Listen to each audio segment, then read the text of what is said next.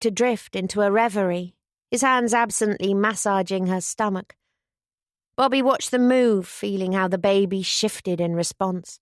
He did know when Charlie was holding her, she was sure. She wondered how. "What happened with your friend, love?" she asked softly. "Did he know you were there?" "Yes, he was in surprisingly good spirits," Charlie told her. "He couldn't talk much, but he was still able to rib Willis about the naffy girl he's been walking out with and flirt with his nurses. He always did have an eye for the ladies." "Did he look very frightening?" The poor lad was wrapped up like a mummy. Every inch of him burnt. I can't imagine the agony. He shook his head, brow lowering. Too many boys are ending their lives that way. It isn't right.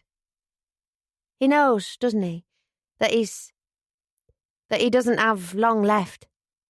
He knew. Bobby frowned. Knew?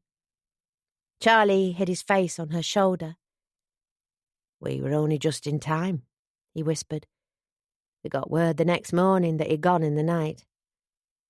I hope wherever he is now, it's a better world than this one." "Oh, Charlie, I am sorry." "I'm not," he muttered grimly.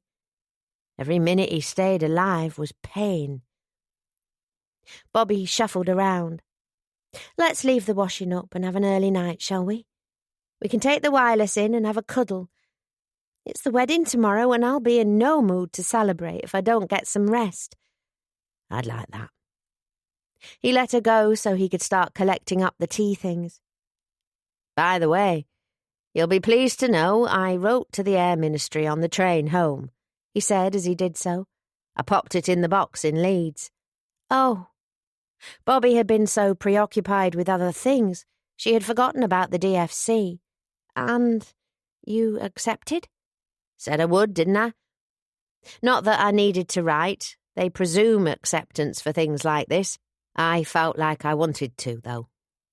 "I thought seeing your friend might have changed your mind." "I have to put my duty as a father and husband first.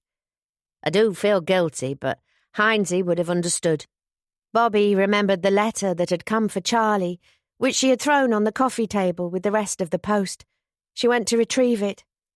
"I forgot that this came for you," she said, holding it out. "It's a Skipton postmark. It couldn't be about that job at the bank, could it?" "If it is, it'll be a rejection."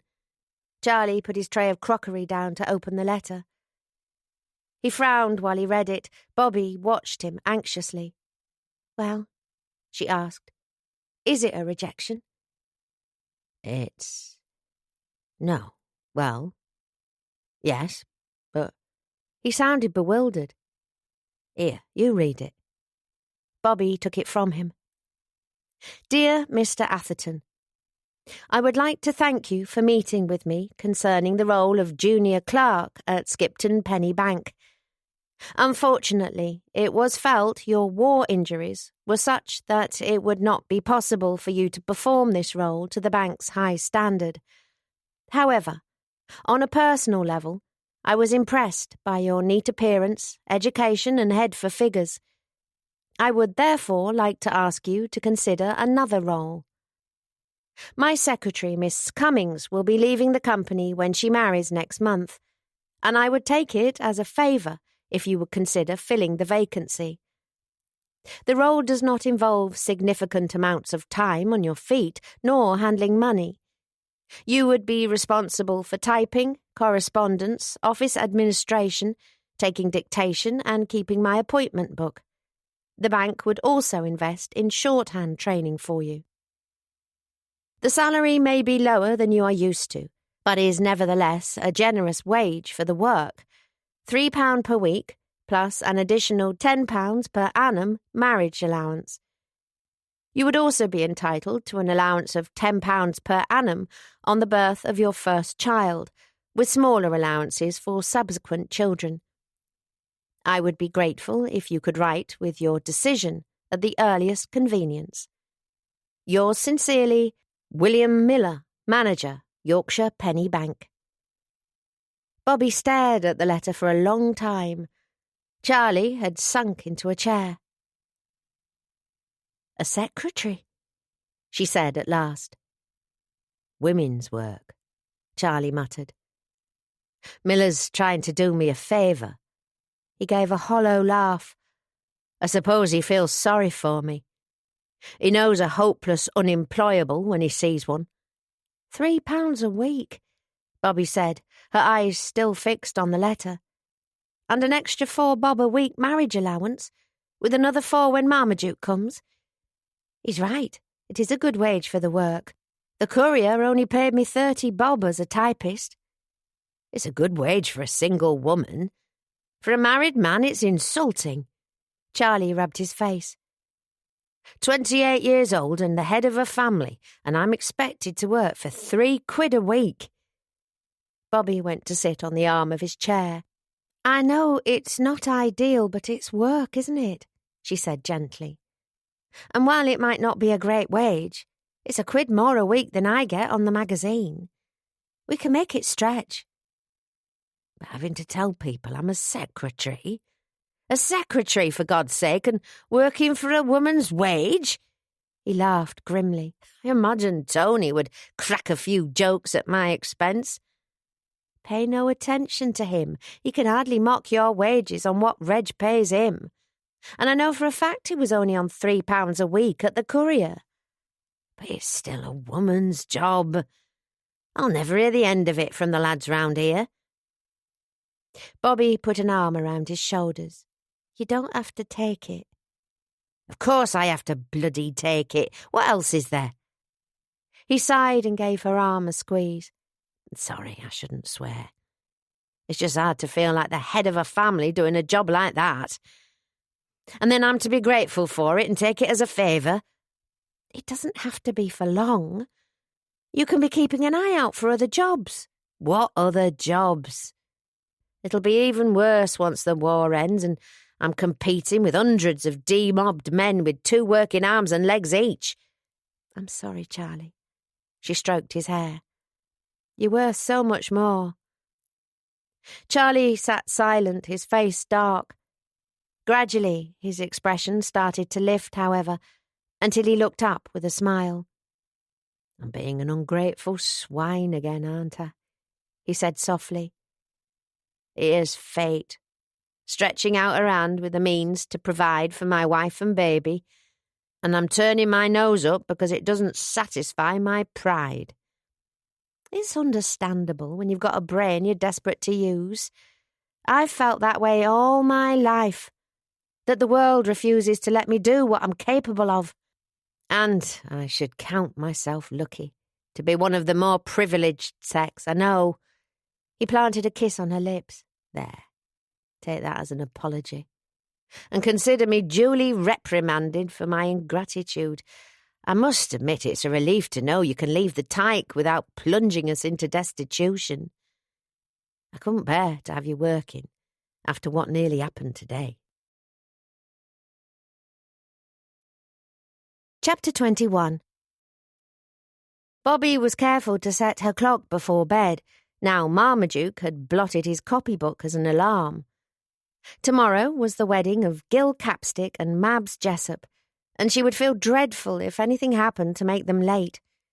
However, the baby had returned to form now his dad was home, waking her, as ever, at 6:30. The first thing Bobby did on waking was disable the alarm, so Charlie could sleep on. Then she went to get ready for the wedding. The hectic nature of yesterday had left no time to prepare. There was Charlie's shirt and suit to iron, and she hadn't had time to adjust her best pale green twin set. After today, when she had come clean to her family, she could stop going to such lengths to hide her blossoming figure, but for the next few hours she needed to keep up the pretense. Bobby glanced at the letter Charlie had received from the bank as she ironed his suit. It ought to be a relief to know her husband had a weekly wage packet beckoning. Despite Charlie's hurt pride, it wasn't such a terrible salary. It was more than a private in the army received, at least, and the family allowance was a generous addition. Yet Charlie had sounded so unhappy that it worried Bobby how he would settle to the work. In the early days of their acquaintance, Bobby had felt she and Charlie were too different to ever be more than friends. As she had come to know him better, she had begun to feel it was in their very differences that they suited. She was too fond of work, he of play, and they exercised a healthy, moderating influence on one another. That was before the war had taken them and made them the people they were now, more solemn and thoughtful, but closer than they had ever been as sweethearts. But there was one respect in which Bobby and her husband had always been alike, and that was in their craving for stimulating work. This had always been more of a problem for Bobby than Charlie. As a man, he'd had a world of employment open to him, whether it was healing animals or flying bombers. No one expected him to give it up to boil napkins and scrub linen. No one pushed him into passive roles that didn't interest him, like typing or filing. Whereas Bobby had had to fight all her life to do more than the world deemed appropriate to her sex. She well remembered how dull she had found her typing role on the Courier, longing to do what the male reporters were doing.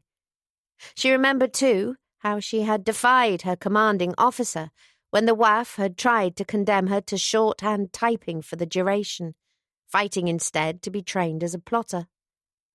And now it was Charlie who was compelled to take a job typing while his eager, active brain went to waste. Bobby supposed it was worse for him in some ways. She was a girl from a working-class family, long taught that she ought to consider herself privileged to be doing clerical work rather than earning her crust in the mills. Charlie, as a boy with a private education, had never been set such limits. It was this, she imagined, that humiliated him as much as the low wage or the fact he was doing a woman's job. That notion his brain was no longer enough. Now the body that went with it was broken. He'd been taught to expect the world, and had seen the opportunities it offered as his by right, whereas no little girl was taught to see a future beyond her own hearth. But there wasn't much Bobby could do about that. All she could hope was that the work wouldn't push Charlie into a funk he would find it hard to get out of. She thought of the medal Charlie had finally, reluctantly decided to accept. He might write to say he'd changed his mind now, since his ultimate aim had been to secure a job. Still, Bobby harboured a hope that Charlie would make his peace with the DFC somehow. It would be such a proud thing for his family. But it was in Charlie's hands now. Let him write a refusal if he must. She was done trying to change his mind. Bobby just had time to adjust her best skirt before the ceremony. She felt like she owed it to her good friend Andy Jessup, the bride's late grandfather, to show herself up well. It wouldn't be long, she supposed, before she would have to abandon her current clothes for maternity items. Bobby had never been a worshipper of fashion, the way her twin was, but the idea of those shapeless, sack-like dresses still made her grimace.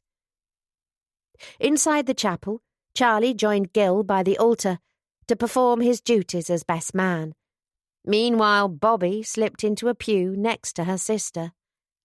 "Are you all right?" Lillian whispered. "Tony said you weren't well at work yesterday. Annie and I called on you, but there was no answer." Bobby shook her head. "I told Tony not to worry you with it." "Well, where were you?" "At the doctor's," Bobby said as quietly as possible. "But everything's fine. It was a storm in a teacup in the end. Just my silly brain getting worked up over nothing." Bobby pressed her sister's hand. "Charlie and I are going to have something to announce at dinner, though. Be ready, all right?"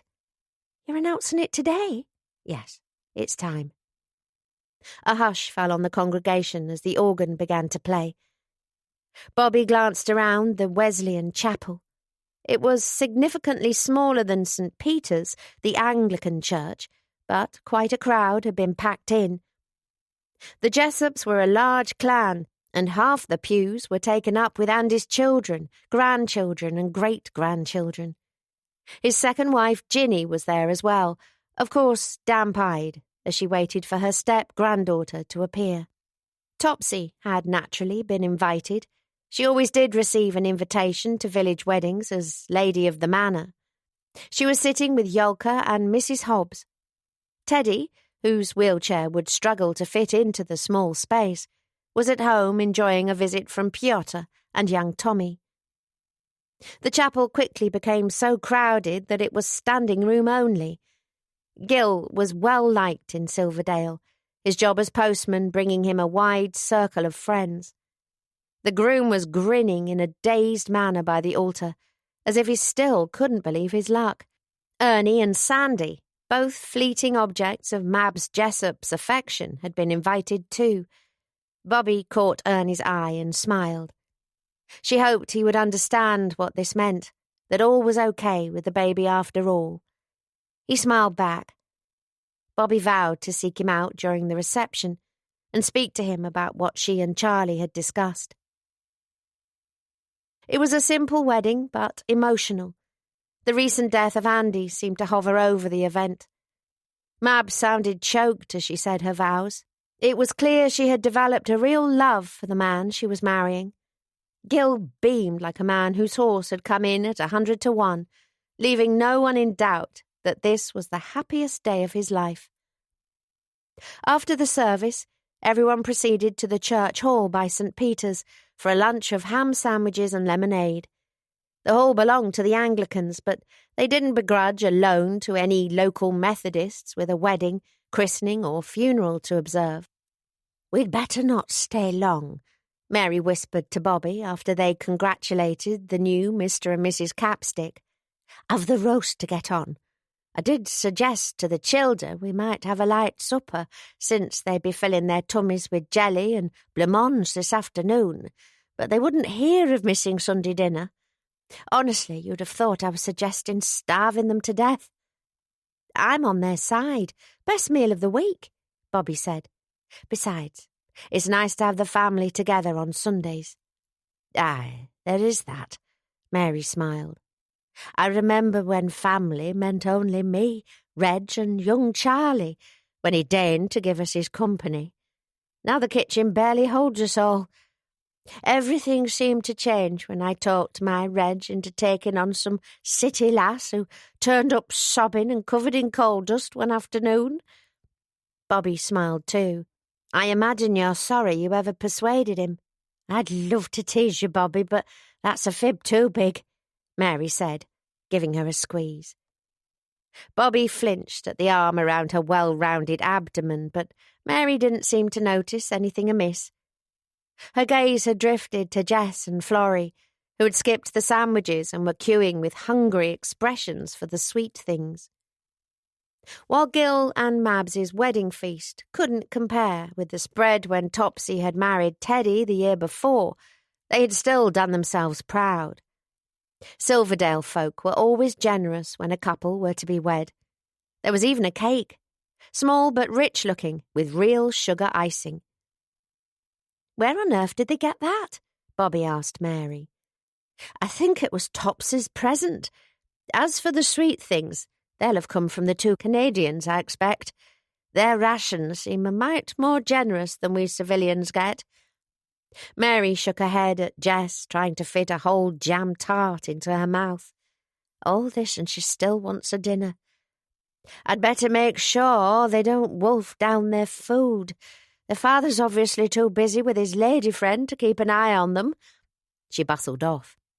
There was still that note of disapproval when Mary regarded the captain and Miss Simpson, who was his guest for the reception.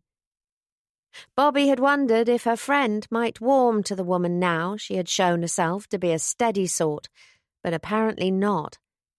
She was as keen as Mary to make this a short stay. She wouldn't be able to relax until she and Charlie had broken their news to the family. As long as they were all here, there was a risk that someone would let the secret slip. Bobby knew she could trust Yolka and Ernie, but a couple of the gossipy neighbours who had spotted her being driven around in the doctor's car were also here. There were a few people she wanted to speak to before leaving, though. One of them, Ginny Jessup, was standing alone, gazing out of the window.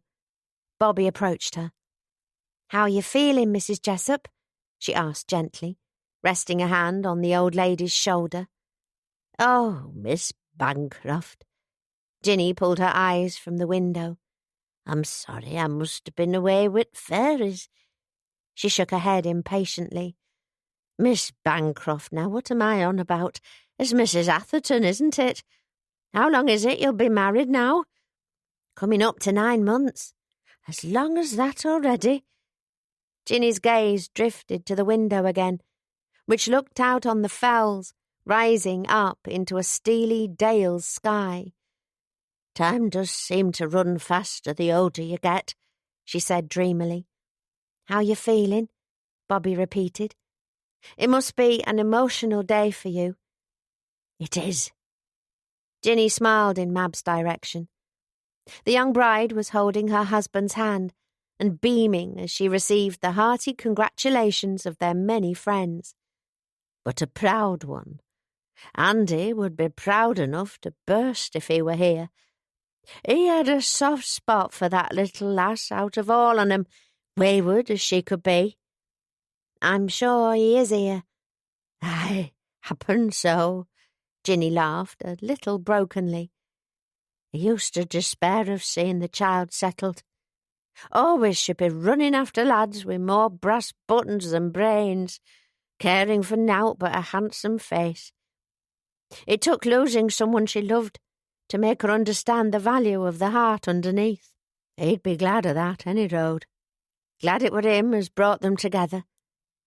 "You must miss him a lot." "That I do. Don't seem fair we got so little time.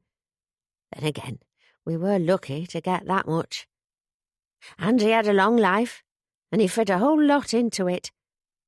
Her gaze drifted once again to the towering fells turning in the direction of Newby Top and his old farmhouse. "He were allus fond of thee," she said quietly. "I was fond of him." "Forever boasting of knowing thee, he was," Ginny said with a little smile. "That clever lass front paper, who knew all the words anyone could think of. He'd laugh send silly at your bits in our paper when I read them to him. She'll do great things, our Miss Bancroft, Gin. Just thou watch and see." That were what he said to me near the end. "Gave you all the credit for the wooing of me. I think he was as attached to you as one of his own." Bobby felt a lump rise, thinking about the friend she had lost. She hadn't been sad to say goodbye to Andy for his own sake. He had been content, even happy, as the end of his life approached, feeling he had been blessed in both years and loved ones. But for her own sake, Bobby had been sad, because even the knowledge that someone you care for has had a long and blessed life doesn't prevent you from missing them when they're gone. He had been so proud to know her, so sure she would do something of real note one day. Would she? Could she? Was it too late now she was to be a mother? "I miss him too," Bobby said, swallowing a tear. "I really do." Ginny smiled and turned to give her a hug. "You know, I reckon you're right," she whispered as they embraced. "I reckon in his own way, he is here today." When Ginny had left her, Bobby went to pluck Charlie's elbow. He was smoking among a gaggle of men from the local farms, friends from veterinary days, and seemed to be enjoying himself. She felt guilty about interrupting, but she didn't want to speak to Ernie without telling Charlie where she was going. If the village gossips spotted her slipping away with Ernie King while her husband was distracted, they'd have a field day. "What's up, Bob?" he asked. "Did you want to go home?" "Soon, but not yet. I wanted to tell you I was going to speak to Ernie about what we discussed, so if you find I've disappeared, I'll be outside with him." "All right. He gave her a kiss. When you want to leave, just let me know. I will. You enjoy yourself with your friends. She left Charlie to the ribbing of his pals, who seemed to be unleashing a store of wife-related wisecracks. She made a mental note to write a few jokes about husbands for the wireless, to get her own back. Ernie was congratulating the bride and groom. Bobby waited for him to finish before waving to claim his attention. "Bobby," he said when he approached. She noted the concern in his tone, as well as the absence of nickname. "Everything all right, kid?" "It is, but can you come outside? I want to talk to you in private." He frowned. "Your other half going to be okay with that? I prefer weddings that don't include a sock in the puss." "Charlie's given me his blessing for me to sneak off with you, don't worry," she said with a smile. Ernie let out the deep laugh that always reminded Bobby of when she had first got to know him, in the winter of 1941, when they had appeared in Topsy's pantomime together. She couldn't remember anything that had brought her as much joy as that little production. "That's mighty liberal-minded of him," Ernie said. "Come on, then." "Is Barbara not with you?" Bobby asked as they ventured out into a chilly winter afternoon. Ernie shrugged. "I could hardly drag the girl here without an invite." "The invitations to single folk said they could bring someone, didn't they? I know Captain Parry's did." "Can't say I noticed. I'm sure the happy couple will be glad not to have another mouth to feed." He looked keenly into her eyes. "I guess from the way you were smirking at me in church that I'm safe to offer those congratulations I was saving?" "Yes. It was all okay. Just babies being babies, the doctor said, and I'd got into such a panic that I'd made myself ill. Once I could feel the baby moving again, I was soon my old self." "In that case, my heartiest congratulations to the both of you." He shook her hand, making her smile. "We're going to tell the family later today," she told him. "Don't give us away, will you?" "Sure. I know how to keep my mouth shut." "Ernie, I wanted to ask you something," Bobby said. "I hope you won't think it's strange." "What is it?" "Well, we thought, that is, Charlie and I decided we'd like you to be the baby's godfather, if you wanted to be." "Gee," Ernie said, blinking. "Godfather? Me?" "We'd be honoured if you would. We're going to ask Topsy and Teddy to be the others when we've made the news public, but I wanted to ask you first." "Why me?" "Well, you're important to me," Bobby said, flushing. "That is to say, I'm fond of you. I don't know what I would have done without you yesterday, honestly. I'd like you to be something to my baby and him to you." Ernie seemed to swell, the chest of his dress uniform expanding with pride. "I've never been a godfather before," he said. "What if I mess it up?" Bobby smiled. "You won't. You'll be wonderful." "And I guess I'd be Uncle Ernie, would I?" "If you like." "Hey, that sure sounds strange. I'll do my best to live up to it, though." "So you will?" "Yeah, if you really want me to, it'd be an honor, Slacks." Bobby beamed at him. "Oh, thank you, I am glad. Charlie will be too." "What happens now? Do I need to sign anything, or do we just spit in our palms and shake?" "I think that comes at the christening," Bobby said with a laugh. "But I'm willing to risk village gossip and give you a hug. You saved my life yesterday, and I was so shaken that I barely said thank you." "I don't think you were quite at death's door. But I'll take a hug if it eases your conscience," Ernie said, smiling. "You better start it, though. Then I can claim to be the innocent party if your Mr. Atherton files for divorce." Bobby wrapped her arms around him. He didn't embrace her in return, but smiled down at her with a protective tenderness. "You know, Slacks, you're going to make one hell of a mom," he whispered. "Thanks, Ernie. I'm glad things worked out for us. I'm glad we both got to be happy." He brushed his lips against her cheek. "All the happiness in the world, kid. You deserve it."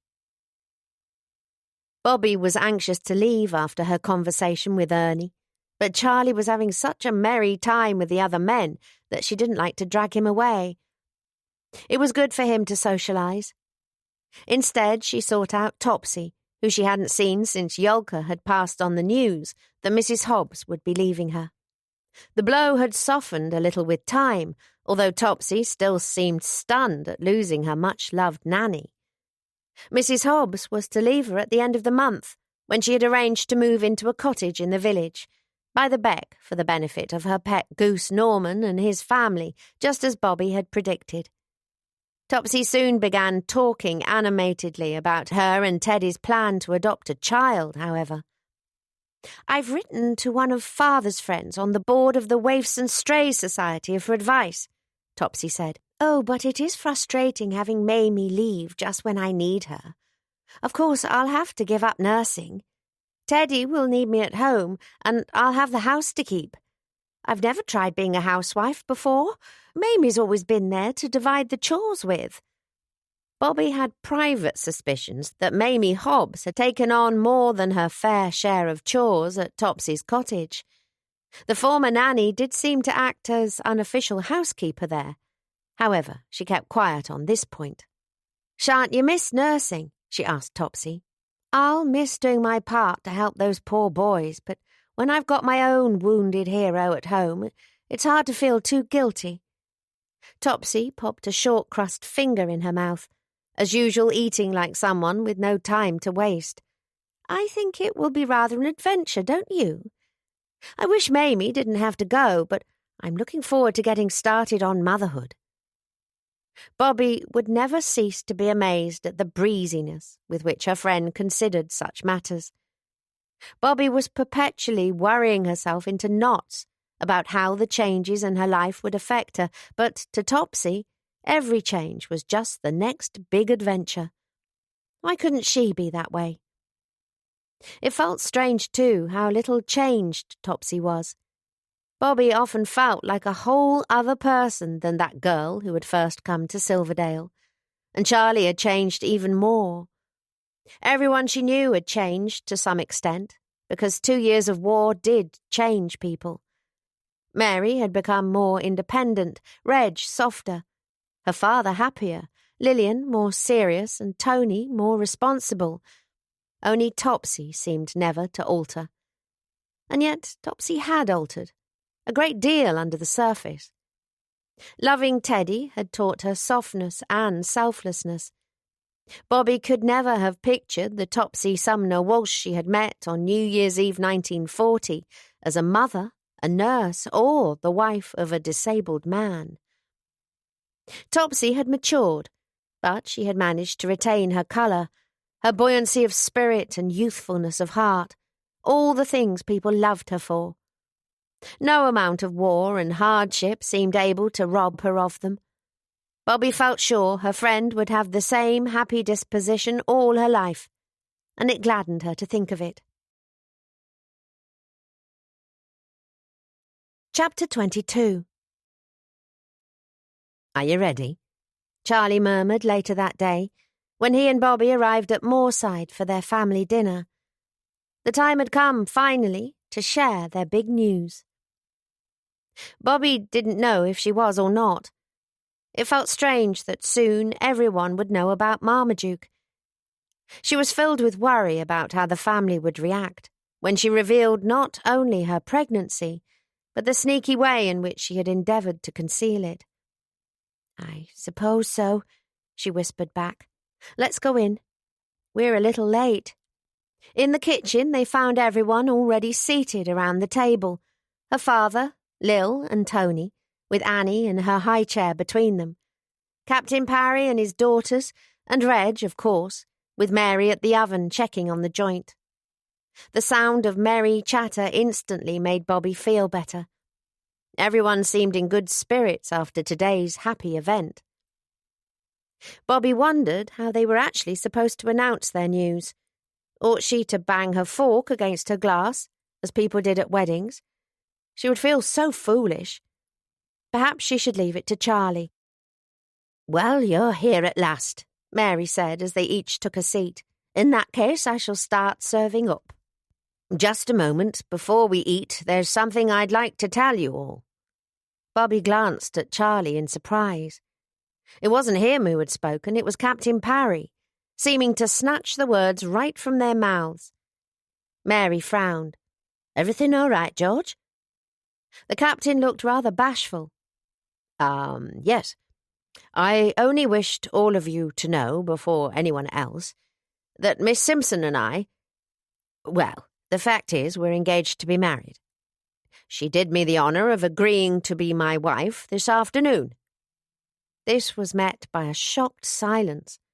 Of course, Bobby had known George was considering a proposal, but she hadn't expected it to happen quite so soon. He and Miss Simpson had barely been walking out 5 weeks. Quick engagements weren't unusual in wartime, but Captain Parry seemed such a sensible, cautious man. The silence was broken by Lillian. "Congratulations, George," she said, smiling warmly. "She's a wonderful girl. Every happiness to you both."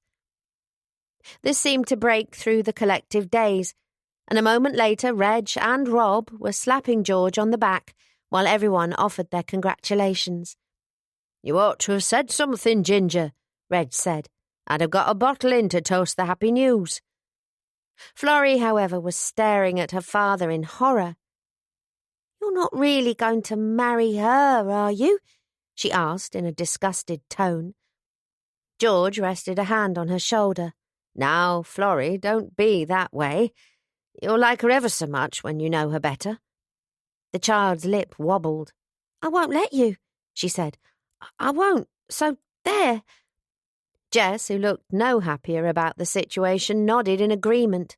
"Nor me either. We'll run away if you marry her. I bet you'll be sorry then." "I'm afraid it isn't up to the two of you who I marry," their father said sternly. "We'll talk about it at home." "If you loved us, then you wouldn't marry no one without asking us," Florrie said, the tremble in her lip becoming more violent. "And you wouldn't want to replace our ma with someone like her. That's cruel and it's wrong and I'll hate you forever." "Florence Parry, I know you don't mean that," Mary said, frowning. "You mind how you speak to your father." "I do. I mean it more than anything, and I won't let him. I won't." Sobbing, Florrie ran from the table. They heard her thundering upstairs a moment later. Jessie looked like she might follow, but a look from Mary kept her in her chair. The younger child had always been more concerned about pleasing the grown-ups than her more willful sister. Captain Parry sighed. "I'll go after her. I am sorry, Mary. I didn't expect her to take on like this." "Let me go, George," Lillian said quietly. "If you think that's best. Well, she'll be more likely to listen to you or Mary than to me at the moment, I think." "She'll be in the attic," Mary said. "Would you rather I went, Lillian?" "I think she might listen to me if I take the baby to her," Lillian said. "You serve it up, Mary. I won't be long, I hope." She took the smiling Annie from her high chair and disappeared. By the time Mary had served them all, Lillian had reappeared with Annie against her hip and Florrie beside her. The little girl looked pale, but she was no longer crying. "Florrie has something she would like to say," Lil told them. Florrie sniffed. "Sorry if I ruined dinner, Mary. And Dad, I'm sorry I said I'd hate you forever. I won't really." The captain couldn't help smiling. "Well, that's certainly a relief." "But I wish you didn't want to get married, though." He drew her to him and planted a kiss on her curls. "We'll talk about it at home, all right, sweetheart? Let's have no more tears now when Mary has been kind enough to cook dinner, especially because you asked her to." "All right." Lillian passed the girl a handkerchief before sitting down, and Florrie blew her nose. "Well," Mary said cheerily, in an attempt to shift the lingering awkwardness, "another wedding on the horizon, and only just back from one. I'll barely have time to press Reggie's suit." Bobby gave Charlie a significant look. He nodded and opened his mouth to speak, but before he could do so, Rob cleared his throat.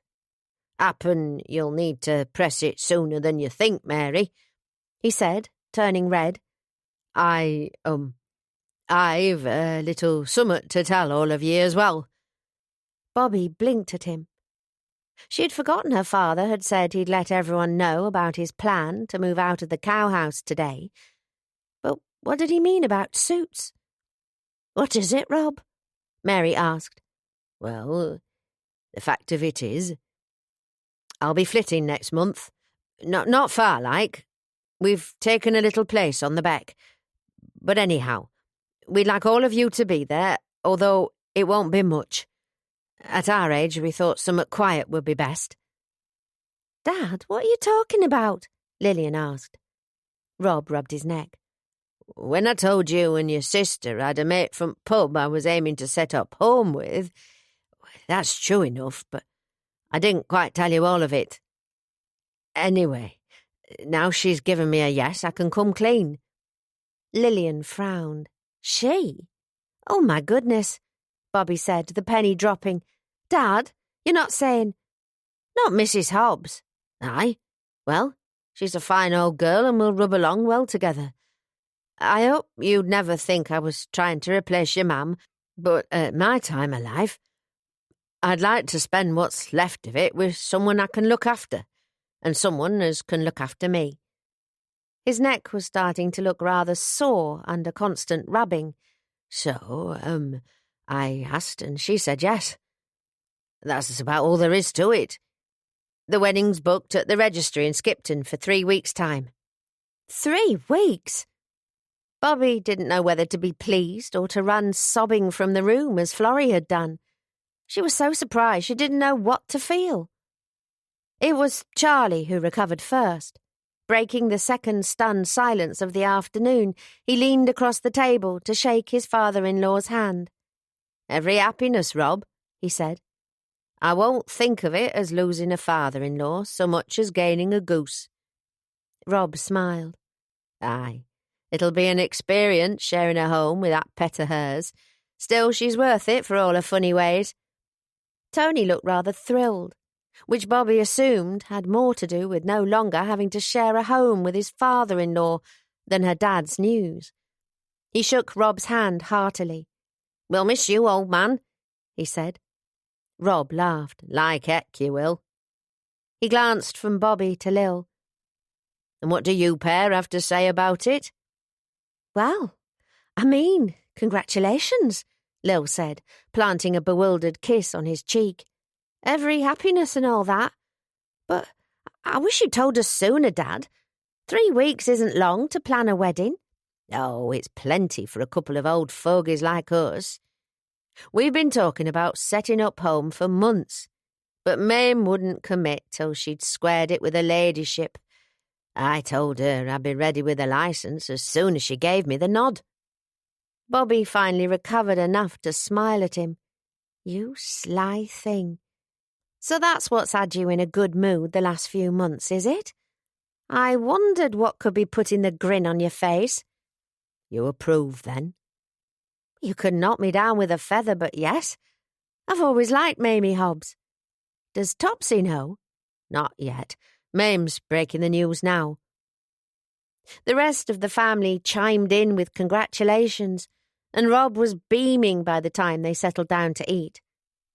Bobby was so knocked for six that she was halfway through her meal before she remembered that she too had some news to break at what was turning into a highly eventful family dinner.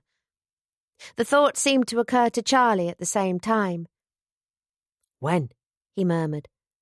"Wait till everyone's eaten," she whispered back. Bobby hoped that by the time everyone had finished their puddings, they would have recovered enough from the previous bombshells to be ready for one more. "Well, shall we gents go into the parlour for a smoke and leave the girls to have a gossip?" Reg asked, when everyone had cleared their plates. "I feel like we've all been too much surprised to chip in with the required amount of backslapping and handshaking, but there's plenty of time to set that right. It's only a shame we've got no cigars." "Happy to donate a few fags from my supply," Tony said. Mary shook her head. "Oh, no, you don't, Tony Scott. I've just got that ceiling clean, If you boys want to smoke those smelly Egyptian things, you can do it outside. Bobby nudged Charlie before the family began to disperse. Yes, right. He cleared his throat. Bobby and I are expecting a baby. She shook her head at him. You couldn't have built up to it a bit more. I thought there'd been enough suspense for one afternoon. Fair enough. This announcement didn't seem to produce quite the shockwaves the previous two had. Lillian had been expecting it, of course, and Mary didn't seem excessively surprised. The men looked a little dazed, perhaps. The girls, as Charlie predicted, squealed with delight. Is it a boy or a girl? Florrie demanded to know. Bobby laughed. Yes. I hope it's a boy. I hope it's a girl, Jessie said. If it is, will she be called after me? No, she should be called after me, Florrie said. I'm oldest. I'm committing to nothing until he or she arrives, Bobby said with a smile. When will it be born? It ought to be mid-May. Mary frowned. You must be 5 months gone already then. 6 months come Valentine's Day. Bobby shot her an apologetic grimace. I'm sorry, Mary. I ought to have told you all sooner. She glanced at Reg.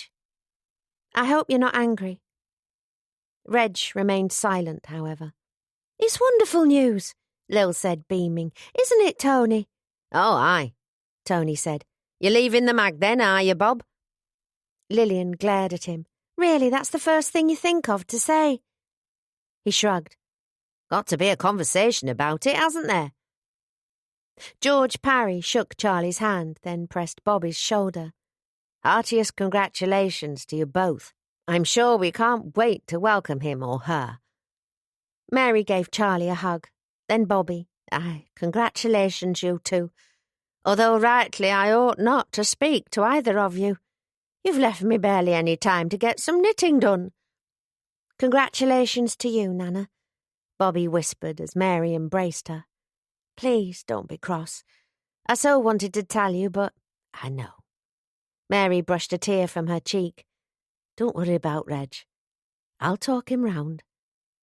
You guessed, didn't you? Let's say I had my suspicions. She held her back.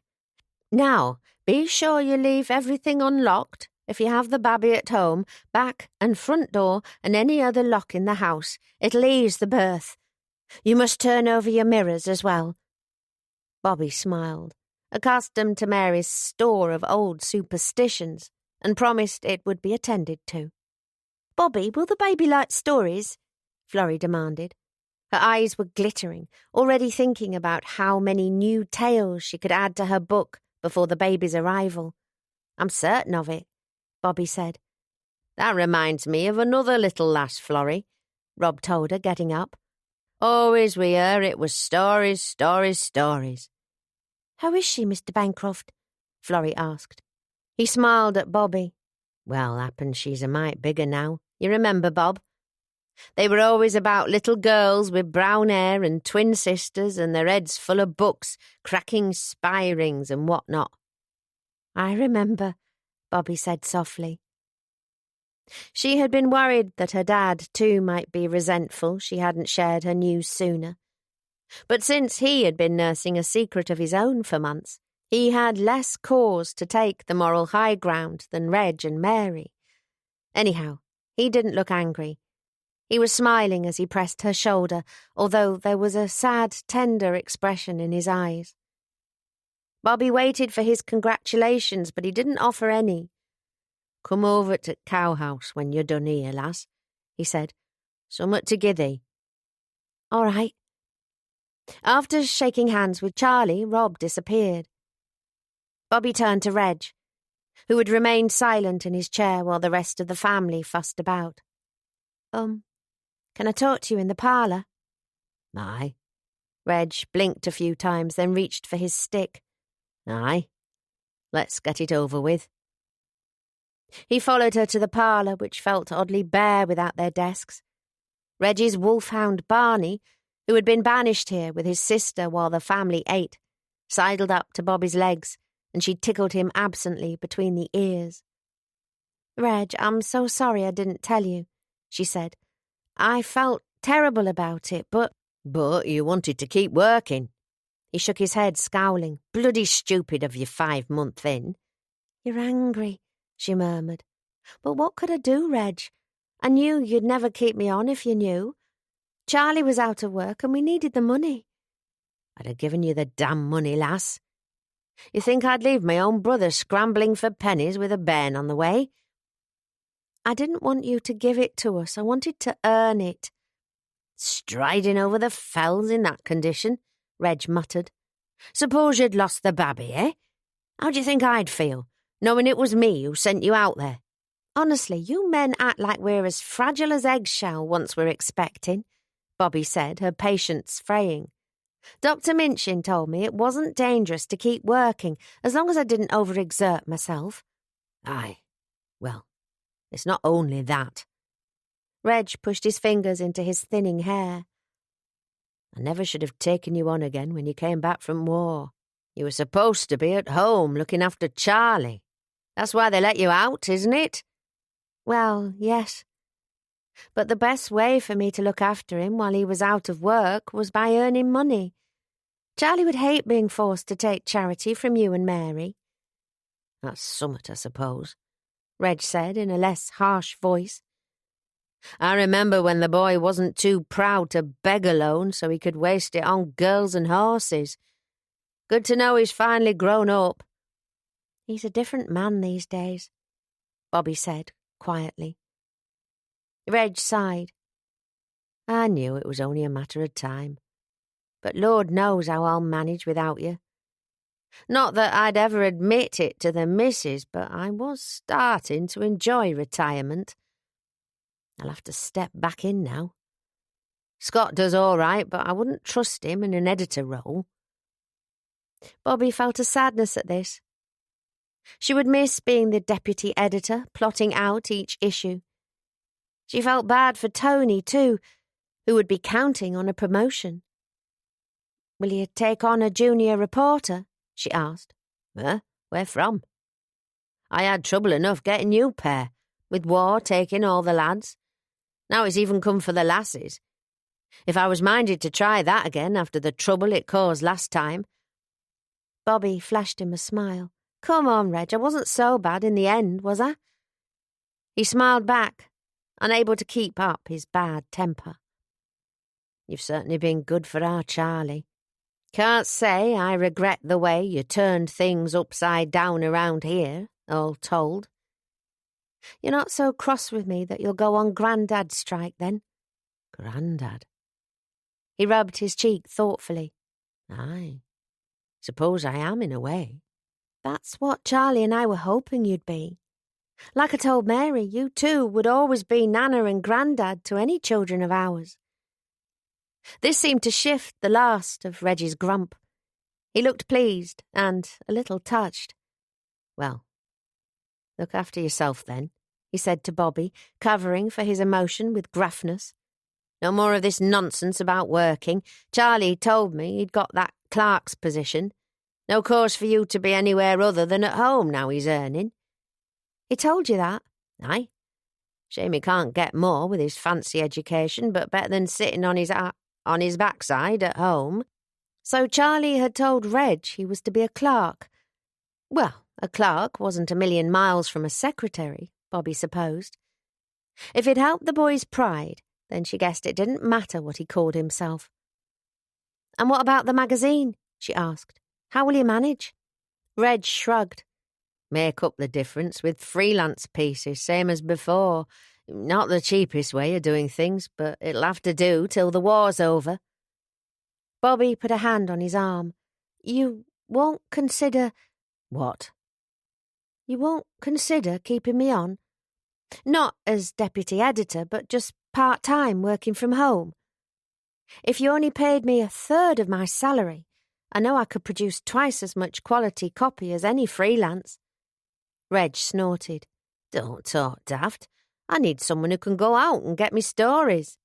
Tony can write those pieces, but there's plenty I could do. Half of what goes in the mag is from desk research alone. Charlie can fetch me books from the library when I get too big to go. It would help supplement his wage, and I'd love to stay involved.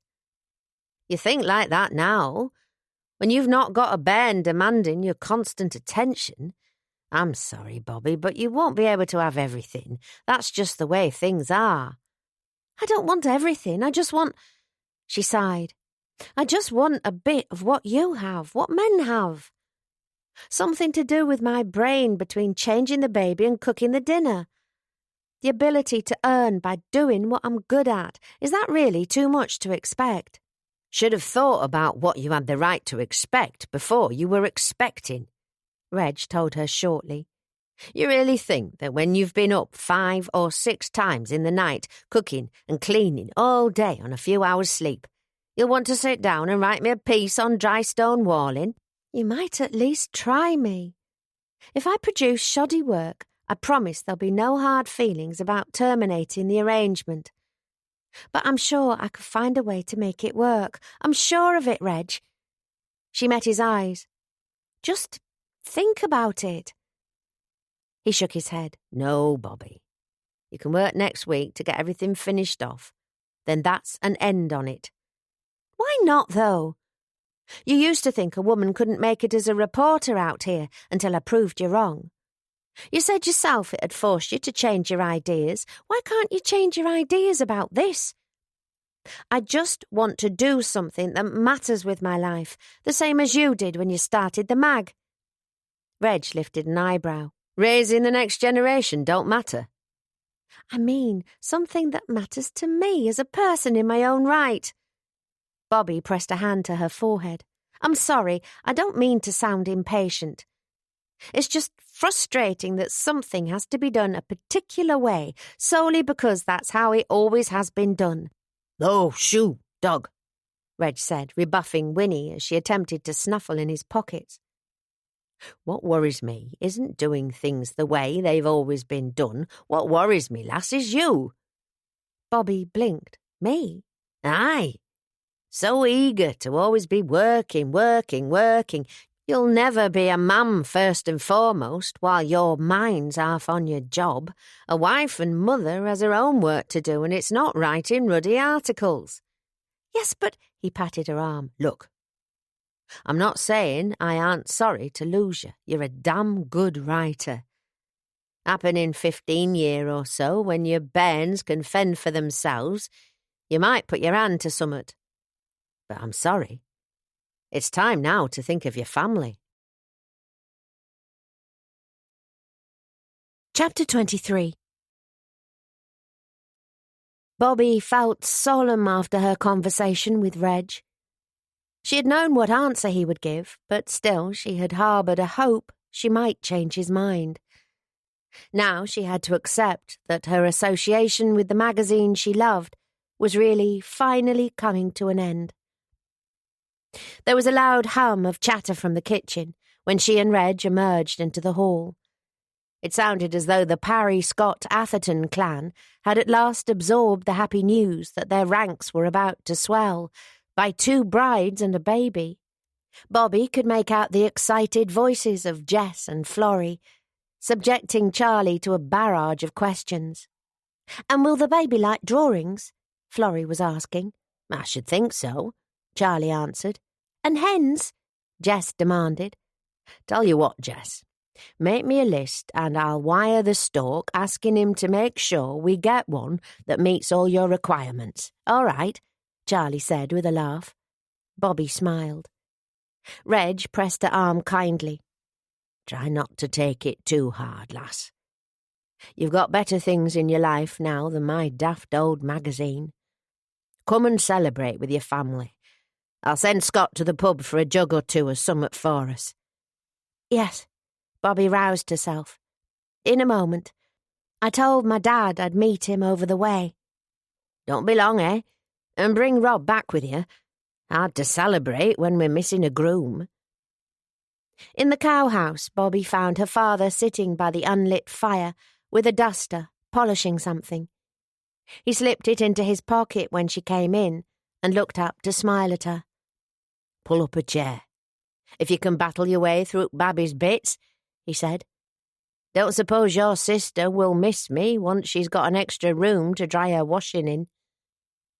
Bobby moved one of the clothes horses aside and sat on the settee by him. "It'll certainly be a big change." She paused. "I suppose you have talked to Mrs. Hobbs."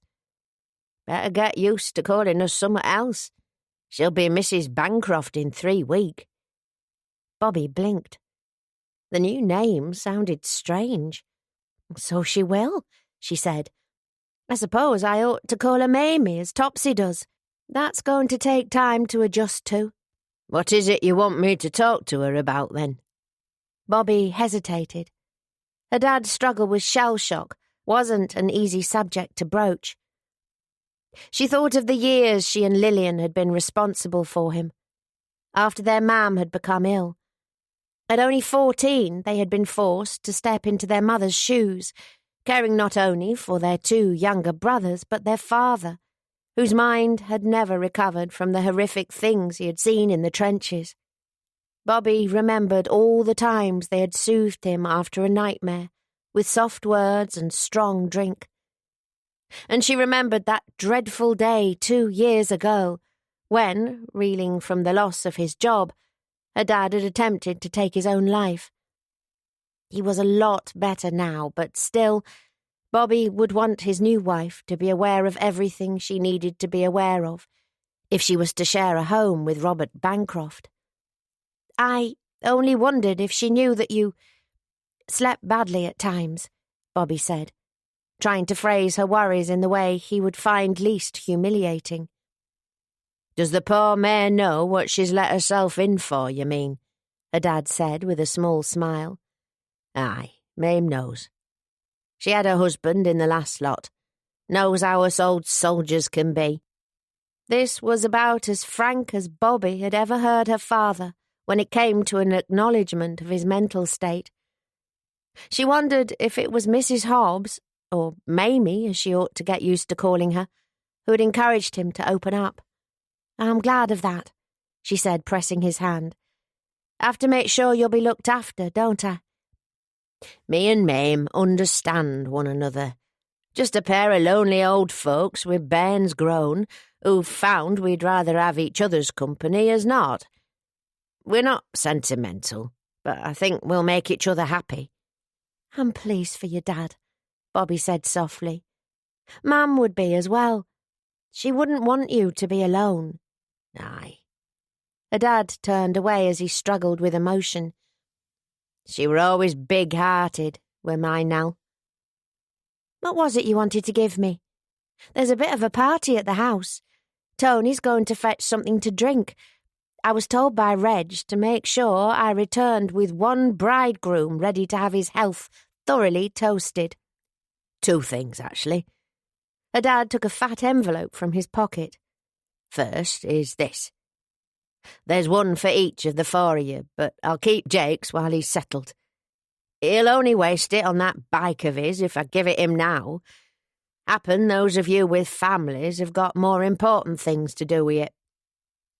Bobby peeped into the envelope and stared at the contents.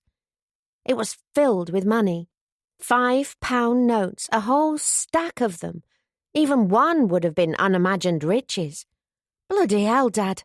"All right, young lady, language." "Sorry, but where on earth did you get this?" She frowned. "You haven't been messing about with Pete Dixon again, have you?" "Nay, not like that. Sold our house, didn't I?" "Gosh." Bobby peeped again into the envelope. "How much is here?" "Little over 35 quid each. I got 400 for the place. After paying my share for our cottage and putting a little into the pot me and Mame have been saving for old age, there were 150 left to share among you bairns." "Dad, I don't know what to say." Bobby gave him a hug. "You've no idea how much this is going to help. Charlie and I have barely got £10 left in our savings." "Aye, it's come at a good time." He fixed her with an earnest look. "And now I'm going to tell thee same as I told their sister.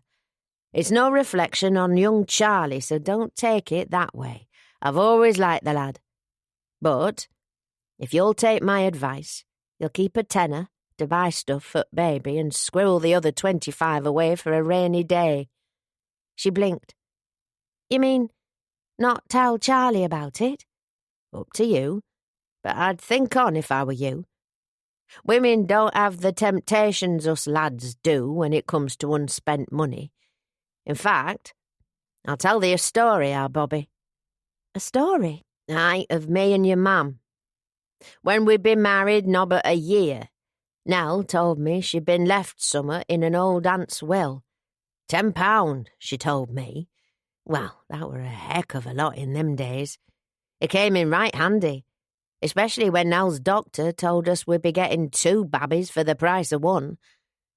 When you and Lil were about 2-year-old and your mam getting ready to have our Ray, I got laid off. I thought it'd be the end of the world when that happened. The £10 were long gone by then, of course. We'd barely a few bob in savings, and I had no idea I was going to support 3 little uns till I was back in work. That was when Nell, God bless her, just days from giving birth, pulled up the mattress and presented me with an old tea tin tied with string." "What was in it?" "I'll tell thee. A little under £40. That were a small fortune to a working man in the 20s, nigh on 5 months' wages. Turned out the 10 quid were just a little bit of what your mam had been left. She put the rest aside in case the family ever fell on hard times." "Blimey, weren't you angry she hadn't told you?" "Happen I were grieved at first, but I soon saw sense. She kept it safe for nigh on 3 year. If I'd known about it, can't say as I wouldn't have ended up dipping in for one thing or another until there were nowt left when we needed it. Women are better at saving, I reckon. They've got that instinct, feathering nests." He patted her hand. "Like I said, up to you, but your Charlie will be happy enough if it gets him out of a spot." "I suppose so," Bobby said vaguely, thinking of her plan to keep a little pot of earnings from her writing work. Perhaps that was what had been in her mind, holding back a few feathers in case her little nest were ever to need them. "Shall we go and join the celebrations?" "Got somewhat else for thee first. Had to hunt around a bit for it, mind." From his pocket, Rob took the thing he had been polishing. Bobby had thought it was a coin, but now he put it in her hands. She could see it was a silver medal on a faded red, white and blue ribbon. It bore the image of the old king, George V, and when she turned it over, she found the king's crest above the words, "For bravery in the field." "Dad, this isn't—" "Aye," he said, blushing deeply.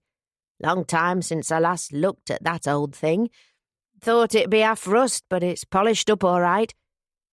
"Your military medal," Bobby said wonderingly. "Mam told me you'd been awarded one. I'd started to think she must have dreamt it.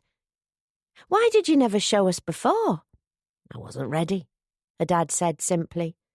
"Wasn't ready to think about what I got it for." He shuddered. "Hellish time that were, the Somme. Like world's end or worse. I've not had it out in nigh on 1/4 of a century, but now I think I'm ready to make my peace with it." "Why are you giving it to me?" Bobby said, rubbing her thumb over the laurel wreath on the back. "I aren't. I'm giving it into your care. It's as much your brother's and sister's as yours, but happen it might bring thee luck with a babby on way." He smiled. "Besides, I don't trust Tony not to pawn the thing if I leave it with our Lil." "I'll take care of it, I promise." She looked up at him. "Mam told me what you did. Those men whose lives you saved. That was incredibly brave of you, Dad." "Brave?" He cast a blank look at the medal. "Aye. Folk use words like that. Don't feel much like that when you're in the thick of it, though." "How does it feel?" "Like nowt, really. There's no time to think about being brave or aught else. You just do what you have to. You do what's in front of you. Don't see it makes me better nor worse than any other lad they didn't bother to pin one of them things on. Half of 'em never come home to get it pinned on." Charlie said something very similar. Aye, he knows it as well as I do. Her dad nodded to the medal. "Be sure to show it to bairns when they're big enough, won't you?" "I'll be proud to. What started you thinking about it?" "Reckon it were what you said. About having my picture taken in uniform for the young uns." He rubbed his neck as he always did when he felt bashful. "I never cared much about the thing for my own sake, but after I'd gone it won't matter what I felt, will it? But it'll matter to the next generation that they had a grandad they can feel proud of. Happen they'll treasure it for the sake of that old grandad who loved them, and pass it to their own bairns in their turn." His brow lowered. "And I hope none of 'em, and his generation or the ones to follow, are called on to fight another war like the two I've been cursed to see. This time let's hope it's truly an end." "I've never heard you talk this way before," Bobby said. "What way's that?" "As if you're more at peace with yourself, more understanding of the things that happened to you. Is that Mamie Hobbs doing?"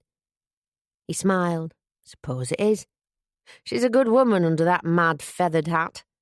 Knows how to get the best out of me, same as your mam." "Oh, Lord, the hat," Bobby said, laughing. "Will she wear it to the wedding?"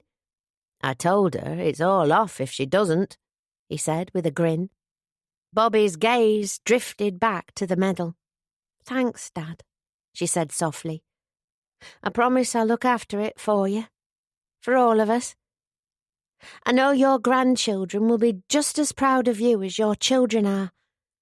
She gave him another hug. "I hope you and Mrs. Mamie will be very happy together." "Well, that was quite a day," Charlie said as he and Bobby walked home, Bobby's arm through his and her blackout torch in her other hand. "You might have to help me to bed. I'm feeling a little merry." "I can tell," Bobby said, laughing as she stopped him meandering into a ditch. Their evening at the farmhouse had turned into quite a party. After the men had finished the beer Tony had brought from the Hart, the captain had remembered a bottle of port he'd been given when he left his regiment and gone to fetch it.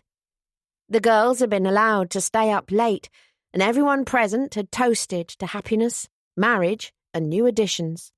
Bobby hadn't got too merry, as Charlie put it, but she had enjoyed seeing her husband being sociable with the other men, cracking jokes, sharing smokes, slapping backs. Tonight he had seemed like the old Charlie, the carefree lad he had been before he had gone to war. "We had a little windfall today," Charlie told her. "Reggie gave me £5 to buy things for the baby.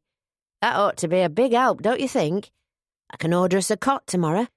"That makes 2 windfalls then," Bobby said. "My dad gave us £10 as well. He's rather flush after selling our old house in Bradford." Bobby had reflected on what her dad had said about the £35 and come to the conclusion it was good advice. She didn't relish keeping secrets from her husband, but a little money Charlie didn't know about could be a big help if an emergency befell them. "That was what your dad wanted to talk to you about?" Charlie asked. Bobby thought about the military medal wrapped in newspaper in her handbag. She wanted to think over what her dad had said about his decoration before she talked it over with Charlie. "Mostly that, yes," she said. "Well, then we're quite rich, aren't we, Mrs. Atherton?" Charlie said, leaning a little unsteadily to plant a kiss on her cheek. "Tell you what, why don't we treat ourselves to a night out next week? I'll take you dancing, and when we're tired of that we can go to the pictures. I'll even buy us fish and chips just like when we were courting." "I'd like that," Bobby said with a smile. "We ought to be careful with any extra money though, Charlie. It'll soon go once we start buying everything the baby's going to need. Don't forget the dressing down you gave me for the sheer extravagance of spending a few bob on tinned peaches and beer for you." "Ah, but that was when I was an impoverished, jobless waif." Charlie said with a sweeping gesture, filled with gregariousness and beer. I ought to be allowed to take my wife out and enjoy her once in a while. It won't be so easy once the baby comes. True. Still, Bobby was glad to think of the £25 she had hidden away. The fact that Charlie didn't know about it would be an inducement to frugality. I suppose you were talking about the magazine when you dragged Reggie off, Charlie said. What did he say? She sighed. Exactly what I expected. He's determined that if I so much as lift a pen once I've got a baby, Marmaduke will be poking his eye out with scissors or setting fire to his cot. I did think your brother might be willing to at least send a bit of freelance work my way. He says to ask him again when I'm 85 and all our great-grandchildren are grown up. Charlie slipped his arm around her waist. You could bamboozle him, he said. Become Ronald Cosmopolis, freelance writer, gentleman adventurer, an all-round man of mystery. I can mail Reggie your articles from Skipton so he won't suspect. Ronald Cosmopolis, Bobby said, laughing. What kind of pseudonym is that? A darn good one. I wish I could be called Ronald Cosmopolis. Bobby smiled. What are you smirking at, young lady? Charlie asked, grinning affectionately at her. You remind me of someone I used to know, that's all. Old boyfriend? That's right. What was he like? Oh, trouble in trousers. Not bad looking, I suppose, but far too fond of a pretty girl.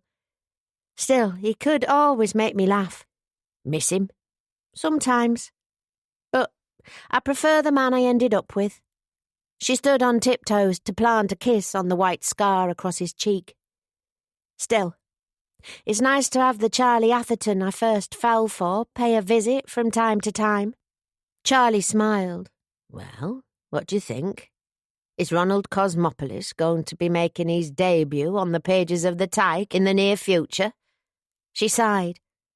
It's tempting, but no, I couldn't lie to Reg. I'm just going to have to find something else to do to stop me going mad. Chapter 24. Bobby had worried the time might drag when she was at home all day, with nothing to do but scrub and think too much, but the weeks that followed seemed to pass rather quickly. Charlie began his new routine, travelling daily to the bank in Skipton, and things settled into a fresh pattern at number 4 Church View. Before Bobby knew it, it was early March, just 11 weeks before they expected to welcome the baby. The days had grown longer and daffodils nodded by the side of the road. It was strange to think that when the trees were once again clothed for summer, she would be a mother. Bobby got up when Charlie did at 6:30 a.m. Marmaduke kept up his habit of early rising. She began by making his breakfast. Then there was the house to air, grate to sweep, ornaments to polish, lave to scrub, clothes to wash and darn and iron, meals to prepare, and a dozen other jobs that wreaked havoc on her aching back and swollen ankles.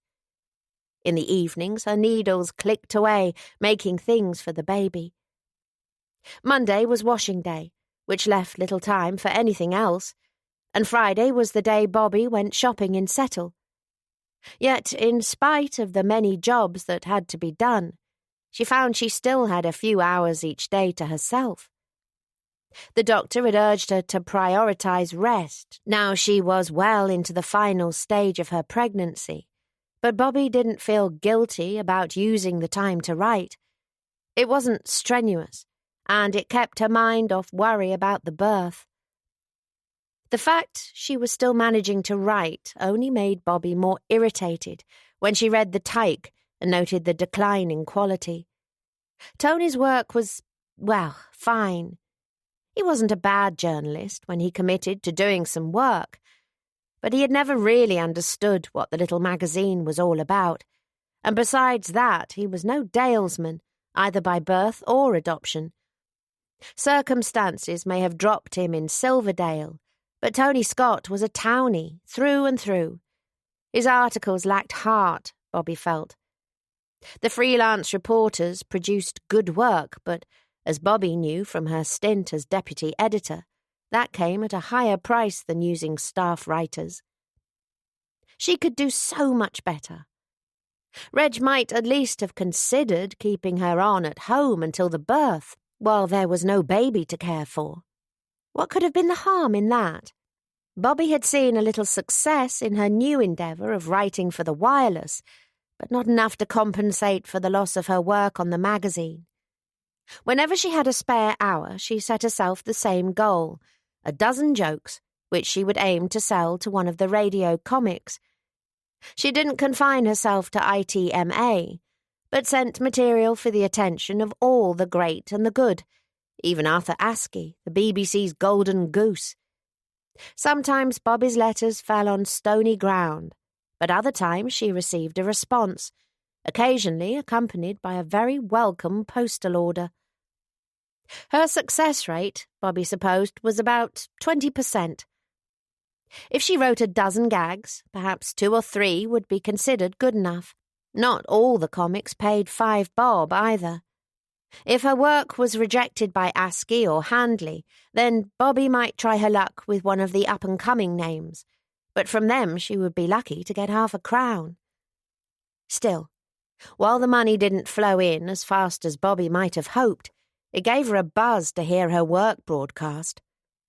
The fact it was a secret only added zest, and she was increasing the £25 her dad had advised her to put away, little by little. By the time she had passed the 7-month point in her pregnancy, Bobby had earned an additional £3 for her rainy day pot. She might have hoped for more, but it wasn't bad for a few hours' work every week. It also performed a valuable function in occupying her mind. As the date she was due to give birth drew nearer, Bobby was becoming increasingly anxious, almost to the exclusion of everything else. She couldn't help being haunted by that night Lillian had given birth. Lil had nearly lost her life that night. And then there was what had happened to poor Georgia. Writing had become a lifeline to Bobby at a time when her worrisome brain badly needed something to dwell on other than the potential for catastrophe. Her writing sessions did carry a feeling of guilt, however, that she could derive so much pleasure from them. It made her think of Reggie's words, the day she had begged him to keep her on, that she'd never fully commit to motherhood while she had half her mind on her job. It had started Bobby thinking, would she be a good mother? It wasn't something she'd questioned before. She had cared for her brothers when they were young, she often minded Annie, and she loved helping Jess and Florrie with their problems. It was the Parry's presence in her life that had made her realise how much she wanted a child. But her thoughts had always been about herself, how much she wanted to be a mother. She hadn't considered it from the child's point of view. Would it be bad for Marmaduke to have a mother who wanted to do more in her life than care for him? Would he feel neglected and resent her for it? And yet Bobby knew she did need more than motherhood. It was frustrating to have the pleasure of creativity swamped by feelings of guilt. She wished she could be more like Yolka, who stood defiant as she claimed her right to be more than simply a woman and a mother. Bobby couldn't detach herself from the weight of society's expectations the way her blue-stocking friend seemed able to do. She worried about Charlie, too. He had been working at the bank for over a month, but although he rarely complained, Bobby could sense he wasn't entirely happy there. He seemed to have made his peace with his role, although he would still describe himself as a clerk when asked. He was grateful to be earning a wage, even if the salary wasn't what he had been used to. He admired his boss, Mr. Miller.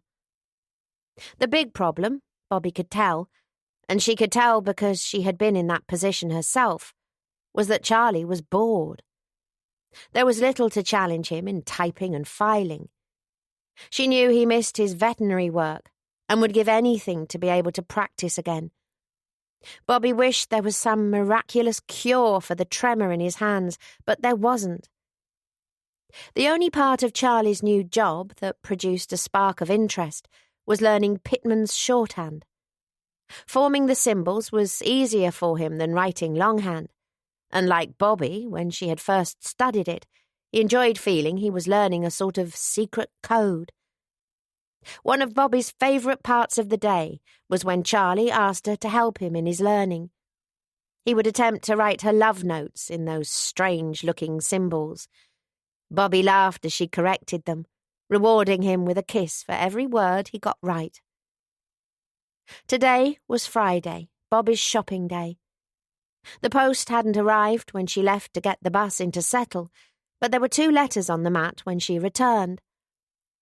One was for Charlie, and one for her, both with typewritten addresses, which usually heralded something official. Charlie's letter bore those always significant initials OHMS. Could it be about his DFC? He hadn't confided whether he had written again to the Air Ministry now he had a job, turning down the decoration. To be honest, Bobby had forgotten all about it in the flurry of things that had happened recently. Leaving her job, a father's wedding to Mrs. Hobbs, a low-key affair that had taken place the previous month, helping Captain Parry with the arrangements for his own wedding in late May. Bobby wondered if Charlie had forgotten too. She put the envelope on top of his newspaper for him. The name Bancroft caught her eye on the other envelope. That meant it must be from the BBC. She tore it open, hopeful it might contain another welcome postal order, but there was only a letter. Dear Miss Bancroft, I have been asked to thank you for sending your work to Mr. Jenkins. However, I'm afraid he feels it would not be suitable. Bobby didn't bother reading on. It was a standard rejection. She'd had too many like it not to recognise the format. She sighed and stuffed the thing into the pocket of her voluminous maternity housecoat. It was a shame, though. Bobby had been proud of her last lot of jokes, persuaded they were some of the best she had written. There had been 20 in total, and all of sufficient quality for broadcast, she had felt, yet not a single joke had met with approval. Bobby frowned as something in what she had read registered. She pulled the crumpled letter out and looked again at the first line. Dear Miss Bancroft. Miss? Why would they address her as Miss? She always sent her work in under a male name. She took out the envelope. That, too, was addressed to Miss Roberta Bancroft. Oh, Lord, had she inadvertently signed her real name? Pregnancy did seem to be making her absent-minded. Well, that accounted for the rejection, then. What an idiot. Why hadn't she checked her letter over before sending it off? She could slap herself. Bobby's irritation with herself quickly shifted to anger with the comic who'd rejected her work, however. 20 good jokes, rejected for the utterly ridiculous reason that the brain that had come up with them was lodged inside a woman's head rather than a man's. It was absurd to think someone would throw away good work than admit a woman had written it for him. What a world this was! She couldn't even enjoy a cathartic rant about it to Charlie, since she had kept her joke-writing so deadly secret. She would have to pour out her rage in a letter to Scarlett and wait until her friend could reply for the soothing, sympathetic words she needed. She shoved the crumpled letter in the salvage bin rather violently, pushing it under some old newspapers so Charlie wouldn't spot it, then went to lie down. Her back was very sore after a morning of shopping. Bobby felt tears start to rise at the unfairness of it all. That outlet would be closed to her henceforth, she supposed, now those in charge knew the secret of her sex. No amount of signing herself Robert Bancroft could undo that slip of the pen. She would never sell another joke again. It wasn't right. Her brain was the same one it had been when they had believed her a man, and her work had been deemed good enough then. Why should this change anything? Men were so proud of being the more logical sex, yet there was no logic to this at all. She had needed this, damn it. She had lost her job at the Tyke, and now it felt like the one thing that had been keeping her going in lieu was being taken away from her. Bobby had been planning to write that very afternoon. There would have been enough time before she needed to cook the tea to pen a good 9 or 10 jokes, but there was no point now. Her gaze landed on her notebook lying on the bedside table, and she swallowed a sob. Some words of Yolka's came back to her as she lay staring at it. You can write for other publications as well as you can write for the Tyke, I suppose. Which was all very well, but which ones? There wasn't much she knew about apart from life in the Dales, and no magazine other than the Tyke would be interested in that. Perhaps she could write about other things. She had briefly been a newspaper reporter after all, but it was difficult to chase down stories when she was the size of a house. Bobby's attention was drawn to a periodical under her notebook. Not one for adults, but a story magazine for children, the girl's own paper. Charlie had brought it from Skipton as a present for Florrie, and Bobby had put it by the bed to remind her to give it to Lillian when she saw her. She slid it out and flicked through. The stories were just what Bobby had loved when she had been Florrie's age, the sort she had striven to emulate in all her early jottings. Bobby, too, had been an avid reader of the Girl's Own when she had been in pinafores and long socks. Her interest in journalism had been sparked by a piece in that publication, now she came to think of it, an account of the exploits of the woman reporter who had always become Bobby's idol, Dorothy Lawrence. But it was fiction stories that had been her first love and made her dream of a writing career.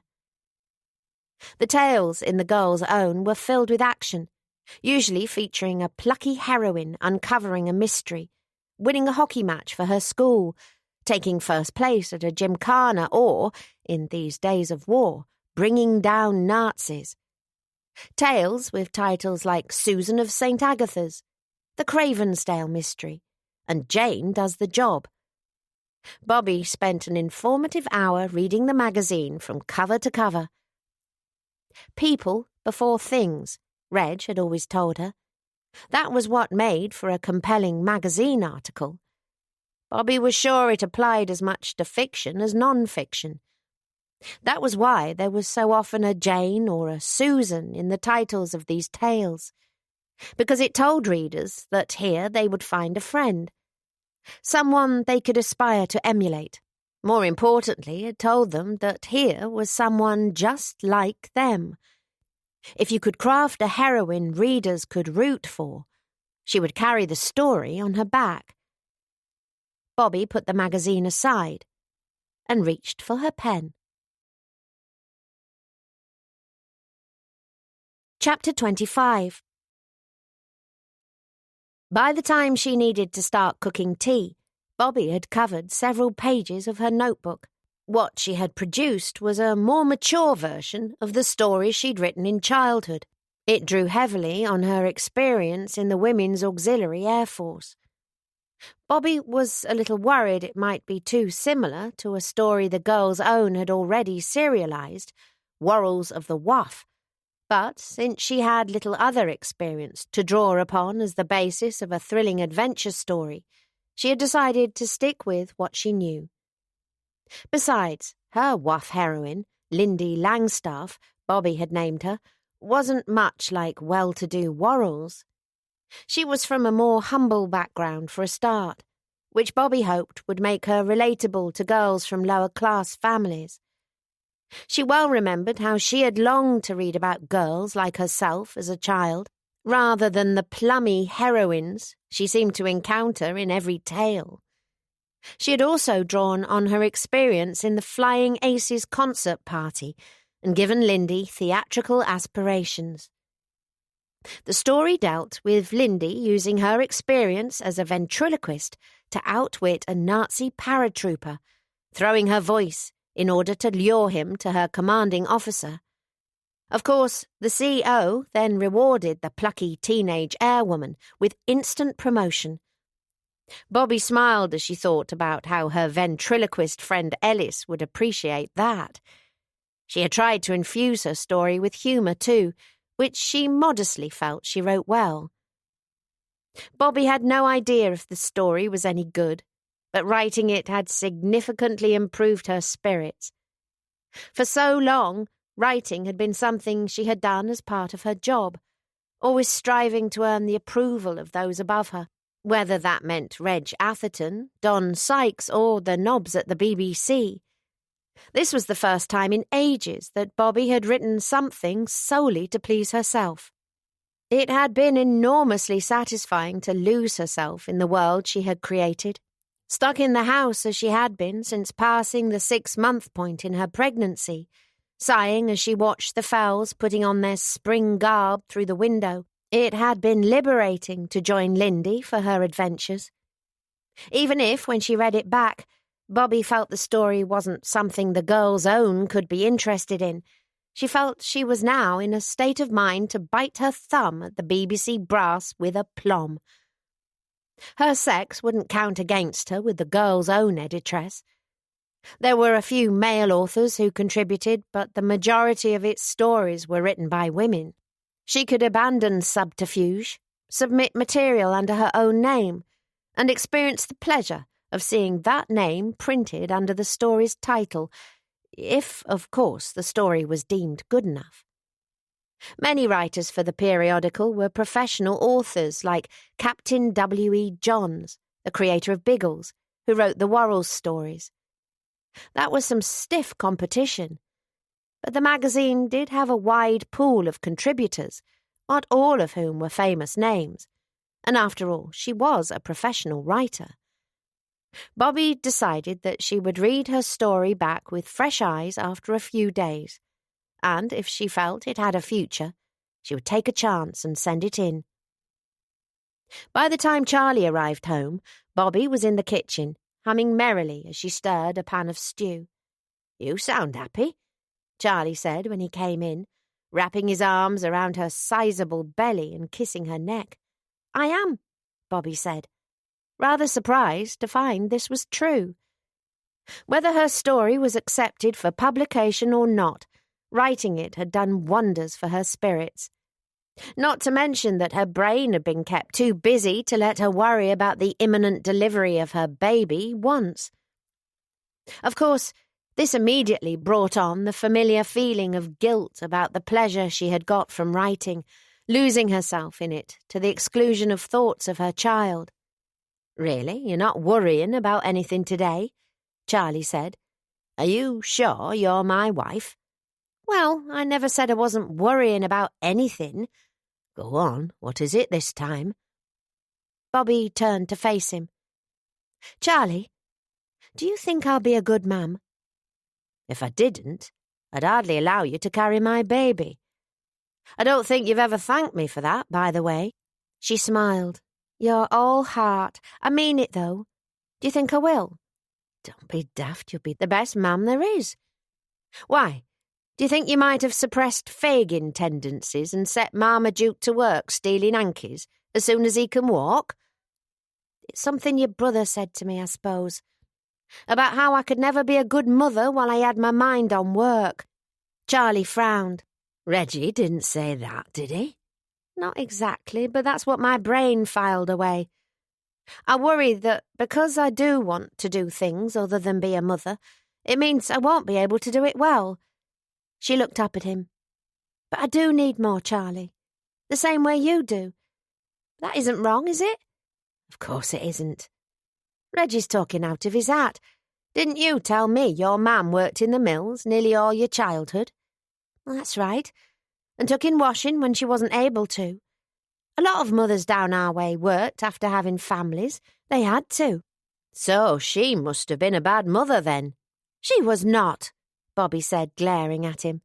"I'd never have been the person I am without my mum to tell me I could make something of myself. She was an incredible woman, the best mother there was." "And so is her daughter, an incredible woman who'll be the best mother there is." I don't know why you listen to Reggie's Victorian nonsense when you've got your own mother to inspire you." Bobby smiled. "All right, clever clogs. That was a devious way to make a point, getting me all cross. But it worked, and now you're smiling again." She gave him a kiss and turned to stir her stew. "What's brought on the good mood, then?" Charlie asked, resting his chin on her shoulder. Bobby wished she could confide in him about the story she had written. She would love to have him read it, but she was still determined to keep her writing endeavours secret until the time felt right. She wanted to see if she would have any success submitting to the girl's own before she said anything. "Going out shopping, I suppose," she said, grimacing slightly at the fib. "Not that there's much fun in queuing forever and eternally, but I do get sick of being in the house." "You should ask Mary or your sister to pick up our rations, now you're 7 months gone. The doctor says you oughtn't to be on your feet too much, and suppose Marmaduke decides to arrive early, and you give birth in the middle of the grocer's." "Please, Charlie, don't take this away from me. It's the only freedom I still have. I swear I'm about to start talking to the faces in the wallpaper stuck indoors constantly." "What faces in the wallpaper?" "Exactly," Bobby sighed. "It was lovely seeing all the spring flowers starting to appear. I wish I could get out more to enjoy them." "I wonder when we can go up into the fells again," Charlie said dreamily. "Every time I see Dick Minchin, I ask if he thinks my leg's recovered enough to do a little modest hiking. I hardly need to use my stick anymore, but it's always, 'Soon, Charlie, soon.'" "I doubt I'm going to be able to make it to the peak of Great Bowside for a while yet," Bobby said, putting her hands over his on her stomach. "I'm surprised you can still wrap your arms around me." He turned her around to kiss her. "You're beautiful." "I'm huge." "Well, yes, but I like that in a wife. Makes me feel I'm getting my money's worth." Bobby smiled. "Tea's nearly ready. How was work, love?" He sighed. "Humiliating." "Why? What happened?" "Ugh. Bill Lawrence came in for an appointment with Miller. He wants to arrange a mortgage so he can move his practice to bigger premises." "Why should that be humiliating?" "It's humiliating when I've told everyone I'm a clerk, and Bill finds me taking dictation.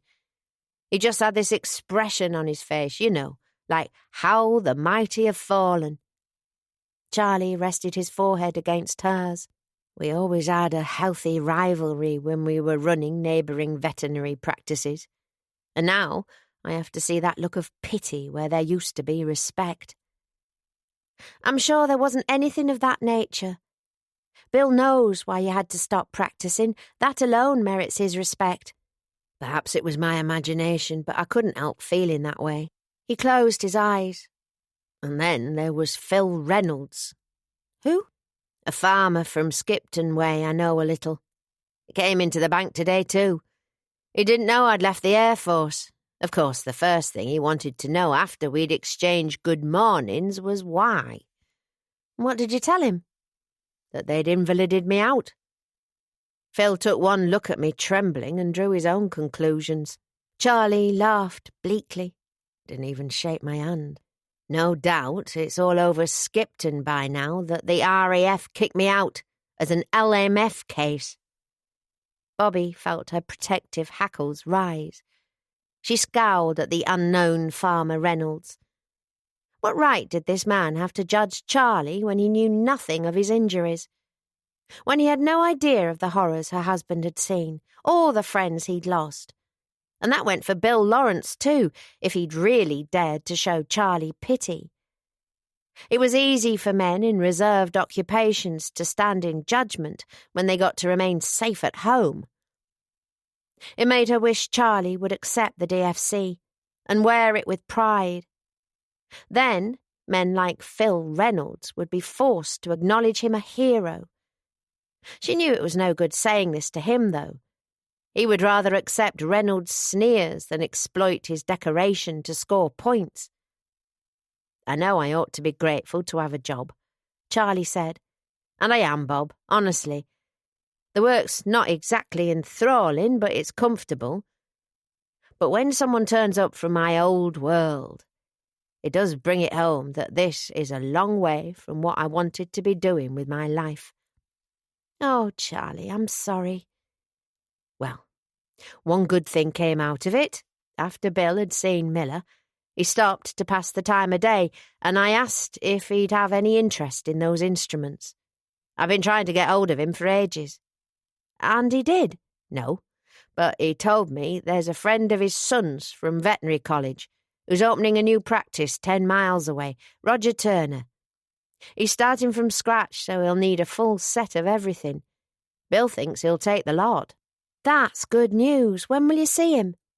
Bill gave me his number, and I rang him from the box outside the bank. I'm meeting him in the Hart Tuesday week, Charlie told her. Do you think your sister would mind me taking him round? I doubt he'll agree a price without seeing the condition. I'm sure she won't, if it means there's a chance of an extra room, Bobby said with a smile. Annie's finally got her nursery now my dad's moved out, but I know Lil's dying for somewhere to hide the clothes horses. I'll ask for you. She kissed his nose. Now sit down and rest your leg. I'll serve up in 10 minutes. All right. Oh, Bobby said as he turned to leave. There's a letter on the coffee table. OHMS. Charlie frowned. OHMS? I'm afraid so. Could it be about the DFC? He sighed. I should open it and find out, I suppose. I thought, once I left the RAF, I'd never have to see that miserable set of letters ever again. Some hope. Bobby found Charlie looking rather grim when she entered the parlour to let him know his stew was ready. The letter lay open on the table. Well, what is it? She asked. You're right. It's about that ruddy gong. They want me to be invested at Buckingham Palace in 7 weeks' time. Bobby perched on the arm of his chair. Will you go? I don't know, Bob. Honestly, I'd forgotten I ever said I'd take it. You could change your mind. Now you're in work, you don't need it to impress employers with. Although, it might help if you decided to look for something else. I'd rather stay where I am than brag about my feats of so-called heroism to get me into something better. Charlie eyed the letter listlessly. But I suppose it's too late now to turn it down. I'll write and say I can't attend the investiture, though. They can post it to me if they must. Then I can stick it in a drawer and forget all about it. Bobby stretched an arm around his shoulders. Are you sure you don't want to go, love? It's the sort of opportunity that comes along once in a lifetime. Having your photograph taken with the king and everything. The village would be so proud, and your family and the girls. Wouldn't you like that? Charlie scowled. What do you think? No, I suppose not, Bobby said with a sigh. I'd feel like the biggest fraud alive standing there with the king like a genuine hero. No, Bobby, I couldn't. Bobby thought about what her dad had said the day he'd given her his military medal. How he had felt similar about his own prestigious decoration. But in the end, it hadn't been about him. It had been about his legacy to his grandchildren. It would be an incredible thing to show Marmaduke when he's old enough, Bobby said. For me, too. I'd be as proud as anything. She looked at his grim expression. But it's up to you, Charlie. I couldn't go even if I was minded to. Surely Mr. Miller would grant you a holiday for something so important. Not because of Miller, because of you, Charlie said with a small smile. I promised I wouldn't leave you until after the birth, and I meant it, Bob. If the king's so desperate to meet me, he's welcome to hop in his golden coach and come up to Silverdale. I'll even stand him a pint at the pub. But you wouldn't be leaving me, would you? I'd be coming too. What? You think I'd stay home while you were being decorated by the king? I'm not going to miss that. Even if I do have to look like a sack of flour for it.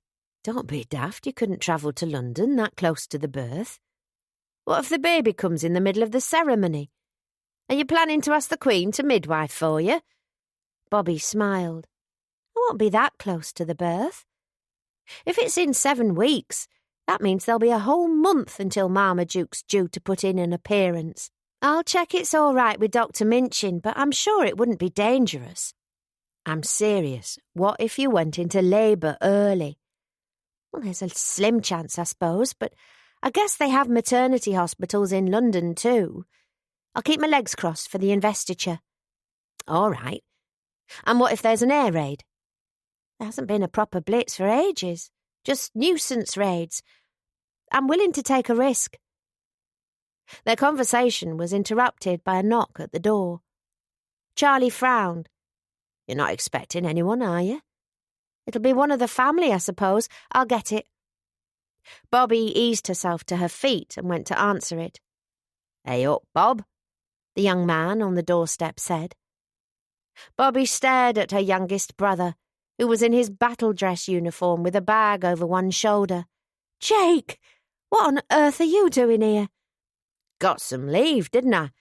He blinked at her well-rounded belly. Flaming Nora, you're huge. But what are you... When did you... Oh, goodness, why don't you write and say you're coming, you ass? He shrugged. Thought I'd surprise you. Aren't you pleased to see me? Where are you staying? Bobby asked, ignoring this question for the moment. Well, here. She blinked. Here? That's all right, isn't it? There isn't much room, Jake. You'd be better off with Lil or Dad. Lil's got the baby, and I don't want to bother Dad and his new missus. Don't worry, I can bed down in the living room. Bobby tried to gather her wits after her brother's unexpected appearance. You'd better come in, she said. We were just going to eat. Luckily, I cooked enough for 2 days. Hang on. Brought someone to meet you. Jake beckoned to someone standing out of sight. A young woman appeared at his side, smiling shyly. How do you do? She said to Bobby in a lilting Irish accent. Jake put a proud arm around her. This is Kathleen, my girl. Kath, this is my big sister Bobby. My very big sister at the moment. That ought to give the two of you somewhat to talk about any road. But Bobby was too flabbergasted to say hello. All she could do was stare at the girl's round belly, almost as big as her own. Chapter 26. Oh, my word! Bobby stared at the girl's stomach. Aye, all right. You can give me a sermon later, Jake said. Can we come in or what, Bob? Cold out here. Yes, Bobby said. Yes, come in, both of you. She ushered them into the parlour. Charlie looked up from his newspaper. Hello, Jake. Didn't expect to see you today. All right. Jake went to shake Charlie's hand before guiding Kathleen to the fire. Charlie didn't seem nearly as dazed at the unexpected appearance of his brother-in-law as Bobby, although his eyes, too, flickered to Kathleen's stomach. This your young lady? He said. Aye. Jake regarded Kathleen proudly. Soon to be my missus, Kathleen Brady. Charlie stood up to present the girl with his hand, and she shook it shyly. You're very welcome, Miss Brady, and congratulations.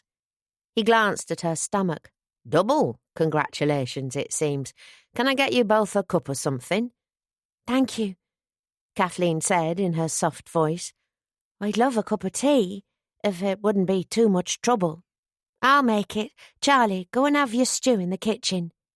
Bobby, who had recovered her equilibrium finally, shook her brother's fiancé's hand as Charlie disappeared to have his tea. I'm sorry, you must think I'm frightfully rude.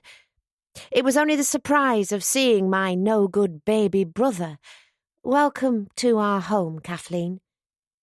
It's a lovely place you have, the girl said politely. Thank you. Now, I wonder if you wouldn't mind covering your ears. Kathleen blinked. Covering my ears? Yes, I need to say a few words to our Jake that I'm afraid are going to turn the air rather blue." Bobby spun to face Jake, who was scuffing his feet as he awaited the earful he knew was coming his way. "What the hell do you think you're playing at? I've barely had a line from you for months, then you turn up with a fiancé you haven't told us about and a baby on the way. Dad's going to play pop." "Why do you think I came to your place?" Jake said, with an attempt at a grin. "Look, can you save it, Bob? I'm knackered. You can tell me off when I've had some sleep." He did look tired and haggard too. It had been some time since Bobby had seen her youngest sibling. Now she examined him properly. The change in his appearance was rather shocking. He had lost weight, she was sure. Although his face was still boyish, his eyes seemed to carry more than their 21 years. It reminded her that the war on the home front could do as much damage to a man as the battlefields of Europe and Africa. Months of diffusing bombs had clearly taken their toll on her little brother. "Come and sit down," she said in a softer voice. "How long are you both here for?" 3 days. "As long as that?" Bobby rubbed her head. "Lord knows where I'm going to put you, but we'll make it work somehow. I'll have to go into town again tomorrow and see what food I can get. You better give me your ration card." Jake grimaced as he sat down. "Forgot it, sorry." "Oh, you are hopeless. I thought they gave you one with your leave pass." "They did, but I left it somewhere. It don't matter, I don't eat much these days." "Well, you ought to. You're as skinny as a rake. I'll have to see about fattening you up before I send you back." "I've got my book," Kathleen said. She took it from her handbag and handed it to Bobby. "Sorry to be so much trouble to you, miss. Jake said it would be all right if we stayed here." Bobby smiled as she put the ration book away. "It's Bobby, not miss. Don't worry, love, no one's blaming you."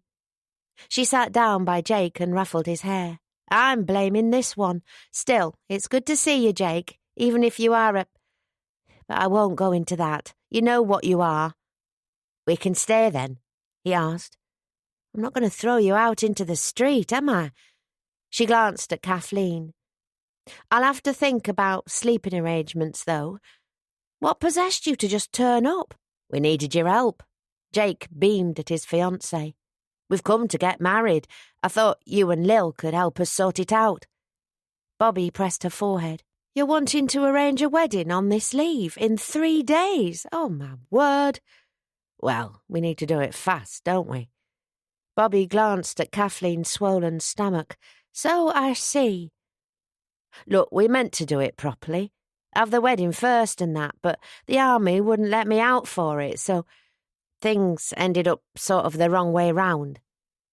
Jake looked so genuinely puzzled as to how this could have happened that Bobby couldn't help a smile.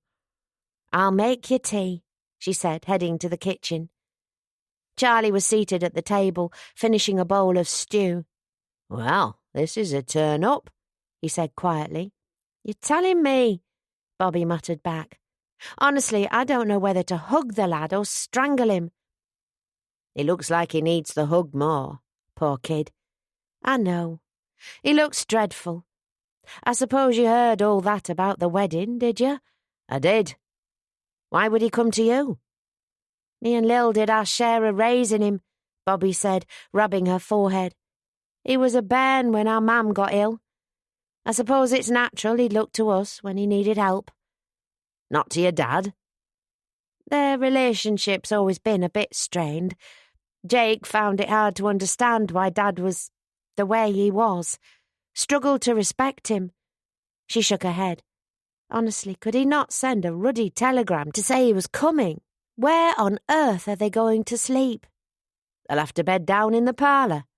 "They can't share, can they? They're not married yet." Charlie laughed. "She must be 6 months pregnant, Bobby." "I suppose so," Bobby conceded. "Still, I'd like to do things properly until after the wedding. She ought not to sleep on the floor in her condition anyway. She'll have to share with me, and you can sleep in the parlour with Jake."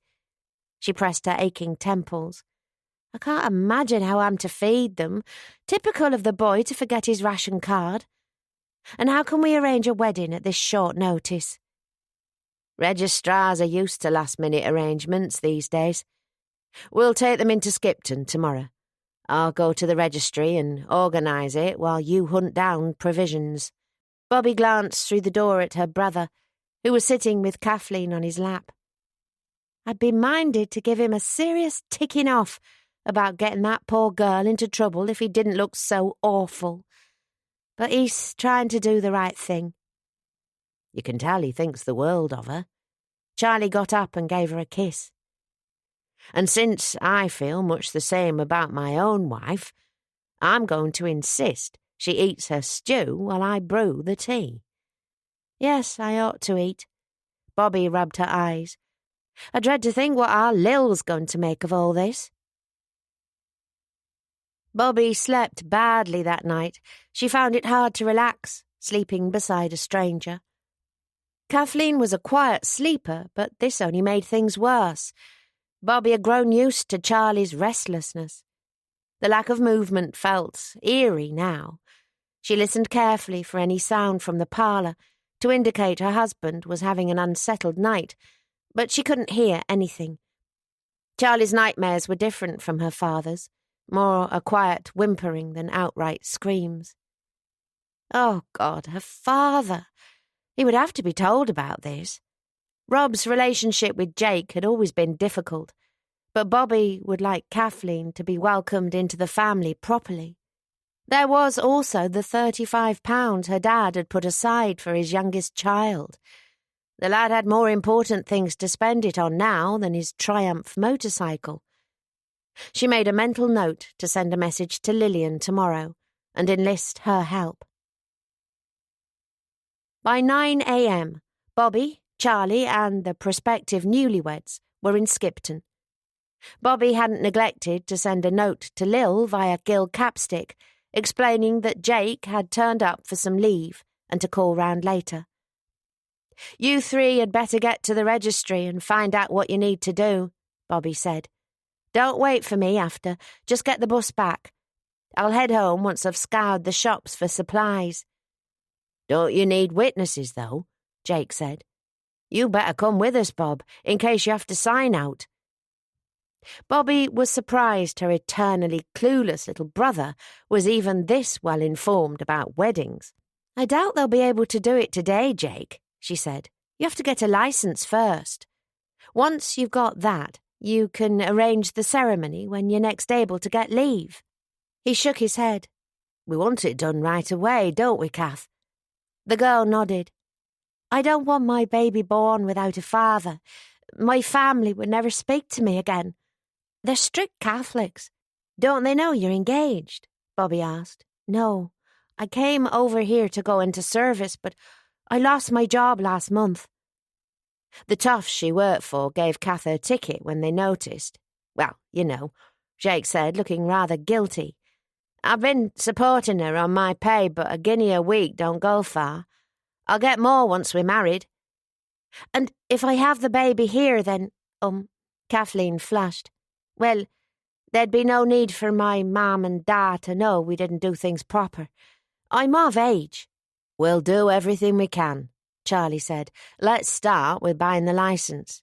You'll need the special one for servicemen if you want a wedding this weekend. Buying? Jake cast a worried look at his bride. Here, does it cost money to get married? I spent all I had getting us here. Never mind the money, you can owe it us. Bobby gave him a kiss and one for Kathleen. Once you're safely married, we can spend your next leave celebrating, but for now, just try and get yourselves wed, all right? Bobby left them to walk to the register office while she went to scour the shops. It had been slim pickings in Settle yesterday. She was hoping there might be a wider selection in the bigger town. As it happened, she did rather well. The greengrocer had not only carrots and potatoes, but that rare thing, an onion. Bobby hadn't used up any cheese yet, and she had Kathleen's book to get another portion, which ought to make a decent supper of Welsh rarebit with fried onion. But her real lucky find was in the butcher's. Bobby and Charlie were registered at the butcher's in Settle for their rations, but she'd entered with the forlorn hope the Skipton butcher might have an off-the-ration oxtail to sell her. It was the butcher's wife who had been behind the counter, however, and she had taken pity on the heavily pregnant woman struggling around town with her shopping. With a wink, she had produced 2 sausages from under the counter and sold them for 3 each. Half a sausage with their rarebits would be a treat indeed. Bobby felt weary after making her purchases, and her ankles had swollen painfully. She was hobbling in the direction of a bench when a Canadian voice hailed her. She turned to see Ernie King jogging to catch her up. "Oh, hello, Ernie."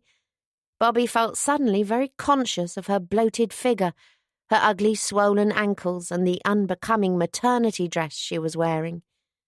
She hadn't seen her friend since she had been forced to abandon her pre-pregnancy wardrobe. No doubt she looked a fright, especially compared to the Dorothy Lamour look-alike Ernie was engaged to. He beamed at her like old times, however. "Here, give me that," he said, taking the basket. "A man can't let the mother of his godchild lug heavy baskets around." "It isn't that heavy." "Baloney. Now take my arm. Where are you headed?" "I was going to find a bench. I'm rather tired." "I don't wonder," he said, glancing at her stomach. "You're huge, Slacks." "I wish people would stop telling me that," Bobby said impatiently. "I know I'm huge. I've never felt huger in my life. Everywhere I turn there's some man waiting to tell me what a great ugly lump I am." She rubbed her head. "Oh, sorry, I had a bad night's sleep." "You're right, it wasn't very chivalrous. You look great, kid." Since Bobby had ignored the instruction to take his arm, Ernie did it for her, tucking it through his. "What's been keeping you awake? Has my godchild been kicking you?" It made Bobby smile to hear his repeated use of godchild. He swelled every time he said it. "No, unexpected visitors," she told him. "My brother turned up to pay his wedding visit." Bobby chose not to mention that the wedding was yet to come rather than in the past, in case Jake and Kathleen should be spotted in the village. "In that case, congratulations to your brother." Ernie guided her to a bench opposite the Plaza Cinema. "Here, rest up a minute." She flashed him a weary smile. "Thanks. When is your wedding to be? I'm still waiting to meet this girl of yours." He shrugged. "Everything in its season, as the good book has it. Seems hard to ask a girl to tie herself to me when I never know if I'll be coming back. If I get through this tour, perhaps." Bobby examined his face. Ernie looked wistful behind the broad grin, and there were heavy bags under his eyes. In fact, he looked more exhausted than she did. "You've been working too hard, Ernie," she said gently. "What is it they've got you on? The Ruhr?" "Not sure I'm allowed to tell you, but yeah, I've been flying a lot. Nearly every night." "Oh, you must be wiped out." His gaze was blank as he stared ahead. "You know, Slacks, I do a roll call in my head when I'm in bed. The name of every guy I've met since we started this thing who's gone. I memorized them, so they weren't forgotten. The list's so long now that I'm always asleep before I get to the end. It's as good as counting sheep."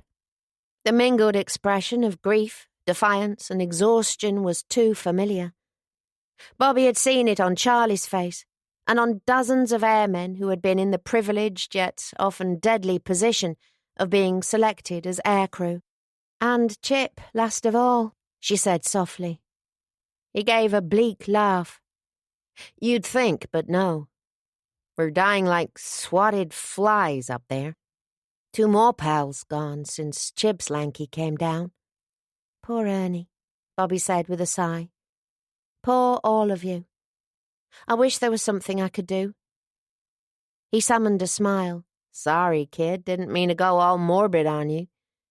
Can't help feeling like there's been some terrible mistake is all. That I'm still around when so many are gone. Especially these days when it seems to be op after op." Butcher Harris isn't letting up at the moment. You must have a guardian angel. Then, that means someone must be remembering me in her prayers, he said, squeezing her shoulder. Where do you need to be now, Bobby? I don't like to leave you here. If you don't mind walking me to the bus stop, I'd be glad of your company and basket-carrying services. Ernie helped her to her feet and hooked her arm through his. They were about to set off when Bobby's attention was caught by someone emerging from the cinema. She instantly recognized the clipped mustache, pipe and flaming red hair as belonging to George Parry. His hair alone made him a hard man to miss. Bobby was surprised to see him in town, and by himself. She had seen the Parry girls a few days ago, and had understood their father had a date arranged with Miss Simpson after today's shift at the department store. This information had been accompanied with the customary grimaces and eye-rolls from Florrie and Jess, who were still struggling to warm to their father's fiancée. A moment later, however, a woman emerged to join him. So he was on a date after all. Bobby wondered why the captain would bring his young lady out to Skipton when there were many more cinemas in Bradford. "Who is it, Slacks?" Ernie asked, squinting to see what she was looking at. The sun was in their eyes, and Bobby, too, had to squint to see properly. "George Parry and his fiancée," she told him. "I suppose I ought to go and say—" But Bobby stopped short as the sun disappeared behind a cloud, and she was able to get a better look at the woman with Captain Parry. Because, of course, the woman who had accompanied the captain to the cinema wasn't Miss Simpson. It was Lillian. Chapter 27. Bobby quickly dragged Ernie away, hoping he wouldn't notice anything amiss. She managed to make polite conversation until her bus arrived, but her brain was awash with concern for her sister. Lil had been adamant that there was nothing untoward in her relationship with the captain.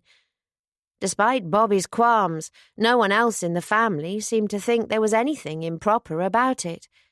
Even Tony, a jealous husband if ever there was one, didn't suspect anything. Why? Bobby knew it wasn't really about Lillian.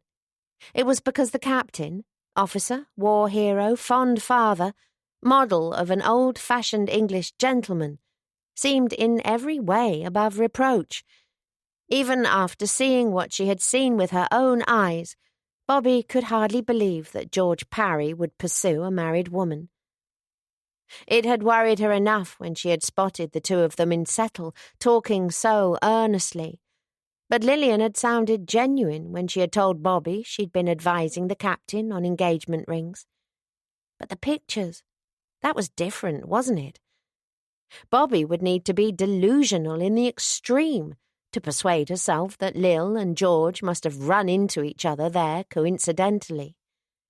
True, they hadn't looked exactly cosy, but they had, without a doubt, been at the place together. What else was she supposed to think except— But even now, Bobby wasn't ready to give a name to what she thought. Oh, she could curse her family today. It felt like every time something went right with them, Charlie's new job, Marmaduke, her father's marriage to Mrs. Hobbs, something else went wrong to balance it out. The doctor had said she must try to avoid shocks at this stage in her pregnancy, and here was her little brother turning up out of the blue with a pregnant Irish Catholic girl, while her twin sister was sneaking around with another man behind her husband's back. "Take care of yourself, Slacks," Ernie said, as he handed Bobby onto the bus. "Keep me in your prayers." Bobby roused herself. "Oh, yes, I will, Ernie. See you soon, okay? Look after that god kid of mine." Bobby managed to smile, although she was a million miles away. When Ernie had gone, she paid her fare and went to sit at the back. She had no energy for small talk if a neighbour were to get on. At the back, she could slump down in her seat and hopefully stay unnoticed until it was time to get off. She almost slid right off her seat, however, when her sister and Captain Parry got on at the very next stop. They didn't notice Bobby hiding at the back. She watched to see how the pair would behave together. They weren't touching, in fact, almost suspiciously so. Any man who possessed a degree of chivalry would hand a woman to her seat on an unsteady bus, even if she were a stranger. The captain didn't. He seemed to be consciously maintaining a degree of distance from his companion. "I had a wonderful time," he said in a low voice. Lillian smiled, but she didn't speak. "Lillian, I wish it didn't have to be this way." "So do I, George," she said quietly, "but it does. Give Veronica my regards, won't you?" "I'll be sure to do so. Thank you again for your company." And that was it. The captain left Lil and went to sit at the front. The two didn't so much as look at one another for the rest of the trip. George got off at the stop before the one closest to Silverdale, as if anxious they shouldn't be seen walking into the village together. Lillian, Bobby assumed, would get off at the Bull. She didn't know what to make of it. If it was an affair, it seemed a rather odd one. It reminded her of that Fred Astaire song, A Fine Romance. Like the couple in the song, Lil and George had hardly seemed overcome by passion. Nor were mistresses known for sending good wishes to their lovers' wives on parting. When their stop approached, Bobby let Lillian stand up first, before following with her shopping basket. She tapped her sister on the shoulder. "Oh!" Lillian patted her heart. "Bobby, you gave me the fright of my life." I bet." "Where did you spring from? Were you hiding under the seats?" "I was at the back." Bobby glanced at the driver as they slowed to a stop. "We'll talk when we get off." They alighted and the bus drove away. "We can hitch a ride with Bert in the coal wagon," Lillian said, a rather forced brightness in her tone. "You ought not to walk. It isn't good for you in your condition." "Do you know what's not good for me in my condition?" Bobby said. "Sudden shocks and surprises." "Yes, I got your note about Jake turning up. You ought to have sent him to us. He can sleep in the nursery, if we bring Annie's cot into our room. Do you want me to take him tonight?" Bobby glared at her. "You can jolly well stop trying to change the subject, Lillian Scott. That wasn't the shock I was referring to, and you know it." Lillian sighed. "You saw, then?" "I did. And it's no use trying to tell me to mind my own business." She folded her arms. "What's going on, Lil? You swore to me there was nothing between you two." "There isn't. Look, it isn't what you think." Lillian glanced round at the sound of the Coleman's horse and cart trundling towards them. "We'll get a lift to your cottage. Then, I swear, I'll tell you everything, but don't be all cross and bobby about it, will you?" "I'm making no promises until I know what there is to be cross and bobby about." She lowered her voice as Lil flagged down the cart. "I only hope you know what you're getting yourself into, that's all." As soon as the cottage door had closed behind them, Bobby turned to her sister. "Well?" she demanded. "Can't I at least put the kettle on?" "There isn't time. Charlie might be back any minute with Jake and Kathleen, the girl he brought. I want to hear all about it while we're able to talk freely." Lillian frowned. "Jake brought a girl." "Never mind Jake. You're not going to distract me, Lil. Tell me about you and George Parry." Lillian sighed. "Sit down first. You must want to take the weight off your feet." "Well, all right," Bobby said grudgingly, "but no making a bolt for it. If I have to lock you in to get the story out of you, I will." Bobby sat on the settee and Lillian, smiling, sat beside her. "I pity poor Marmaduke, being born to such a terrifying specimen of a mother. I dread to think how you'll be when the poor boy starts taking out girls." Bobby opened her mouth, but Lil raised a hand. "All right, I'm telling you," she said. "It really isn't as bad as it looks." "I saw you coming out of the cinema, Lil. How can that not be as bad as it looks?" Lillian frowned. "Have you been following us?" No, I was shopping. Friday's your shopping day. That was before our Jake turned up without his ration card and his ribs showing, Bobby said. I popped in to see what extras I could pick up. Then I bumped into Ernie King, and he insisted I have a sit-down opposite the cinema. Lillian examined her with concern. You do look tired. Are you getting enough rest? Bobby glared at her. That's neither here nor there. What had you been doing at the pictures? Watching Gary Cooper in Pride of the Yankees. All right, and what else? That's it. Lillian shuffled to look into her eyes. That really is it, Bobby. I know what it must look like, but I swear that man has never so much as held my hand. We're friends, that's all. Just good friends. Bobby shook her head. Friends don't go to the cinema. Lovers go to the cinema. Don't be daft. Friends go to the cinema all the time. Not when one's a man and the other's a woman. Especially not an engaged man and a married woman. Lillian turned away scowling. Honestly, I can't believe you sometimes. Who did you say you were with when you saw us? Ernie King. Arm in arm, I suppose. Only because I was weak, Bobby said, flushing. That's what any gentleman would do. But he's not your husband, is he? It wasn't so long ago he wanted to marry you. Bobby laughed. He's unlikely to swing me onto a stallion and ride off into the sunset with me now, is he? He'd damage his back. If people saw you arm in arm, there'd be talk. I'm 7 months pregnant, Lil, which is exactly what there'd be talk about. Why am I always getting the lectures while you act like you're the respectable one? You're not, ma'am. You know it isn't the same.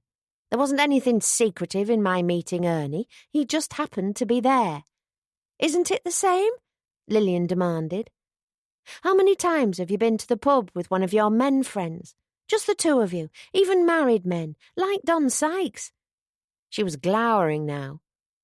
And am I to be denied the one thing that truly makes me happy? The one thing that makes it worthwhile getting out of bed each morning? Why must it be one rule for me and another for you? You can't compare this to my relationship with Don. He's never behaved in any way that wasn't brotherly. He doesn't give me fur coats and knicker elastic for presents either. He gave you a fountain pen. That was a leaving gift. He was my boss, Lil. We never went for a drink without the blessing of his wife. I'm godmother to their child. Bobby raised an eyebrow. I take it Tony doesn't know about your cinema dates with the captain. Well, and what if he doesn't? He expresses precious little interest in anything else I tell him about my day. Look, I don't want to have a row over it, Bobby said soothingly, putting one hand over her sister's. I'm sorry if I sounded like I was accusing you. It's because I'm worried for you, Lil. Lillian's black expression lifted slightly. All right. How long has it been going on? Since not long after that day I told you about, when he found me drunk and was so kind.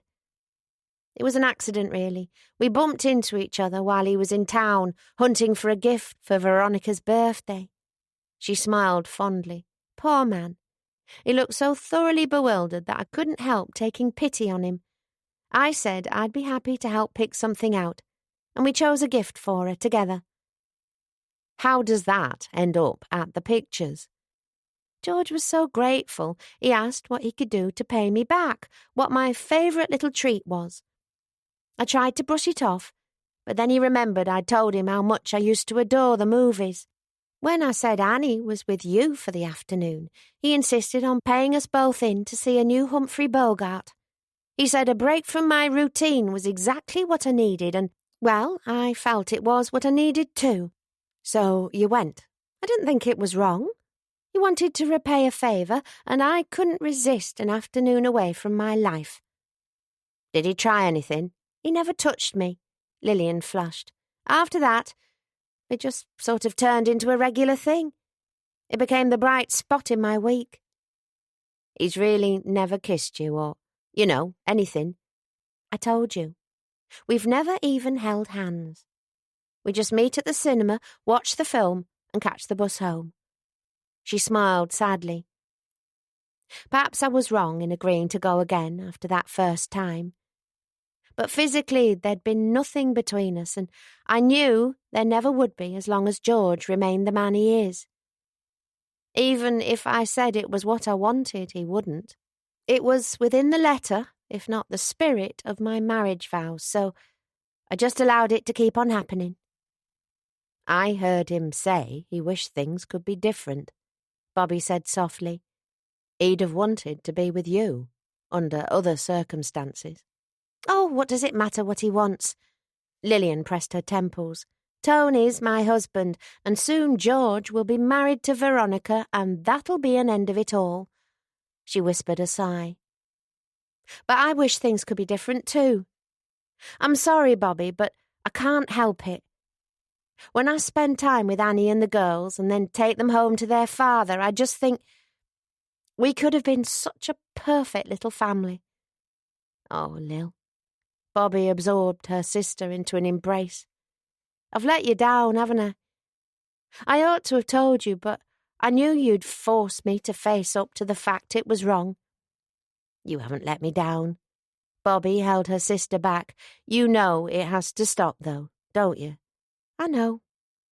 Lillian took out a handkerchief to blow her nose. "I don't know how I'll explain to George. He can be rather naive. It's not like either of us has been unfaithful." "Maybe not in the physical sense, but in spirit. You promised your heart to your husband as well as your body.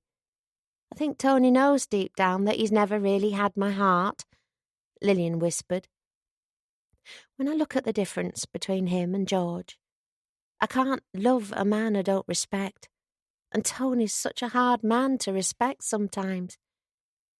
Every time he does something to make me admire him, he undoes it the next minute through some petulance or folly.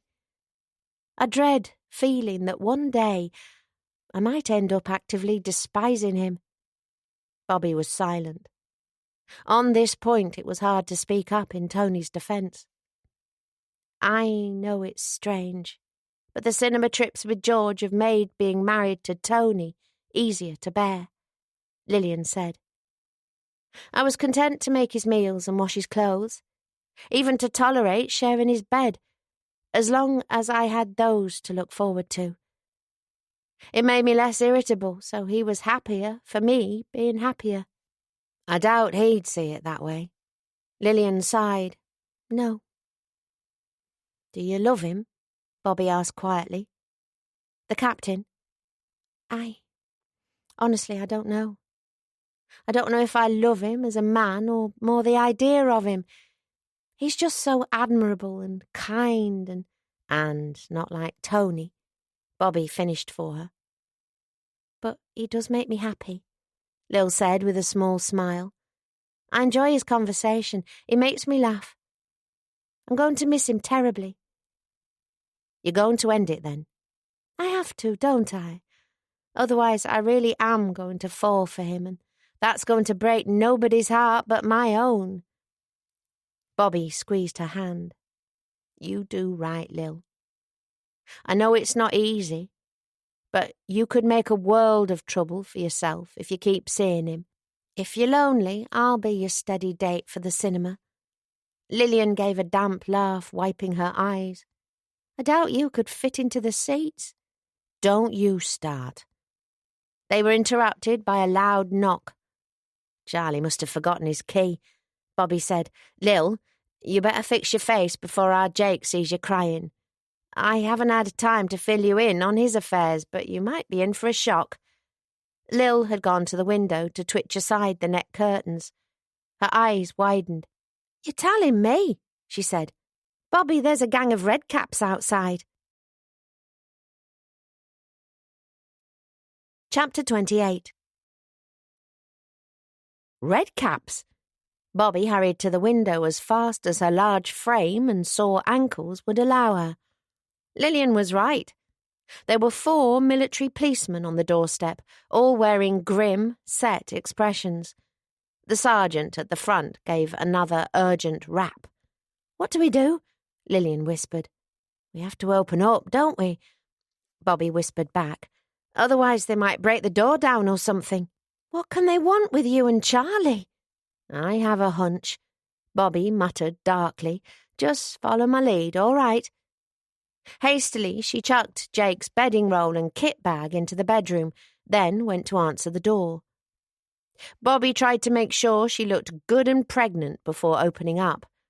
The fact there were only 2 women here, one of them in the most vulnerable of conditions, meant the men would be less likely to force entry. "About time," the sergeant at the door said gruffly, but his scowl lifted when he saw who had opened it. "Oh, sorry, miss." He whipped off his cap. "It's Mrs., as I thought would have been obvious," Bobby said coldly, one hand on her stomach. "Yes, well, you never know these days. No offence meant, miss, madam." "It's Mrs. Atherton. This is my sister, Mrs. Scott." "May I speak to the man of the house?" "He isn't at home," Lillian said. "Can we help you, Sergeant?" Sergeant looked irritated that he would have to deal with a woman, as if he thought he might have to speak extra slowly. If Bobby hadn't been so keen to get rid of him, she would have made him repeat himself a few times, just to teach him a lesson. "Either of you ladies know a Private Jake Bancroft of the Royal Engineers?" he asked. "We were told he had family at this address." "He's our brother." Bobby tried to adopt a surprised expression. "Oh, goodness.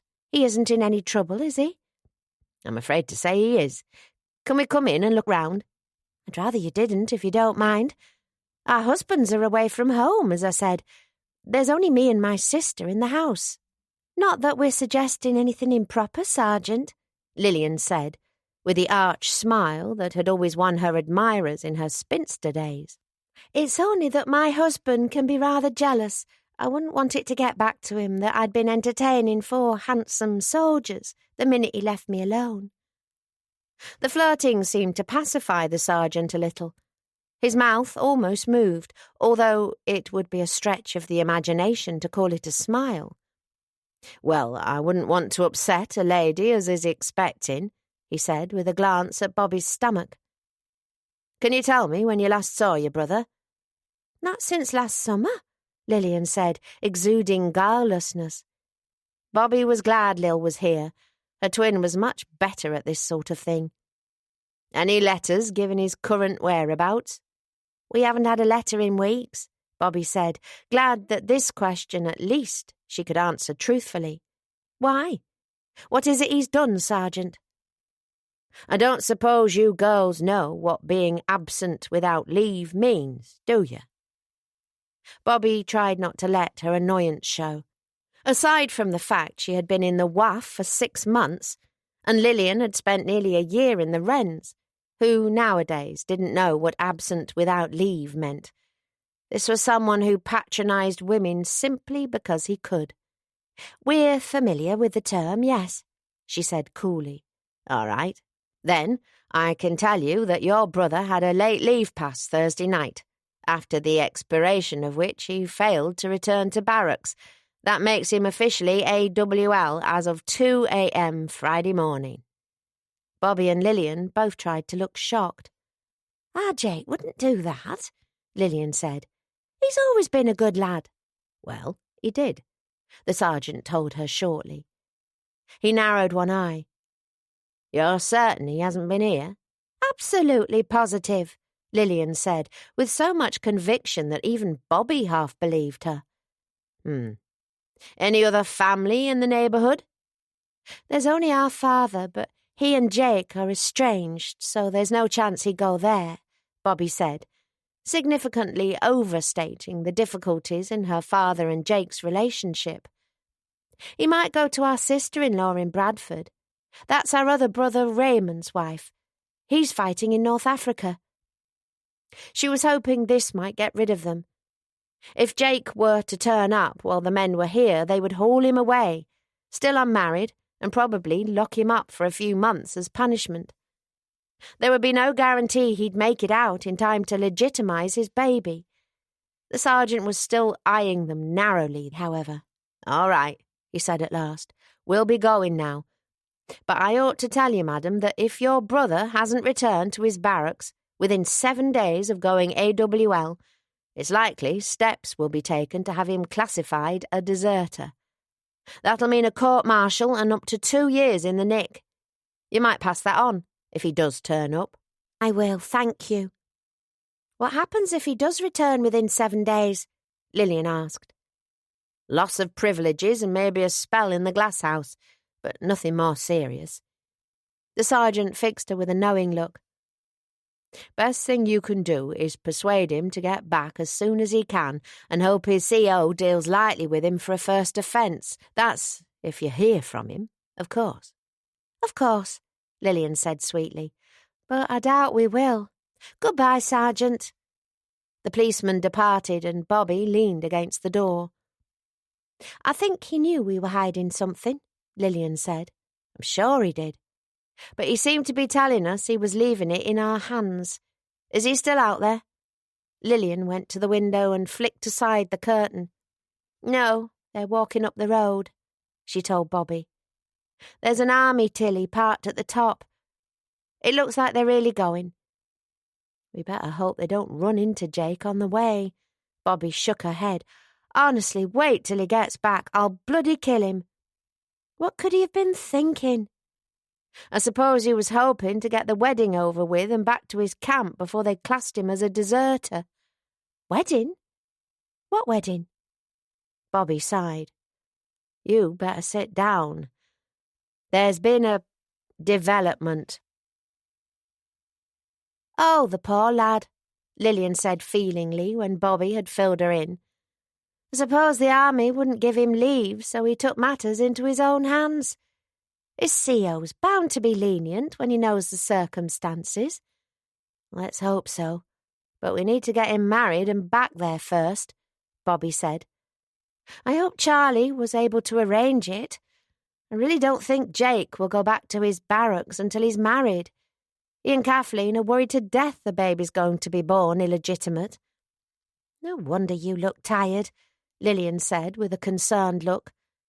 "Tell you what, let me take Kathleen tonight. Then you and Charlie can have your bed. We've got a spare room, and I'd like to get to know her. I know how scary it is to find yourself in that position." "She might appreciate that.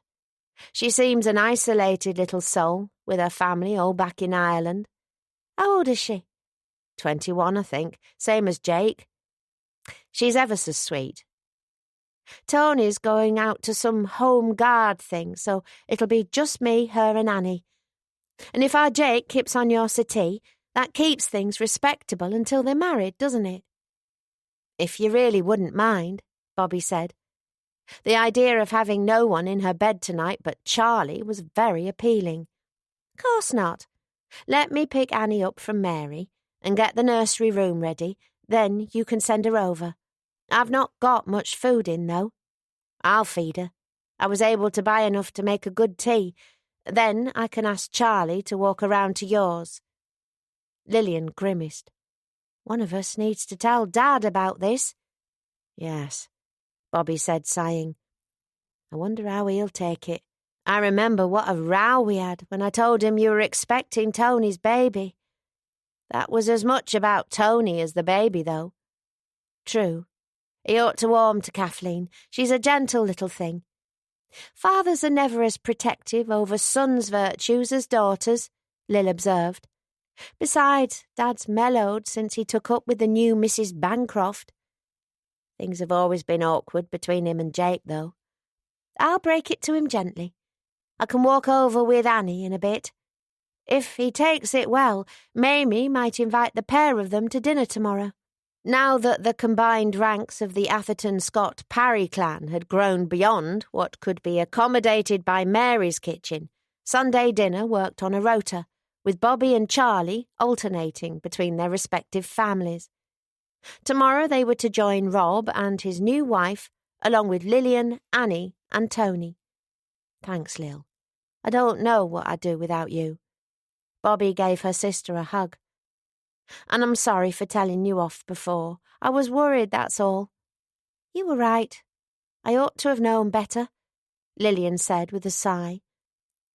I can try to justify it to myself this way and that way, but I know Tony would never see it like that. I just couldn't help it. I'd hate to see you hurt, Bobby said softly. If I sounded stern, that's the reason. There's no happy way it could end for you, Lil. I know, I was foolish to give in to it.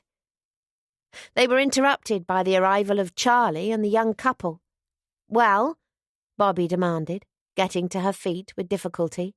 Are they married? No, Charlie said, but they will be soon. I sorted out the special licence, and the register has got an opening first thing in the morning. He took one look at Kathleen and took pity on them. Oh, thank goodness. Jake threw himself down on the settee next to Lillian. Hey up, Lil. What you doing here? Lil turned to glare at him. Don't give me hey up, Lil, you little sod. Give me a hug, then after that I've a good mind to box your ears, big lad though you are. That's if I don't box them first. Bobby turned to Charlie. We saw off 4 redcaps not less than an hour ago. Charlie blinked. What, here? Redcaps, Kathleen said, looking worried. You mean policemen? That's right, Bobby told her. Your young man there is absent without leave, and if he doesn't get back to his barracks by Thursday, he could be looking at 2 years inside for desertion. 2 years? Kathleen turned to glare at Jake. You told me you had 4 days leave. I did it for you, Kath, Jake said, looking at her with pleading in his eyes. I won't have my baby being born without a dad. I mean, I am his dad, but I want to be legal and everything. Dad's no good to our baby in jail, Jake. You ought to have told me. I'd never have let you break the law. I know you wouldn't, he said with a weak smile. Why do you think I didn't tell you? Kathleen continued to glare. Jake looked like a cornered rabbit as he faced stern looks from 2 sisters and 1 fiancé. He turned to Charlie, who, unlike the women, only looked rather bewildered. It weren't my fault, Jake said. The buggers wouldn't let me have the leave. I had to do summat, didn't I? What if the baby came before they let me out long enough to get married? OK, let's all calm down, Charlie said, taking control of the situation. It's not ideal, admittedly, but it isn't the end of the world. I'm with Jake. This is for the best. Bobby shook her head. You're not taking his side. He could get into serious trouble for this, Charlie. So could Lil and I, since we lied ourselves blue for him to those redcaps. I'm sure the army won't punish him too harshly once they know why he did it, Charlie said. A few weeks confined to barracks, perhaps, as long as he goes straight back after. You are going straight back, aren't you? Lillian demanded of Jake. Said I was, didn't I? He said. We'll go soon as we've got the certificate. Chapter 29. Bobby couldn't leave her brother in the doghouse for long. He looked so dejected and tired, she didn't have the heart to stay angry. It stirred everything that was motherly in her to see the lad in distress. There was still so much in him of the little boy he'd been when, as girls of 14, Bobby and Lillian had found themselves responsible for his care. She ruffled his hair when she served him his rarebit supper to let him know he was forgiven. Kathleen, too, seemed to have forgiven him. At least so Bobby assumed when she noticed the young lovers holding hands under the kitchen table. They were a sweet pair. Bobby felt sure her dad would like this new addition to the family, even if he didn't approve of the way she had been brought into the Bancroft fold. After they had eaten, Bobby commissioned Charlie to escort Kathleen to Lillian's.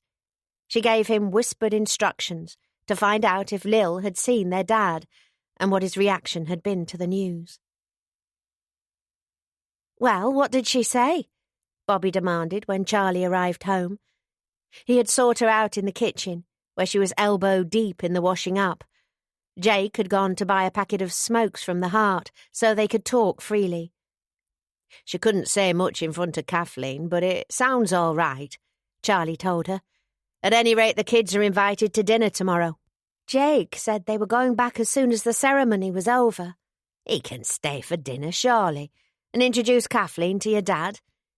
The army won't declare him a deserter for the sake of a few hours. I suppose not. Bobby wiped her hands on her pinny and turned to him. I hope he'll agree to come. He hasn't met Mamie yet. Why wouldn't he agree? It's like I said, he and our dad have had a difficult relationship ever since Jake got to an age where he could understand why Dad was the way he was. Charlie put his arms around her waist.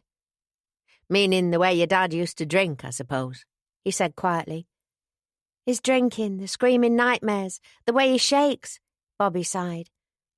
100 times I've tried to make Jake see that Dad can't help being that way. But it was no good talking to him about combat fatigue or shell shock or any of those terms. Jake was growing into a young man, and all he understood was that his dad, who ought to be someone to admire, was screaming in the night because of things that happened to him 20 years before. In the eyes of a boy who got his ideas about what made a man from thriller comics, his dad was a coward. It hurt me to see him so ashamed. For both their sakes. I hadn't realised it was as serious as that, Charlie said, frowning. Bobby ran a hand over her forehead, beaded with sweat from the steaming washing-up water.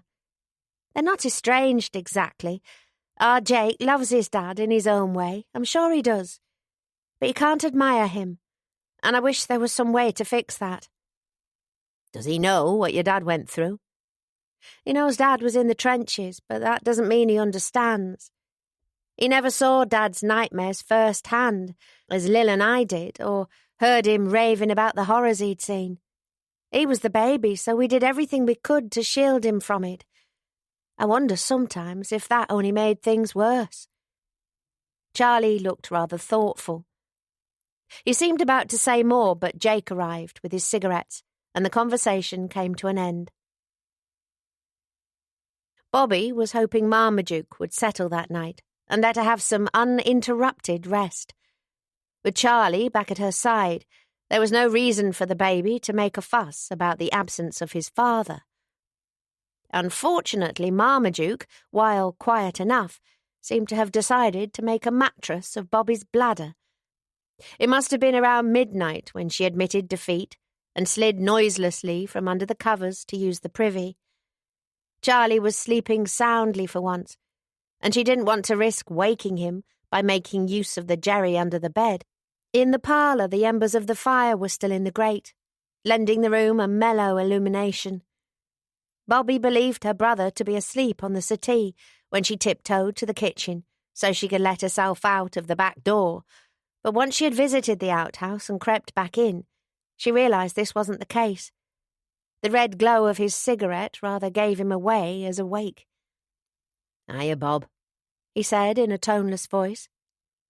"Want to sit down? I wouldn't mind some company." She put a finger to her lips. "Don't wake Charlie," she whispered. "It isn't often he gets a proper night's rest. Here, shift your bottom." Jake sat up and Bobby took a seat beside him. "You ought to be asleep," she said sternly. "Big day for you tomorrow." "Aye, I guess. Why doesn't Charlie get a proper night's rest? He doesn't work nights, does he?" No, he... Bobby looked at her brother in the dim fire glow, taking in his haggard appearance. "He sometimes struggles to sleep, that's all." "Why?" "He just does." Jake was silent, staring into the fire as he smoked. "Do you want me to make you some warm milk?" Bobby asked gently. Jake smiled. "You're going to sing me a lullaby as well?" "If you like." "I'm not 8 anymore, Bob." "You know that to me and Lil, you'll always be the baby, no matter how big you get. To Dad, too." "Huh?" "You are staying to dinner before you go, aren't you? Dad ought to meet Kathleen, and we can introduce you to Mamie." "Who's Mamie?" "Dad's new wife." "Oh, right." His gaze was still fixed on the fire. "I forgot. What's she like, then?" "Not much like Mam," Bobby said with a smile. But she's good for Dad.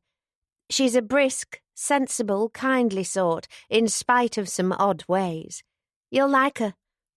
Jake rubbed his hair, no more long and slicked as it had been in civilian life, but trimmed to the harsh army regulation short back and sides. "I can hardly remember Mam now," he said. "I can't remember her reading to me or out. Can barely remember how she looked when she was well, except from photos. I just remember her being in bed all the time, dying, and you and Lil looking after me. That's bad, isn't it?" "It isn't bad," Bobby said softly. "You were a little boy." I keep thinking, will he remember me if I don't make it? The baby, I mean. Kath'd find herself another fella, I suppose. I hope she would, and not stay on her own.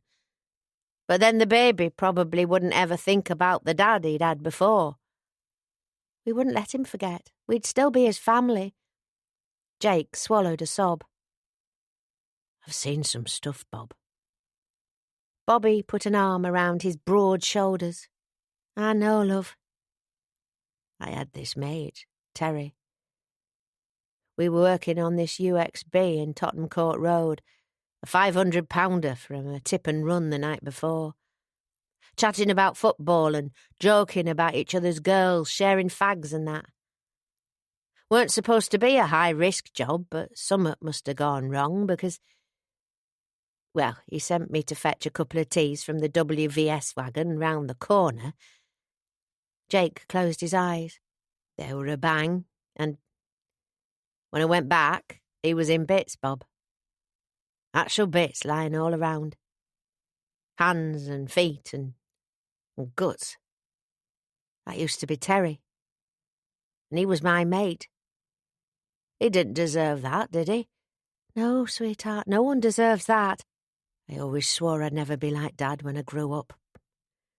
But when I thought about Terry, and imagined the bits of him might have been bits of me, he turned wide, damp eyes on her. I really thought about not going back, he whispered. Just taking Kath and running, hoping the war wouldn't catch up with me. Bet you're ashamed of me now, are you? Come here. Bobby gave him a hug.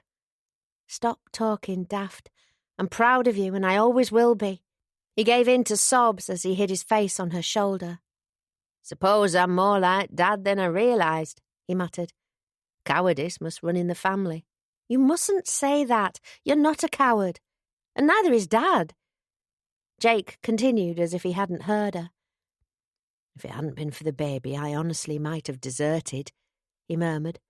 Only I couldn't stand thinking that then he'd grow up knowing his dad was a coward, the way I had to. I wanted him to have a father he could respect, even if it meant lying the rest of my life about how frightened I was every time they sent us out to another damn bomb. Bobby let him go. Do you really think that being afraid and being a coward are the same thing? Well, what's the difference? The difference is... I honestly don't know because I'm not sure I really believe in cowards. That is to say, I've met a lot of men since this war started, and women too, who have done things the world would call brave, but I've never met one who hasn't been afraid.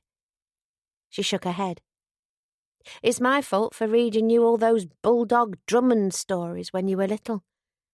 They're giving you the idea that heroes are men who don't know the meaning of fear, when in real life there's no such thing. If there are men who feel no fear, they're probably in the funny farm where they belong. What are you on about, funny farm? Everyone feels fear in the face of death, Jake. Everyone. It doesn't mean there's something wrong with you. If you didn't feel fear when you were defusing a bomb, then there'd be something wrong with you. Anyone who says they're not afraid in that situation is either lying or touched in the head. Running away makes you a coward, though, doesn't it? Perhaps in some circumstances, but you didn't run away. Bobby dipped her head to catch his gaze. You didn't, did you? You are going back? Only 'cause I have to. Because I don't want my kid to find out his dad was a deserter. I don't see how that makes me less of a coward. He put his neglected cigarette out in the ashtray before it burned his fingers. I'll probably wind up like Dad, screaming like a bairn and shaking all the time. You think Dad's the only man from the last war who ended up that way? The only man from this war? Bobby demanded. That's what happens to someone when they've been dragged to hell and back, Jake.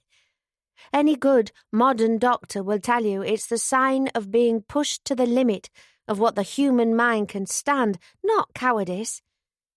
Bobby paused, wondering whether she ought to talk about this without her husband's permission. Then decided Jake's need was greater. She knew her brother admired Charlie, and it might help the boy to understand.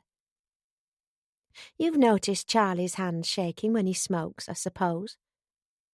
That's because his arm was burnt when the plane caught fire. He frowned. It is, isn't it? Not only that, Bobby said quietly. He has, the doctor calls them attacks, nervous attacks, like Dad has after a bad dream. Jake stared at her.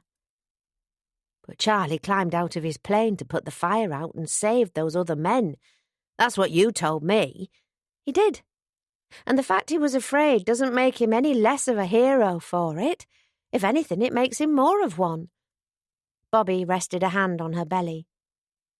I hope our baby will always understand how brave his father was, no matter how Charlie might shake or cry in his sleep. Something occurred to her. Hang on, there's something I want to show you. She tiptoed to the bedroom where Charlie still slept soundly. Quietly, she took her dad's military medal from a drawer, then carried it to Jake in the parlour. Here, she said, when she was again sitting by him, opening the newspaper the medal was folded in. Look at this. What is it? Take it to the fire and see. Jake did so, blinking at it in the red glow. It's a medal, he said. Is it Charlie's? No, it isn't Charlie's. And it's not just any medal, it's the military medal. They were awarded in the last war to soldiers who'd carried out acts of gallantry under fire. A very great honour, and one of the rarest decorations there were. Well, whose is it? It's Dad's. He was awarded it for saving the lives of 3 men at the Somme, even though he was bleeding heavily from a shoulder wound that could have killed him. I'd never have known about it if Mam hadn't told me on her deathbed, at least not until he gave it me a few weeks ago. Jake stared at the medal with something like reverence. This is really Dad's. It is. Turn it around and see what it says. Jake did so. For bravery in the field, he murmured, reading the inscription. That's right. He's a hero, Jake. Bobby stood up to put a hand on his shoulder. And so are you, she said quietly. How come he never told us he got a medal? He lost a lot of friends in that battle, in quite horrible ways, the way you lost your friend Terry, but many times over. All his medal does is remind him of living through hell, and the men he knew who never came home. It's hardly surprising he didn't want to think about it. But he gave it to you, didn't he? To look after, on behalf of us all, yes. I think his new wife might have helped him to make his peace with it, but the main reason was for the sake of his grandchildren. So that when he's gone, they'll have this to show them their granddad was a brave man. And he kept it secret all this time, Jake said wonderingly. Why'd he take it if he didn't want it? I guess he had a choice. I'm not sure he understood himself until recently. He came to the conclusion that it was never for his own sake, because how he felt wouldn't matter once he was gone. It was for the sake of those who came after. She smiled. That includes your baby too. And I'm sure he'll be just as proud of his dad as he is of his granddad. Wish I'd seen this before, Jake murmured. Wish I'd seen it when I was a kid. I wish you had too, but Dad was always a brave man, Jake. It doesn't need a decoration to make that true. She pressed his shoulder. It just needs us to understand that there's a difference between fear and cowardice. Even the bravest man's nerves will break after he's been through horrors. That's not weak or womanish or shameful. It's natural. And it's more common than you know. Jake summoned a shaky smile. Reckon I ought to know that after the stuff I've seen. You'll stay for dinner, won't you? Take Kathleen to meet Dad. All right. He gave the medal a last lingering glance before handing it back to her. I guess Kath'd like that, and I'd like to see Dad. Good lad, Bobby said with a smile. Now go back to sleep. You're getting married tomorrow. Chapter 30. Jake and Kathleen's wedding was a quiet affair, just the bride and groom, with Bobby and Charlie as witnesses. The groom was in the same crumpled battle dress he had been wearing since he arrived, and Kathleen wore a loaned twin set and skirt, the outfit Bobby had adjusted for Mab Jessup's wedding when she had been at a similar point in her pregnancy. Celebrations could follow another time, when it would feel more appropriate. And yet, rushed though the whole thing was, it was as moving a wedding as Bobby had ever been to. She didn't often cry at weddings, but she cried at this one, even though the ceremony barely lasted 10 minutes. The young couple's eyes were so filled with love as they said their vows that she couldn't help letting slip a tear. Charlie smiled at her as they waited for Jake and Kathleen to sign the register. They grow up so fast, eh? He whispered. I'm just glad it's done with, Bobby whispered back. Nothing says true love like a race against the clock to legitimise your baby. Don't pretend to be cynical. I saw you having a little weep. You look rather damp around the eyes yourself, come to that, Bobby said with a smile. Well, they're sweet, aren't they? Charlie's gaze drifted to the young couple. They ought to be happy together. Yes. It's worked out as well as it could, given the circumstances. Bobby glanced at him. Thanks, Charlie. For what? For being so helpful with my family crisis, getting the wedding arranged. You've been a real pillar of strength. Well, your family's my family. I'm sure you'd have done the same for my brother if he'd turned up with a pregnant girlfriend and the red caps on his tail. She laughed. What, Reg? All right, if I had another brother. Bobby looked up into his face. Are you okay, love? You were a little quiet on the bus. I'm okay. Just in a thoughtful sort of mood. What are you thinking about? The newlyweds had done their bit now, and the registrar was beckoning Bobby and Charlie over. We'll talk about it later, Charlie said, taking her arm. Let's get your brother on a train first. Then I can have you to myself again. Bobby felt nervous as the four of them made their way to her dad's cottage afterwards. She couldn't help thinking about the awful row she'd had with her father the day she'd broken the news that Lillian was not only married to Tony Scott, but also several months pregnant with his baby. Yes, Lillian was a girl, and her father naturally more protective. Yes, Tony had seemed a poor choice for a son-in-law at the time. But weighed against that was Rob's affection for Lillian, which Bobby had been confident would ultimately overcome his disappointment. He had never been as close to Jake, for exactly the reasons she and her brother had discussed last night. Her dad was there to greet them when they knocked on the door of the cottage by the beck that was his new home. Mamie was beside him with Norman in her arms, and Lillian, who had gone over earlier to smooth the way, was next to her, cradling Annie in much the same way as her stepmother was cradling her pet goose. If Bobby hadn't been so anxious, she wouldn't have been able to avoid laughing at the scene, but her anxiety was alleviated when her dad stepped forward and shook Jake vigorously by the hand. Good to see you, son, he said in the heartiest voice. Why don't you write, eh? But never mind that now. Your sister tells me congratulations are in order. Jake looked dazed by his father's enthusiastic greeting. Well, I got married this morning." Kathleen was gripping his hand, and he gave her a little nudge. "This is Kathleen Brady, No, that's not right, is it? Kathleen Bancroft now, my wife. Welcome to the family, love." Rob pressed her hand warmly. "It's very nice to meet you," Kathleen said. "Jake told me he had a lovely family. I thought he must be exaggerating, but he wasn't a bit." "Here, come and meet another Mrs. Bancroft. That's my missus." Rob guided Kathleen proudly to Mrs. Hobbs as was, who smiled and nodded with utmost affability. Marriage seemed to agree with her almost as well as it did with her new husband. "Is that the Sunday dinner?" Jake asked, nodding to Norman in her arms. "Nee, young man, that's your new stepbrother," Mamie told him. "Say hello, Norman." Norman honked in disgust, making Bobby laugh. He was the only resident of Silverdale who never changed. Jake laughed too, and consented to be brought forward by his father for an introduction to his stepmother. Bobby exchanged a smile with Lillian as he followed the others into the house.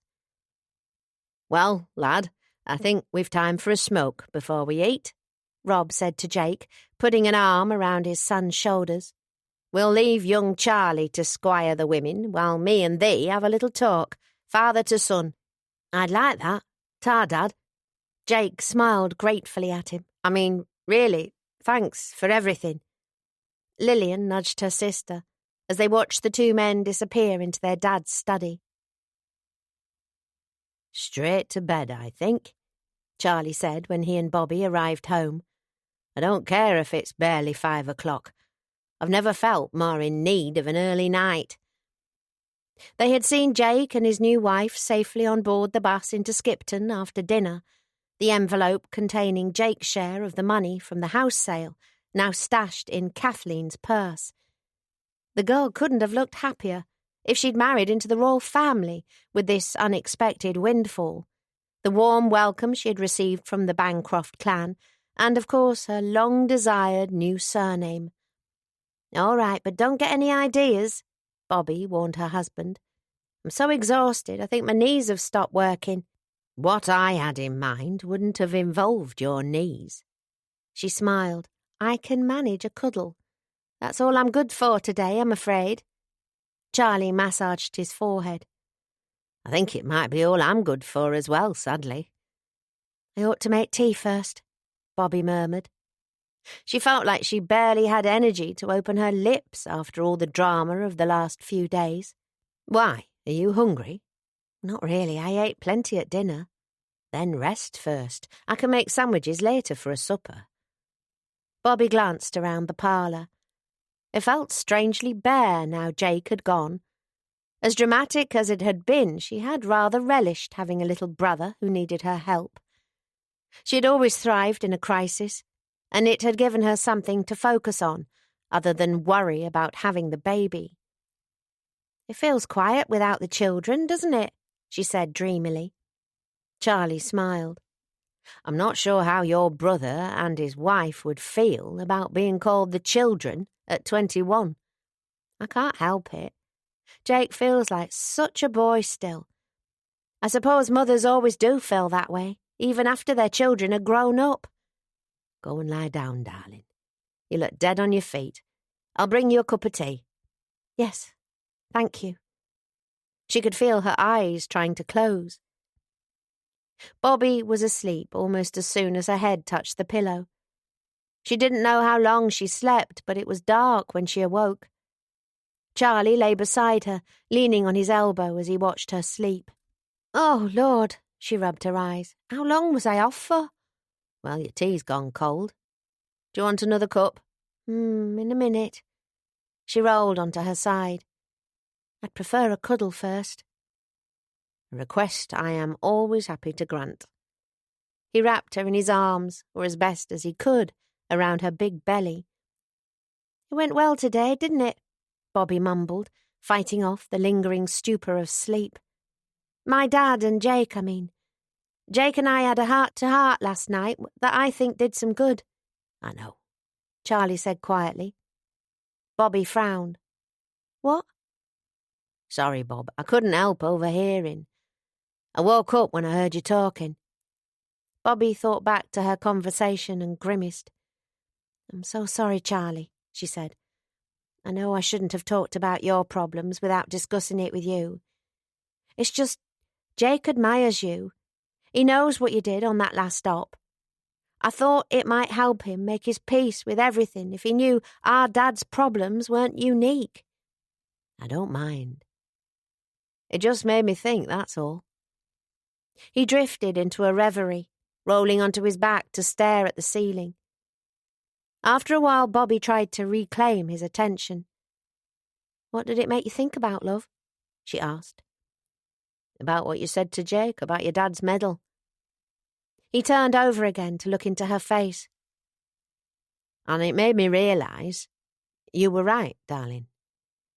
I ought to go to the palace. Have my picture taken for the papers and everything you wanted, because it is complicated. Heroism and cowardice and all those daft notions that are more storytelling than reality. And because it isn't really about me, is it? It's about Marmaduke. It took overhearing my conversation with Jake to make you realise that, Bobby said, shaking her head. I've been telling you that for ages. I know. Honestly, I thought you were just trying to make me feel better about myself. I did want you to feel better about yourself, but I still meant every word. It wasn't only that, though. He ran a hand over the swell of Bobby's stomach. It was what your brother said. How he'd struggled to understand the way Dad was when he was a kid. And the difference it obviously made when you showed him that medal. Go on. When you're a child, everything's black and white, isn't it? There are heroes and cowards, goodies and baddies. And you play with toy soldiers and dream of the battlefield as if it isn't something monstrous. It made me think, I do want our child to admire me. I've never believed I was a hero over and above any other man. In the thick of things, it felt like I was operating on my instincts rather than any conscious idea of bravery. He met her gaze earnestly. But I always tried to do what was right, Bobby. I fought hard when I was in the RAF to make sure this damn war didn't brutalise me the way I've seen it do to others. And if it makes me weak, or womanly, I'd rather be that kind of weak than the sort of brave that means not having compassion, even if that compassion extends to the enemy as well. Bobby smiled. Which is exactly why I love you. I hope, one day, when Marmaduke's a man, or a woman, if that's the way it turns out, that he or she might be able to understand all this. Charlie went on. But he won't be able to understand it when he's a kid. He'll just want to know what Daddy did to help beat the bad guys. That stuff matters. When you've got a head full of stories and a child's understanding of the world. I couldn't bear for him to see me shaking and have that come between us like it did for your dad and Jake. I couldn't bear for him not to have a proud story about his old man to tell his grandchildren after I'm gone. His face took on a determined expression. So, I'm going to take that gong, and I'm going to have my photograph taken with the king, and one day I'm going to show it to my son. I'm going to tell him I got it for saving lives, because that's a damn sight more heroic than taking them. Because it won't matter if I felt like a hero 60 years from now when my kid's an old man, but it'll matter that I always tried to do what was right. If he remembers me for anything, I want him to remember me for that. Oh, Charlie, I am glad. Bobby gave him a kiss. I know it isn't straightforward when you've lost so many friends, but I do think it's the right thing to do. And I'll be bursting with pride on behalf of both Marmaduke and myself when I see you invested. I'm really not sure you should come, Bobby, Charlie said, running tender fingers over her stomach. It's a long way to London. I'll check with the doctor first. Would that satisfy you? I suppose so, if Dick Minchin says it's all right, Charlie said, though still a little doubtfully. She nestled into his arms. I'm glad you were able to make your peace with the DFC, but words matter too, Charlie. Help Marmaduke to understand when he's old enough, won't you? I want him to grow up to be exactly the sort of compassionate, sensitive man his father is. Charlie smiled. You don't always describe me in such glowing terms. Irresponsible is a word I remember you using. Flirt is another. If he grows up to be a flirt, then I suppose that's only to be expected, Bobby said, smiling too. But as long as he's a good man, I can cope with him having an eye for a pretty girl. Or her having an eye for a handsome lad. She laughed. If she does, she didn't get it from her mother. I take great offence at that, Charlie said, flicking her ear. I think there's another Marmaduke-related worry you can put to bed now as well, after what I heard last night. What? Charlie brushed her hair back from her face. Whether you'll be a good mother, he said softly. How do you mean? I heard how you were with your brother, Bob. That mix of tenderness and no nonsense that was just what he needed. You reminded me of Mary. That might be the nicest thing you've ever said to me. I mean it. He needed guidance, and you said just what you ought to say to make sure he got it. You were perfect. He kissed her. You've already had plenty of practice in the maternal arts, I can see that. And I can tell that no amount of other things in your life would stop you putting your child first. So no more worrying about it. All right? Bobby smiled. Thanks, Charlie. You know, that was exactly what I needed to hear. Chapter 31. Bobby received a telegram from Jake the next morning, letting her know he had arrived at his barracks safely. She also received a rather longer letter from Kathleen a few days later, thanking her for her kindness and letting her know that Jake had been confined to barracks for a month as punishment for going AWL. This was lenient, considering. Bobby guessed the CO had been sympathetic when he heard the story of the two young lovers and imposed the minimum punishment. She was thankful Jake's confinement would be over by the time his baby was born. One Tuesday, over a week later, Bobby woke rather late. Now she was drawing closer to the birth, Marmaduke seemed to have decided he might as well enjoy sleeping in. She was going to have to stop relying on him and start setting the alarm, or she'd never manage to get everything done. It would be a mere 2 months now until the baby arrived, and only a month until Charlie would be travelling to London to receive his DFC. Bobby had seen Dr. Minchin, and while he had reminded her there was no guarantee Marmaduke wouldn't decide to arrive ahead of time, he had said there was no significant danger in making the journey.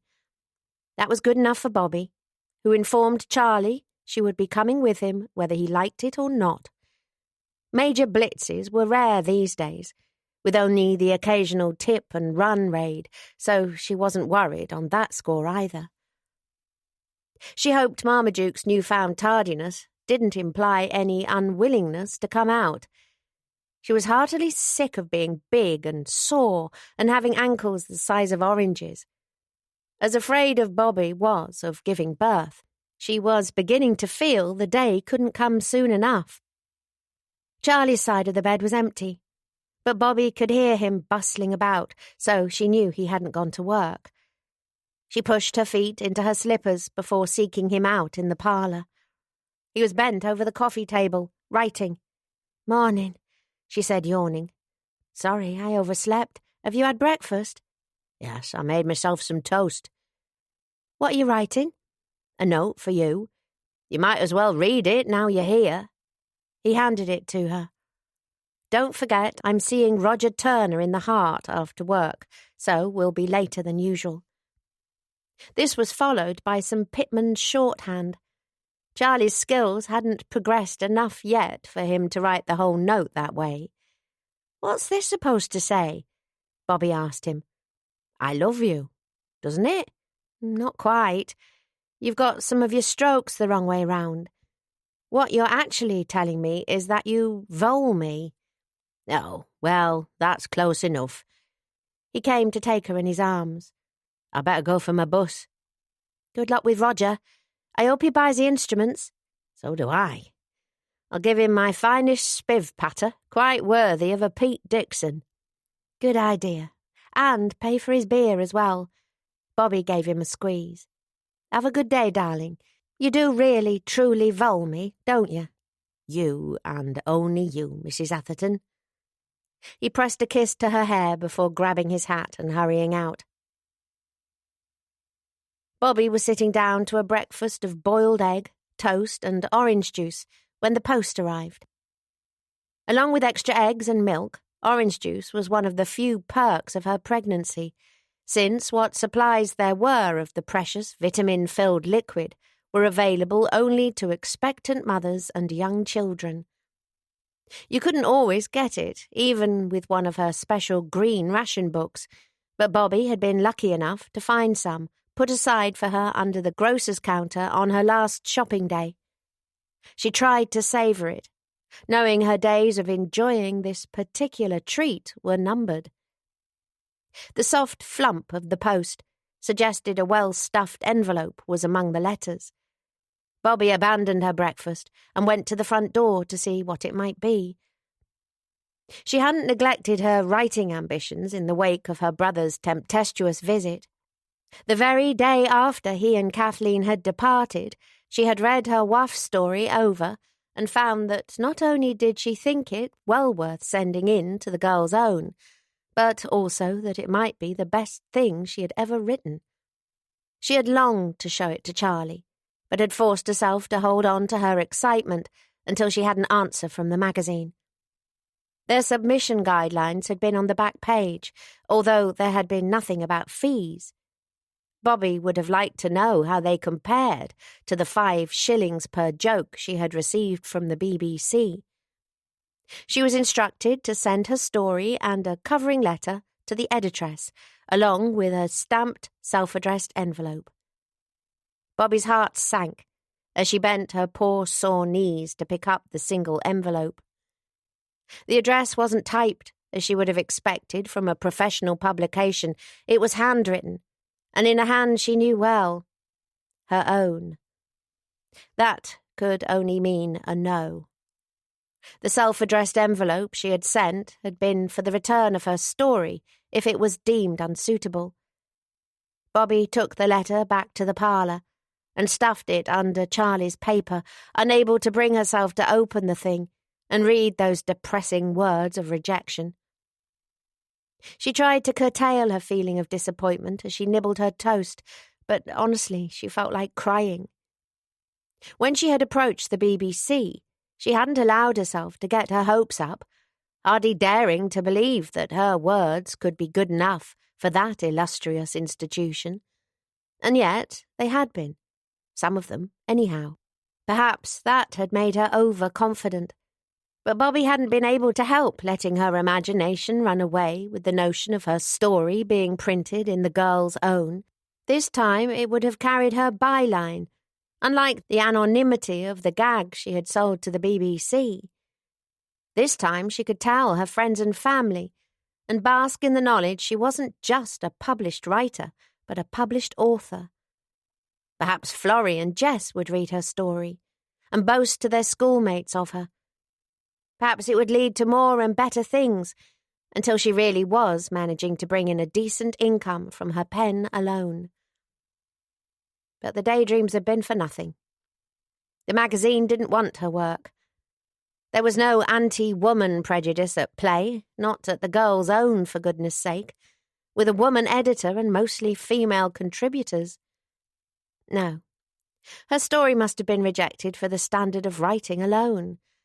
And if even this, which Bobby had been so convinced was the best thing she had written, wasn't good enough, there was precious little point in her striving to do more. A gloom settled on her as she began her chores, those she could still do at least. Now she was the size she was, She and Charlie had been forced to invest some of their weekly budget in engaging a home help for a few hours a week. Bobby had been considering speaking to Charlie about making the arrangement permanent and perhaps confiding in him about her little pot of money, the £28 she had hidden in her biscuit tin under the bed. It would have freed up some of her time to write so she could bring in badly needed cash. But there was no point now. If she wrote, it would be solely for her own amusement. They couldn't justify paying a home help so Bobby could dabble in her hobbies. By the end of the day, however, Bobby's depression of spirits had turned into annoyance. She was sure that had been a good story. She was sure of it. What possible reason could the editress have for turning it down? Was it because Bobby was an unknown, where so many contributors were established authors? Or was her waff heroine too similar in nature to Captain John's Worrells? She had to know. If it was the latter, and not to do with the standard of her writing, she might at least be encouraged to try her luck with a different periodical. Putting down her duster, Bobby waddled to the coffee table. At least her walk felt like a waddle these days, as if the baby had caused her to become half duck, and took the envelope from under Charlie's papers. She slid out the contents. Yes, there was her story, returned as she had thought. Only now it was covered in notes in blue pencil. It looked like one of her pieces for the Tyke after Reg had subbed it. Bobby looked at one of the margin notes. Love Lindy's pluck here, but what is she feeling? More interiority, please. What did it mean? Under her story were 3 other things. One was a letter from the editor. One was a legal document of some kind, and the other... Bobby almost dropped it when she saw what it was and the amount written on it. It was a cheque, not a postal order, made out to Mrs. Roberta Atherton, and the amount on it was £4. Bobby slumped onto the settee. £4! It had taken her months to earn anywhere close to that writing jokes. £4 was 2 weeks' salary on the Tyke. When she had recovered, Bobby took up the letter. Dear Mrs. Atherton, I would like to express my sincere gratitude to you for sharing Lindy's story with me. I don't believe I've smiled so much while reading a submission in a long time, or been quite so on the edge of my seat waiting to see what would happen. As you can imagine, many of the submissions we receive these days feature a heroine who is either a waff, a wren, or an AT, more than I could ever cram into my pages even if the standard were sufficiently high. But Lindy is something special. Pending some minor revisions, I would very much like to include her story in a future number of the girl's own paper. Bobby stared at the words. Truth be told, it hadn't occurred to her that the periodical might be swamped with military stories, among which hers could be lost, yet they had loved it in spite of so much competition. She had never had such fulsome praise from the BBC, only a yes or a no. None of her editors, either Clarkey, Don, nor Reg, had been prone to excessive praise. She swelled under this vote of appreciation from the editress of such a prestigious and long-established publication. She read on. I see from your letter that your writing background is primarily in newspapers and non-fiction periodicals, which does rather come across in your work. The prose is spare, clean, and readable, and you write emotion well where it is included. But I did feel that I would like to venture more into Lindy's head at times. I have taken the liberty of noting these on your manuscript. I would be grateful if you would return the revised draft, along with the enclosed contract under our standard terms, which commissions another 5 stories in the Lindy series. Should these prove popular with readers, as I do not doubt they will, I would be very keen to discuss the possibility of a serial. Do let me know when you, or your agent, if you have one, would be free to visit my offices in London. Once I have received your revised manuscript, I will arrange for the other half of your payment to be sent to you. Sincerely, Phyllis Flagg, Mrs. Editress, The Girl's Own Paper. Bobby almost swooned for the second time that afternoon when she read the other half of your payment. She snatched up the contract that had been enclosed with her manuscript. Yes, it was true. The fee was to be £8 per story, for first publication rights, whatever that meant. £8 each. And they wanted another 5 stories, and a Lindy serial to follow, perhaps. That meant nearly £50 for the stories in total, and who knew how much for the serial? Bobby could hardly imagine such riches. She didn't know what to do. Her heart was jumping about like a mad thing. She started pacing the room. She needed to lie down. No, she didn't. She needed to get an agent. The letter said she ought to have one. Where did one find agents? Was there some equivalent of a marriage bureau for writers, where they paired you with one? What to do? What to do? Should she walk to the Bull, where they had a telephone, and ring up Charlie at work? Oh, Lord! She was all of a flutter. It was like a dream. But it was real. It was real. And it was happening to her, now. Marmaduke was squirming inside her, as if he, too, was fidgeting with excitement. A glance at her watch showed her she couldn't telephone Charlie, as he'd be on the bus back from Skipton. Still, she had to tell someone. Right away, this instant. She might burst if she didn't. Not even bothering to change out of her pinny and headscarf, Bobby threw on her overcoat and hurried to her sister's. Chapter 32. It took Bobby rather longer these days to walk the half-mile to Cow House Cottage. She hadn't realised how much she relied on Charlie's arm for support until she reached the Packhorse Bridge and had to stop to catch her breath. She felt like she weighed 1,000,000 tons.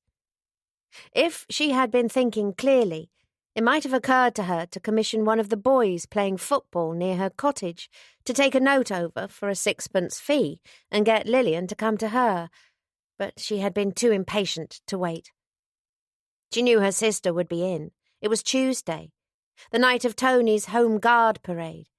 Lillian always made sure she was at home to prepare his sandwiches and thermos.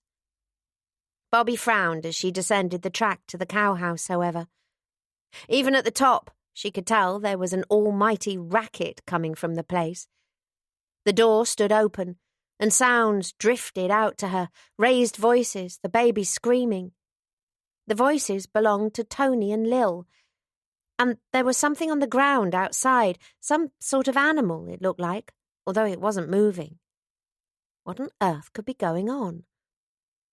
Bobby sped up, at least as much as she was able to. She wondered Reg and Mary hadn't come out to investigate. The row must be audible from Moorside. She wouldn't be surprised if it could be heard even as far as the Parrys' house. No sooner had she thought of the Parrys than a pale, frightened face belonging to Jess peeped round the cowhouse door. When she caught sight of Bobby, she came running up the track and flung herself into her arms. "Jess, sweetheart, what on earth is going on?" Bobby asked, hugging her tightly. "It's Mr. Scott," Jess whispered. "He's gone mad, Bobby. He keeps shouting and shouting. I ain't never heard him shout before. Auntie Lil told me and Florrie to take Annie over to Mary. Only Mary ain't in, nor Reg. And Dad's gone out in town with that Miss Simpson, so he ain't in either. He was supposed to come for us soon. I was looking to see if he was coming and I saw you." "Where's Florrie?" "She's watching Annie. Auntie Lil told her to. But Annie won't stop crying, and Mr. Scott won't stop shouting, and me and Florrie don't know what to do." All thoughts of the exciting news that had filled her brain moments ago had been forgotten now. Bobby took the child's hand and hurried with her to the cowhouse. As she drew closer, She saw that what she had taken to be a sleeping dog was in fact Lillian's fur coat. "Oh, God, no," she muttered. She could hear what Tony and her sister were saying now. "Just tell me how long it's been going on," Tony was demanding. "Tony, please, not in front of the children. Calm down and we'll discuss it sensibly." Tony gave a hollow laugh. "Sensibly? Bit late for being sensible, don't you think?" Bobby hurried in with Jess. Florrie was there, white and frightened, with the screaming Annie in her arms. Tony was standing over Lillian in his Home Guard battle dress, white with rage and hurt. "What on earth is going on?" Bobby demanded. "I could hear you yelling halfway over the bridge, Tony." Tony spun on her, and she winced at the look on his face. Bobby had only seen him look so utterly overcome with emotion one other time, the night Lil had been in labour, and they had so nearly lost her. She still remembered Tony, almost brutish in his grief, muttering angry prayers, demanding God take his worthless life instead of his wife's. "Ask your sister," he growled. Lil flushed. "He found my coat, the one that Captain Parry gave to me." "So you knew too, did you?"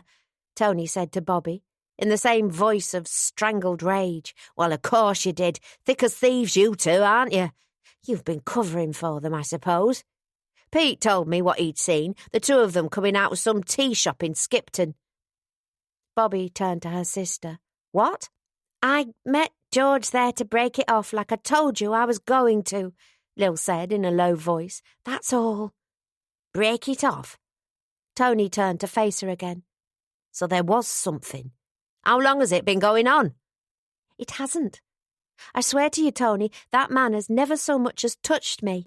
Tony gave a grim laugh. "Right, he dresses you up in fur coats as a token of appreciation for making such a good cup of tea, I suppose." "He gave me the coat because I was pregnant and miserable, and he thought it might make me smile. It was damaged stock from his shop, and you accepted it. You, a married woman. A fur coat, Lil. You know what people would think if they knew, right?" Lil flushed. "I know, it was wrong. It was so long since I'd had anything really nice to wear that I couldn't help it." "The clothes I slave away earning money for you to buy aren't good enough, are they?" "I never said that." "And what did he want in return for this fur coat? As if I couldn't guess." "He never asked me for a thing, Tony," Lil said quietly. "I swear to that on my daughter's life. He's never asked me to go to bed with him. He's never tried to kiss me. He's never even held my hand. He was just kind to me when I needed kindness, and—" Her blush deepened. "And occasionally we'd go to the cinema. That's all there was to it." "To the cinema?" Tony shook his head darkly. "I don't bloody well believe this." Something seemed to dawn on him. "That's who you named her for, isn't it? The other baby?" "Georgia," Lillian whispered. "Yes. He was there that night my labour started. He brought help. Saved my life." It was this, even more than the fur coat and cinema trips, that seemed to knock Tony reeling. He stared at his wife with a look of impotent horror that was as piteous as it was frightening. Bobby almost thought for a moment he might strike Lillian. He looked so wild. "You'd even take her from me," he whispered. "Even her, Lil." All the while Annie had been crying at the top of her lungs. Florrie jiggled the little thing helplessly, white and scared, while Jessie lurked by the door as if preparing to flee. "Tony, can you please stop?" Bobby begged him. "You're upsetting the children." "Nobody asked your opinion," he snapped. "Go home, can you, Bob? This doesn't concern you." Bobby approached Florrie and held out her arms. "Here, my love, give me the baby," she said gently. "I think you girls ought to wait outside for your father. You shouldn't be listening to this. Florrie, take care of your little sister, please, and don't wander off." Florrie nodded soberly and took Jessie's hand to lead her outside. Tony showed no sign of calming down. He was pacing in long strides from one end of the room to the other, hands over his ears as if to shut out the sound of his thoughts. "My mam told me you were no good," he was saying, and me, I told her to shut her mouth. Took your part while all the time you were... He turned to face Bobby. You're no better either, he sneered. My friend, eh? And all the time your sister's running around like a tart while you lie through your teeth to me. Bobby didn't answer. She couldn't trust herself to say anything that wouldn't make matters worse. She supposed she shouldn't be here during this intensely private confrontation, except that there was no chance she was going to leave her sister alone with Tony in this mood. So she just shushed the poor baby, whose cries had settled to a dull whimper, pressing Annie's soft cheek against her own. Bobby hasn't lied to you, Lillian said quietly.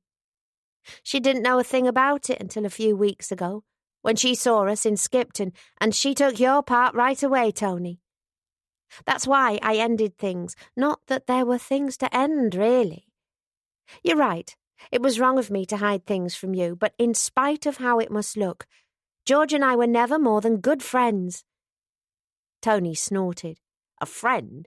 Who takes you out to the pictures and gives you fur coats. Men who give gifts like that always expect to get paid, Lil. That's if he hasn't been paid already. You don't believe me? Any reason I should after all the other lies? Lillian sighed, looking suddenly weary. No, I suppose not. But it's true all the same. Tony stood there looking at her with a helpless expression. Then he burst into tears. Bobby and Lillian stared at him, neither knowing what they ought to do. Why, though? Tony asked after a moment, when he had got his outburst under control. I've been good to you, haven't I? I don't get roaring drunk or beat you or run around with women. I work hard to get you and the baby what you need. I never complained when you insisted on having your dad live here with us. Never questioned it when you told me Annie was mine, though I knew you'd had plenty of other boyfriends. Tony's voice broke. I've done everything for you, Lil. Everything. I've loved you more than I thought I could love someone, and you pay me back with this. I know, Lil murmured. And for what it's worth, I'm sorry, Tony. The last thing I wanted was for you to get hurt. Aye, but you didn't go out of your way to prevent it, did you? Why did you do it? Can you just tell me that? I told you, I didn't do anything. There was no affair, just companionship, conversation. Why with him? Why not with me? I'm your husband. Because you don't love me, he finished for her. Do you? Lillian bowed her head. I'm sorry. I tried, really I did, but she trailed off in a sigh. Do you love him? I honestly don't know. I admire him a lot. I respect him. You respect him, but you don't respect me. I didn't say that. She met his eyes. You're my husband, Tony. I accept that. I won't be so foolish again, I promise. He snorted. You accept it. What more do you want me to say? I want you to say you're happy about it. That I'm the one you choose. I can't. I'm sorry. I wish I could, but I just can't. Why not? He demanded in a choked voice. I want to love you, Tony. I even try to. I suppose I just can't forget how things began for us. The way you exploited the information you had on my dad to get to me. She turned away sadly. I know there's a good man in you somewhere. I know you love me, and I know you adore the baby, but I'm sorry, but I can't quite manage to forgive you for the way we ended up here. There was the sound of manly footsteps striding down the track and 2 squeals of Dad from the Parry sisters outside. Right, Tony muttered to himself. Right. He turned and strode out of the door. Bobby frowned at Lillian. Where's he going? I can guess. Put Annie in a pram and come on. Lillian ran out after her husband. Bobby put the whimpering baby down and followed. George Parry was hurrying down the track to his daughters, but Tony sprinted up to him and blocked his way. Lillian came jogging up the track behind him, Bobby behind her, with the two girls gripping a hand each. "You," Tony muttered to the other man. The captain examined him coldly. "Can I help you?" "You can. You can keep your damn hands off my wife for a start." The captain stared at him. He looked unsure how to respond while Tony squared up to him. "I've never touched your wife, Scott," he said at last. "I respect her far too much." "Tony, please, leave the man alone," Lillian said, putting a hand on her husband's shoulder. "It's true, I swear it. He never touched me. Come back to the house and let's discuss things calmly." Tony ignored her, pushing the hand on his shoulder roughly away. "You wanted to, though, didn't you, Parry?" he demanded with a sneer.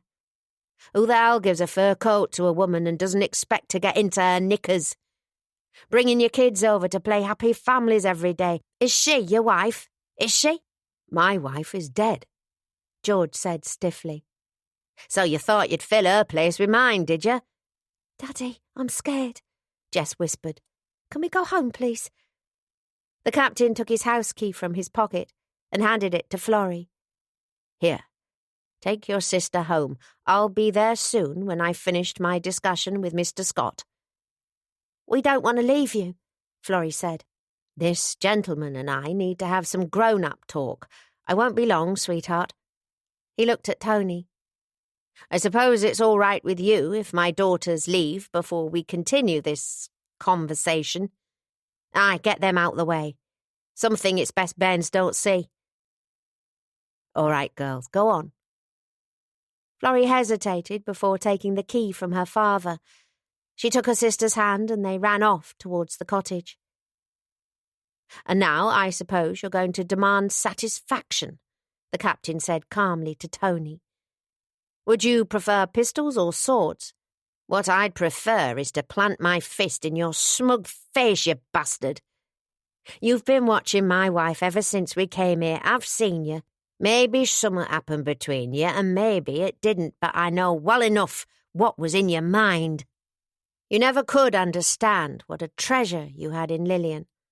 The captain paused. "But, for what it's worth, I apologise. I did wrong in seeking out your wife's company behind your back. I knew it was wrong and unbecoming of a gentleman, yet selfishly I pursued it because her company was pleasant to me. You have every right to be aggrieved. But I can assure you Lillian has behaved impeccably. If it wasn't that she had so few pleasures and holidays, I'm sure she would have told me to go to the devil long before now." Tony gave a hollow laugh. "But that's no good, is it, mate? Because now she loves you. How can she not, with you standing there talking old posh, with your pipe and your moustache and your sodding war wound, when it's me she's got to come home to? I mean, I'm no war hero, am I? I've never had a bullet put in my shoulder by a Luftwaffe pilot on the beaches of Dunkirk. I'm just Tony bloody Scott, that's who I am. Anybody back where I used to live can tell you who I am." He swallowed a sob. "Couldn't it have been anyone else, Parry?" he asked in a whisper. "I've had one damn thing to love in my entire waste of a life, and you had to take her away from me." The captain flashed Lillian a helpless look. "I really am so sorry." Tony laughed. He turned away as if he was going back to the house, but Bobby knew better. She had seen the clenched fist. A split second later he had swung, his knuckles catching the unprepared captain full in the face. There was a cracking sound, and George fell backwards with a sharp groan, clutching his stricken nose. Blood streamed from his nostrils. "I had to do that," Tony said in a strangely detached tone, as he stood over his bleeding rival. "Wouldn't be a man if I didn't." "Tony, for God's sake, stop this!" Lillian ran forward to wrap her arms around her husband's back, trying to wrestle him away. George was staggering to his feet now, and Tony's fist was still white-knuckled at his side. "Lil, get off me," he said, pushing against her with his shoulders. "Take Bobby and go back to the baby. This is between me and him." "He's bleeding, Tony. I swear you must have broken his nose. Just get the hell away from him." "It's men's business. It doesn't concern you." Still, she held on to him. "I won't leave you here to beat him to a bloody pulp. Come home, can you?" "Lil, I said, get off." Tony gave her a rough shove, using all his strength to free himself. Lillian lost her grip and fell to the ground, hitting her head against a rock on the gravel track. "Oh, my God." Bobby dropped to her haunches. "Lil, sweetheart, are you all right?" "I'm fine." Lil put her hand to the back of her head, then stared woozily at her red fingers. "Oh, I'm bleeding." Bobby shook her head darkly at Tony. "What the hell did you do?" Tony was staring at his injured wife, a horrified look on his face. "It was an accident," he said helplessly, to no one in particular. He looked from Lillian lying on the ground to Captain Parry holding the bridge of his gushing nose. "It was an accident." He bent down to try and help his wife, but Bobby pushed him away. "You've done quite enough. Get away from her." She turned back to Lillian. "Can you walk, love? Are you dizzy at all?" "It could be a concussion," the captain muttered nasally. "Scott, if you want to help, then go for the doctor." "It was an accident," Tony repeated again. "Leave, Tony, can you?" Bobby said. "Walk to the Bull and ring for Dr. Minchin, and don't even think about coming back until you've remembered how to behave like a civilized human being rather than whatever that caveman nonsense was." I never would have. Lil, I'm so sorry." "Please," Lillian whispered. "Just go, Tony.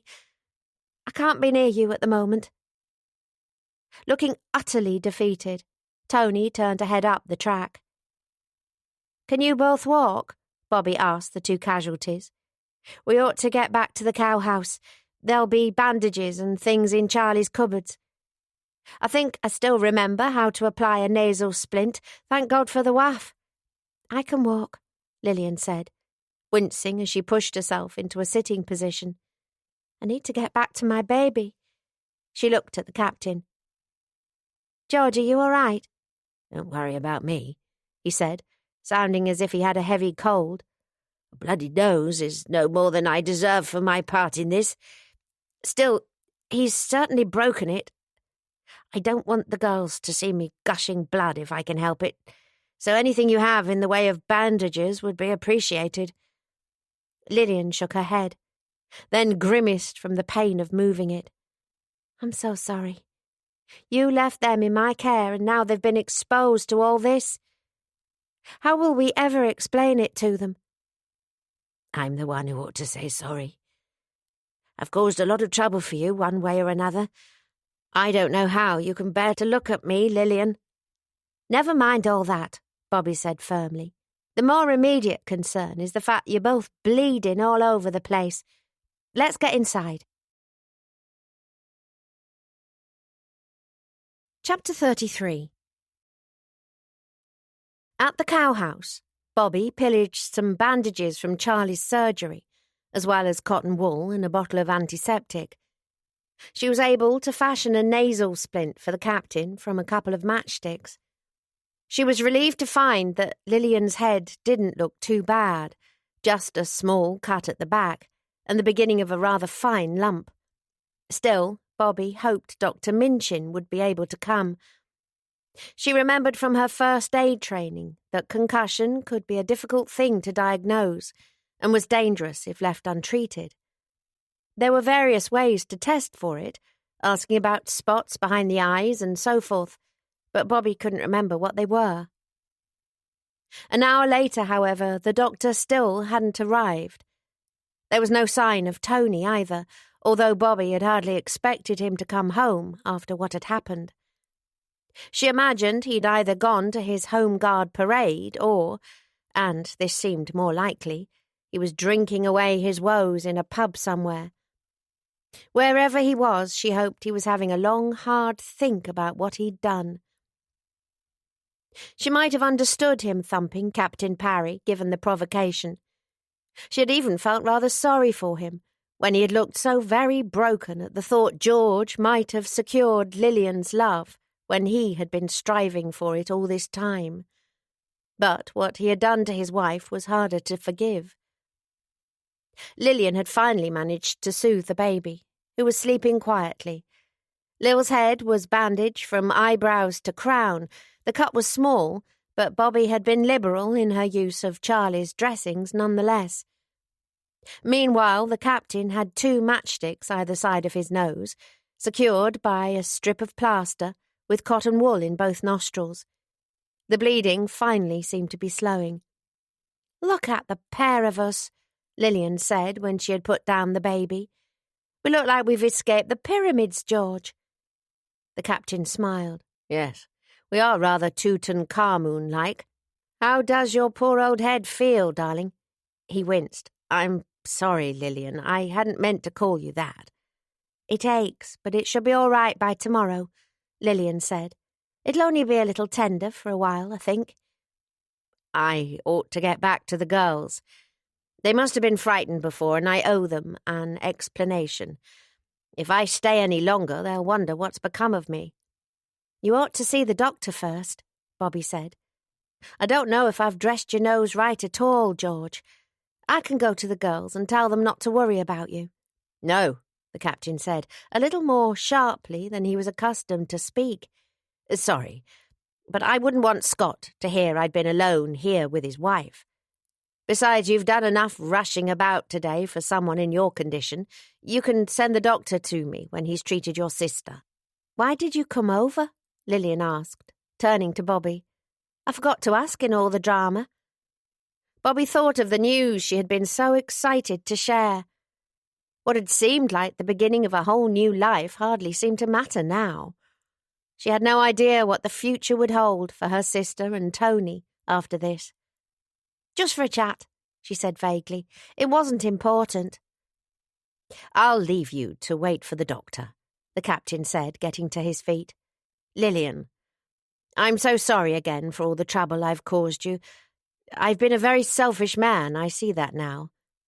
I don't know what made me act so rashly." "Why did you?" Bobby asked. She was tired and annoyed after the scene earlier, and in no mood to mind her own business. And while Tony was currently top of her grudge list after the way he had hurt Lillian, the captain certainly wasn't in her good books either. The captain sighed. "I suppose I thought I could have my cake and eat it too, to coin a hackneyed phrase.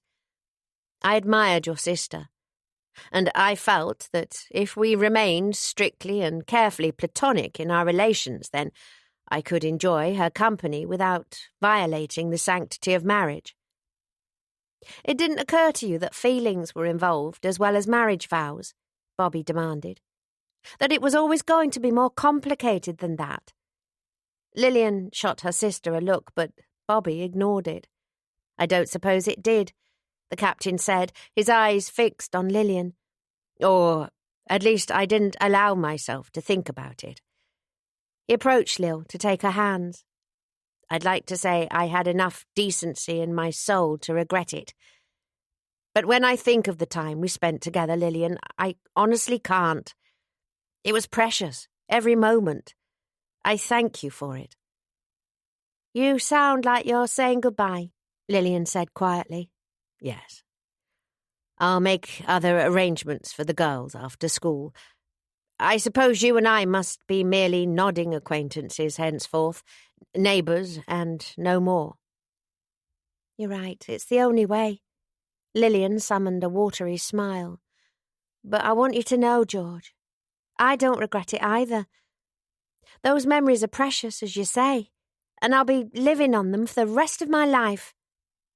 "And I pray with all my heart that it will be a long and happy life, filled with love. I've never met anyone who more deserved it." The captain hesitated, then planted a soft kiss on her cheek. "Take care of yourself, my dear. I know Veronica will make you happy. I'll never forget you. Tell the girls I love them and—" Lillian bit her lip. "Goodbye, George." "Goodbye, Lillian." The captain gave her a last lingering glance before he left. Lillian watched him go, staring at the door for some time after it had closed. So, it was love after all, Bobby said quietly. Lillian started. "Bobby, I'd have forgotten you were here." "I'm so sorry, sweetheart. What happens now?" Lillian sat down beside her. "I suppose I put it behind me. Keep it my special secret little memory like a lovely dream I once had. And try to muddle along with Tony. Try to love him if I can." "Do you think you ever could?" "I don't know." Lillian touched one hand to the back of her bandaged head. "I don't know." A little while later there was a knock at the door. Bobby expected to see the doctor when she answered it, but instead it was Charlie, accompanied by a young man she didn't recognise. "Bobby," he said with surprise, "you're here?" "I am, and so are you." She cast a puzzled look at the stranger. "And, so are you. Well, come in." "Is everything all right?" Charlie asked, looking anxious as he followed her inside. "There's a fur coat on the ground out there, and I was sure I saw blood on the track." He clocked Lillian's bandaged head and stared. "Hellfire, what have you girls been doing?" "Never mind that. You're needed," Bobby said. "In the absence of a doctor, a vet will have to do. Do you know much about concussion?" "I know how to check for it. Why, has Lil got a concussion?" He looked at Lil. "Have you got a concussion?" "I don't think so, but I'm no expert," she said. "Right. Well, let's take a look." He came forward and started unravelling her bandages. Bobby looked at the other man, who was taking in this scene of chaos with a bewildered look on his face. "Who's this, Charlie?" "Roger," Charlie said absently. "Your sister told me I could bring him to the surgery, remember?" "Oh." Bobby rubbed her head. "Yes. Sorry, I'd forgotten." "Is anyone going to tell me what's going on?" "I'll tell you all about it once you've checked our Lil over." Bobby summoned a smile for Roger. "I'm so sorry about this, Mr. Turner. Let me show you into the surgery. Charlie can join us when he's done with his patient." "She makes me sound like I'm a poorly spaniel," Lil muttered while Charlie pressed his fingers against her lump. "Right," said the dazed-looking Roger. He followed Bobby to the surgery. So these are the instruments," she said when they were inside, gesturing vaguely. "All in excellent condition, as you can see. A real bargain at whatever Charlie said he was willing to sell them for. This one's a bull emasculator, and the rest are for, sheep things." Roger smiled. "Take it you didn't meet him working as a veterinary nurse." "Well observed," Bobby said, smiling too. "I'm sure he'll be here in a moment to tell you what everything is. My sister had an accident earlier, and my first aid skills are rather rusty, I'm ashamed to say." "Not at all," the man said politely. "Your bandaging looked first-rate." He seemed young to be starting his own practice, Bobby thought. Roger Turner couldn't be more than 22. "I know, barely out of the cradle and already opening a surgery of my own," Roger said with a laugh, as if reading her thoughts. "My old man died recently and left me some money, so I thought, why should I be slugging my backside off for any other sod? Pardon my French. The problem is finding someone to come in with me. I could use an old hand at my side who'd be able to weigh in with knowledge and advice, but practically everyone not in a practice of their own seems to have gone off to the veterinary corps." "Oh," Bobby said, disappointed. "So there's a chance you won't need to buy Charlie's instruments after all, then?" "Well, I haven't quite given up hope of finding a partner." He looked at her keenly. "I was hoping your husband might be interested, but he tells me he doesn't practice anymore. Any idea why?" Bobby flushed. "Well, He was injured in the RAF. I shouldn't say too much when it's his business. But the injury makes it difficult to do work that requires a steady hand. That's why he's selling his instruments. That's just it. He wouldn't need to be involved much on the practical side. I'm after more of a silent partner, if that's the right term, someone with the experience I lack who'll take on an advisory role and help train up an apprentice when we're in a position to take one on. But he turned me down flat when I suggested it. Really? Perhaps you could talk to him? The offer's still open if you think he might change his mind. Why did he turn you down? I couldn't say. They were interrupted by Charlie. It's all right, he said to Bobby. No concussion, just a nasty bump. How did she get it, anyhow? She had a fall. I'll tell you how it happened later. Bobby cast another puzzled look in Roger Turner's direction. Why on earth would Charlie turn down a role that sounded so eminently suitable for him when she knew he longed to return to veterinary work? A partnership where his role was advisory rather than practical sounded ideal, more than ideal. It would have been made for him. Bobby couldn't understand why he wouldn't bite this new friend's hand off. So, did you show Roger everything? Charlie asked her. I showed him the bull emasculator. Charlie shook her head. It really worries me that that's the only one you ever remember. Come on, Roger, let me talk you through it all.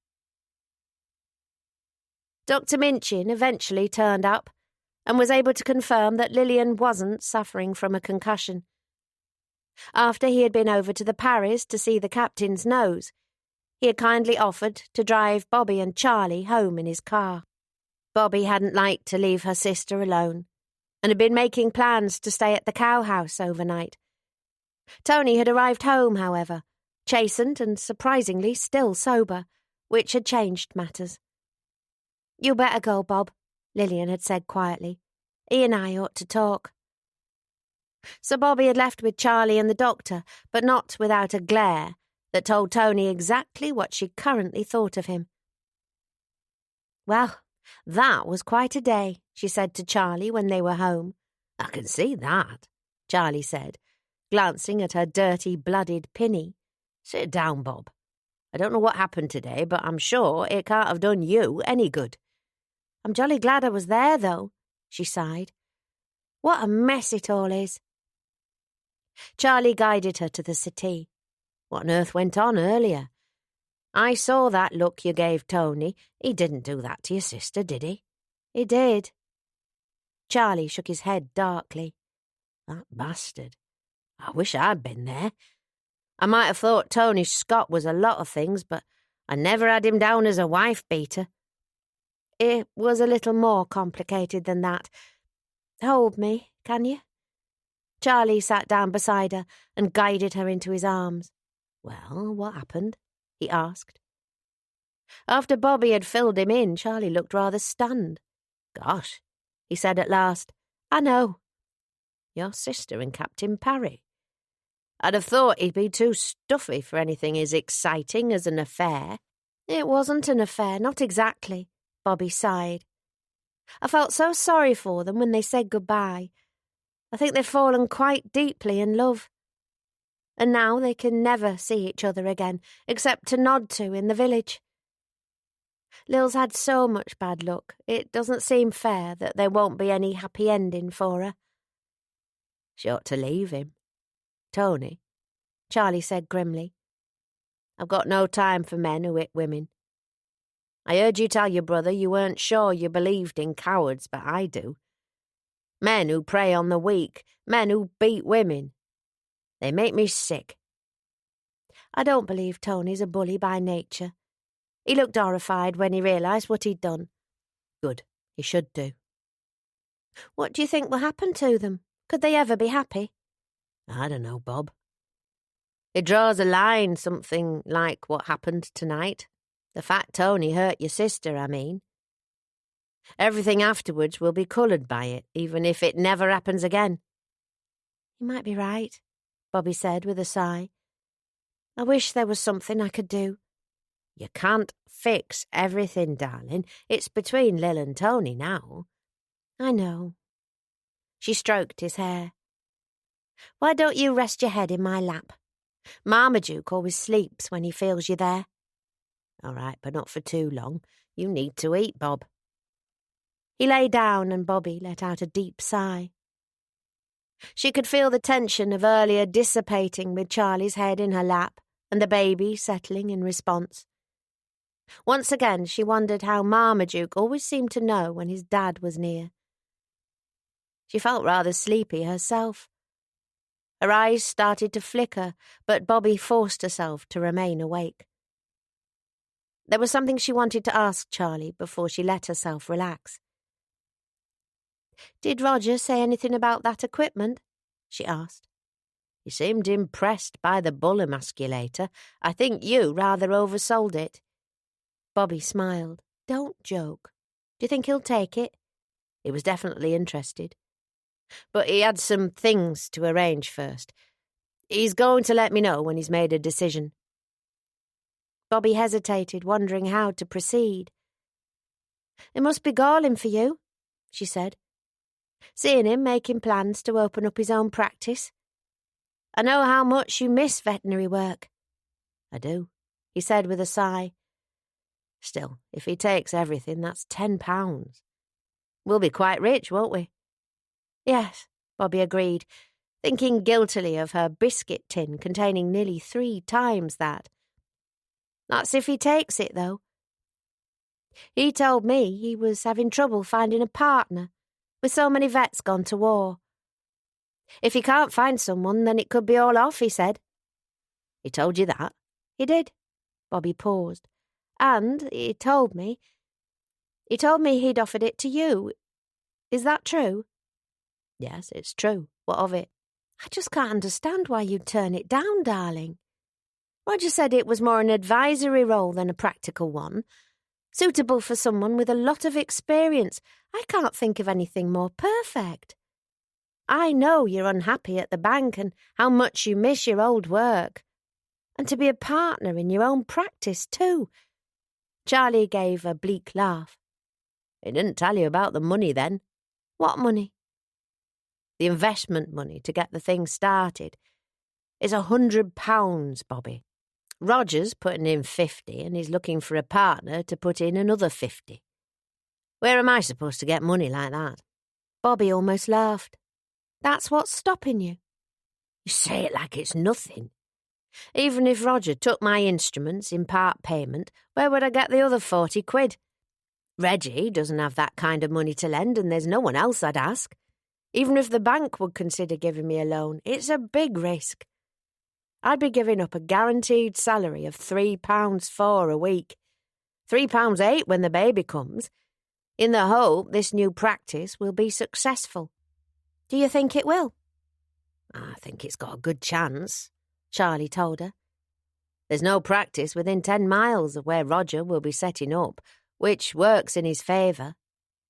"So, if you had the 40 quid, and you weren't worried about bringing in a regular wage to support your family while you grew the business, would you do it?"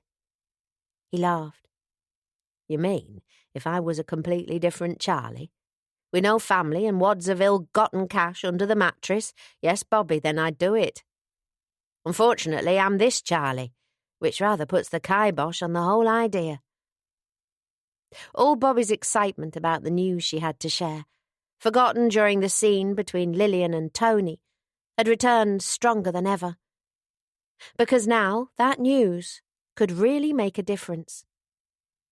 "All right, sit up and brace yourself," she told Charlie. "I've got a surprise for you." "If it's a secret fortune of £40, you and I are going to have words, Mrs. Atherton. The scandal of where your sister got that fur coat would pale by comparison." "You'll see," Bobby said with a grin she couldn't manage to suppress. She went to the bedroom and retrieved the biscuit tin under the bed. When she had taken it back to Charlie, she removed the lid and tipped it out on the coffee table. Banknotes and postal orders, bound together with elastic bands, tumbled out. Charlie stared at them. "Well," Bobby said after a moment's silence. Pardon my language, but bloody hell, Charlie said. What? Where? I mean, how much? £25 in cash and £3 in postal orders. But where on earth did you get it? I hope you haven't been selling your favours to Ernie King. They'd never fetch so much, Bobby said with a smile. She picked up the bundle of banknotes. This is from my dad. I'm sorry, Charlie, but I wasn't completely honest about my share of the money from the sale of the house. It was £35, not 10. My dad told me this story about him and my mum that made me think, well, I wanted to put it aside as rainy day money, just in case.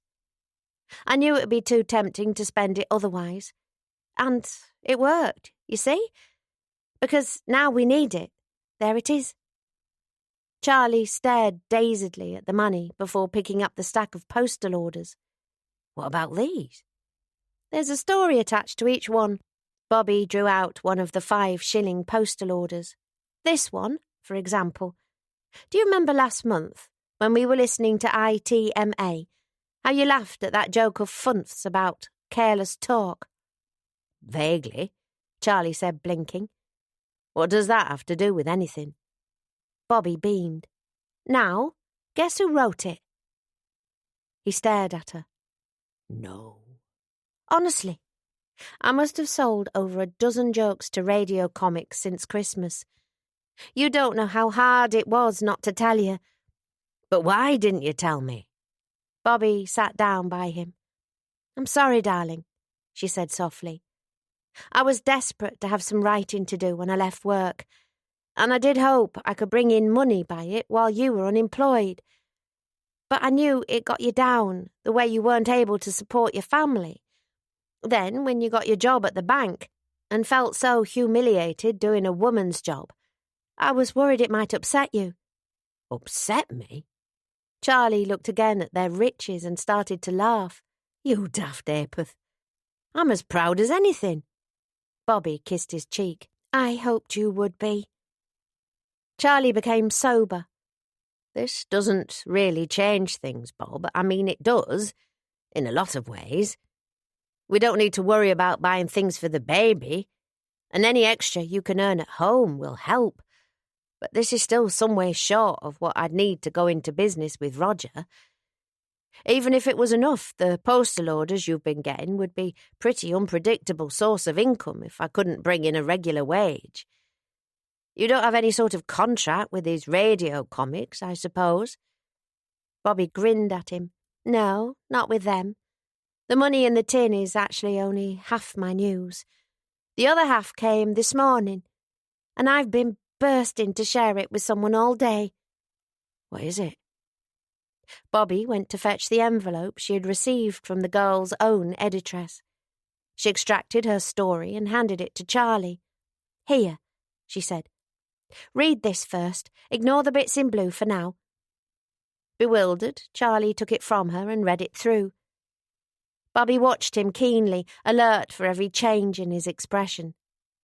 Well, she demanded when he was done. What do you think? It's very good, he said. The sort of thing Florrie likes. Funny too. Is it yours? It is. It came in the post today with those editorial notes, and a letter, and contract. Not to mention a cheque for £4, half of what I'll be paid for it in total. Charlie blinked. £4? You earned £4 for this? That's more than I make in a week. It'll be £8 when they send the other half. Plus, they've sent a contract for 5 more stories, and the editress says she'd be interested in a serial if the readers like them. She sat by him, smiling. That ought to get you enough for your practice, don't you think? And with a contract in place, it makes for a more secure income than selling gags. We can afford to keep Jenny on as home help, so I can make a little time for writing each day. I hope it might turn into something I can make a proper career out of, something that won't interfere with my duties at home. Charlie was silent for a long time, his head in his hands. He was staring at her contract as if he couldn't believe his eyes. Bobby had started to worry he was upset, until eventually the dazed look faded and he started to laugh. "Oh, my God," he said, "I'll tell you what. It's a wonderful thing to have a clever wife. I'll be recommending it to all the young bachelors." "You'll do it, then? You'll telephone Roger and tell him you want to take the partnership?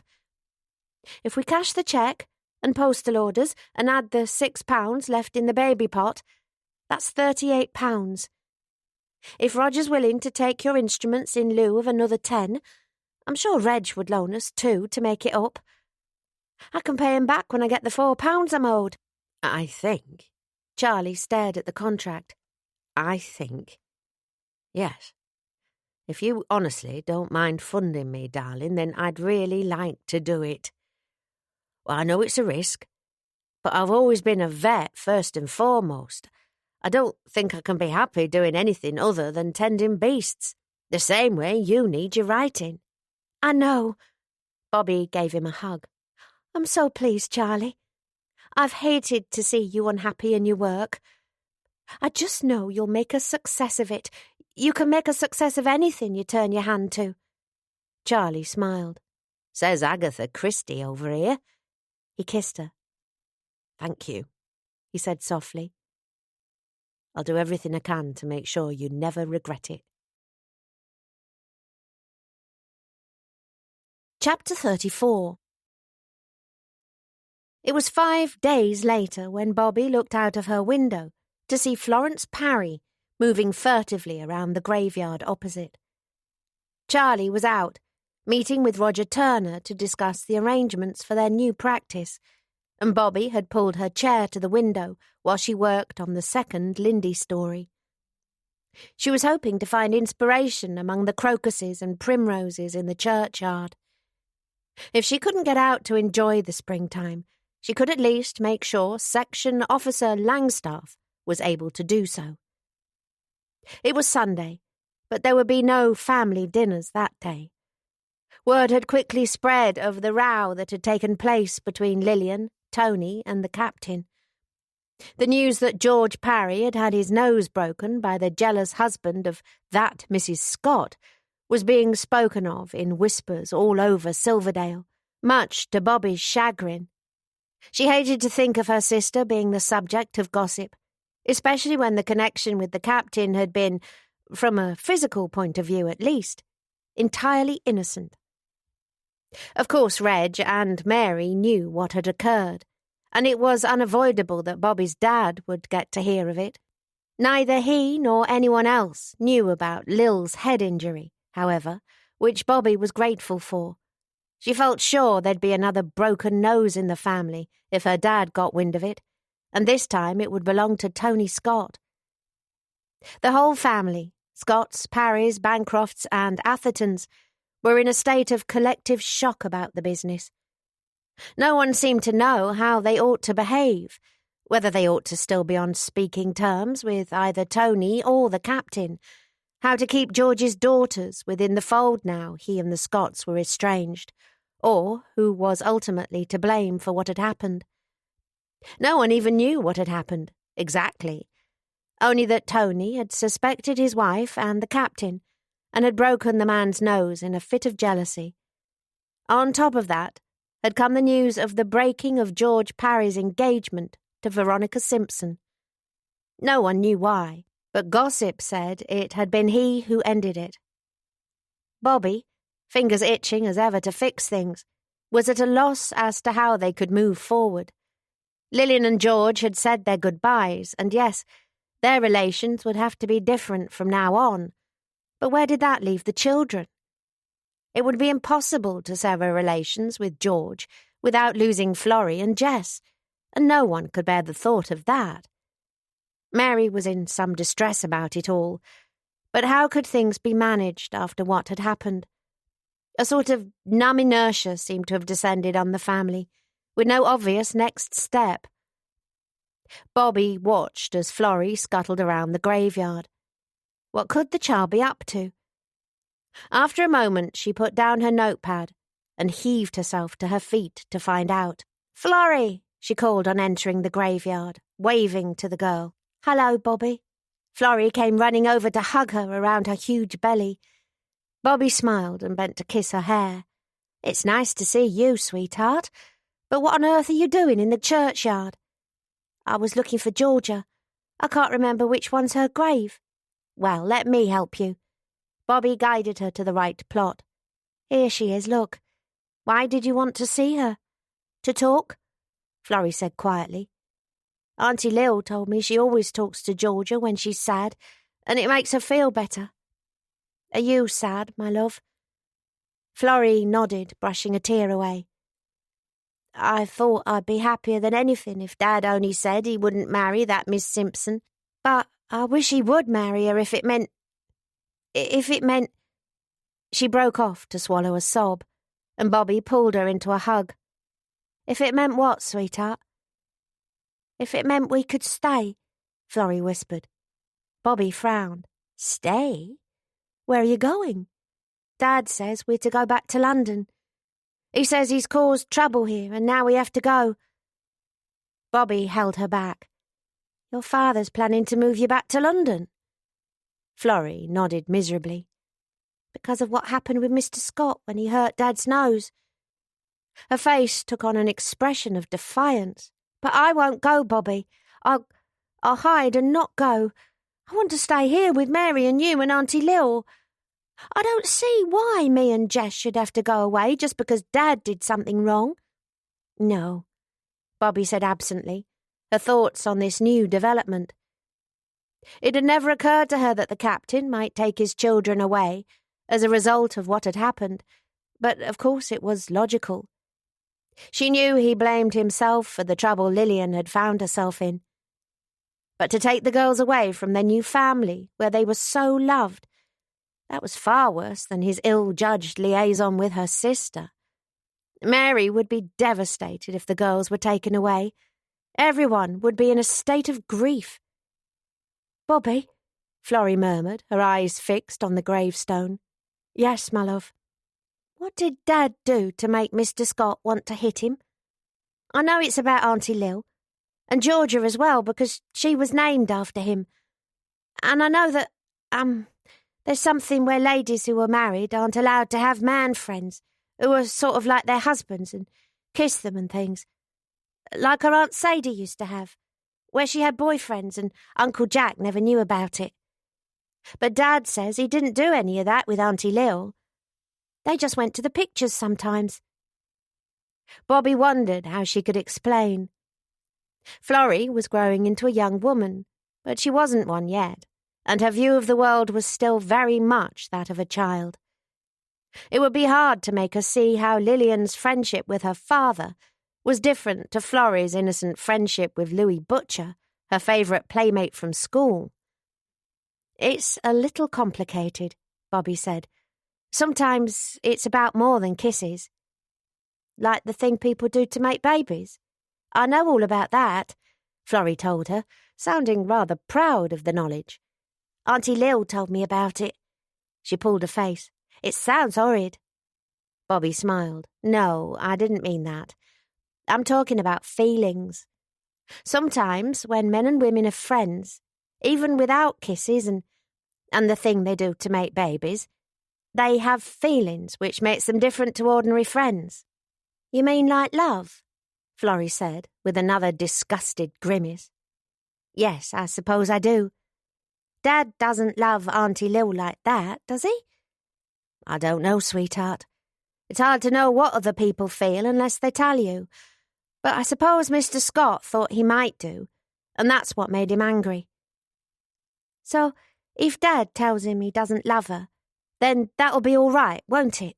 The girl looked at her hopefully. "Then we could stay." "I'm not sure it's as simple as that. But I hope your father changes his mind all the same." She glanced at Florrie. "Does he know you're here?" "No, I sneaked out. I was going to run and see Mary, but Dad says I'm not allowed to go to Moorside. Then I remembered what Auntie Lil said about Georgia. I'd rather talk to you about it, though, Bobby." "We ought to get you home. Before your dad worries, I hope you won't get into trouble."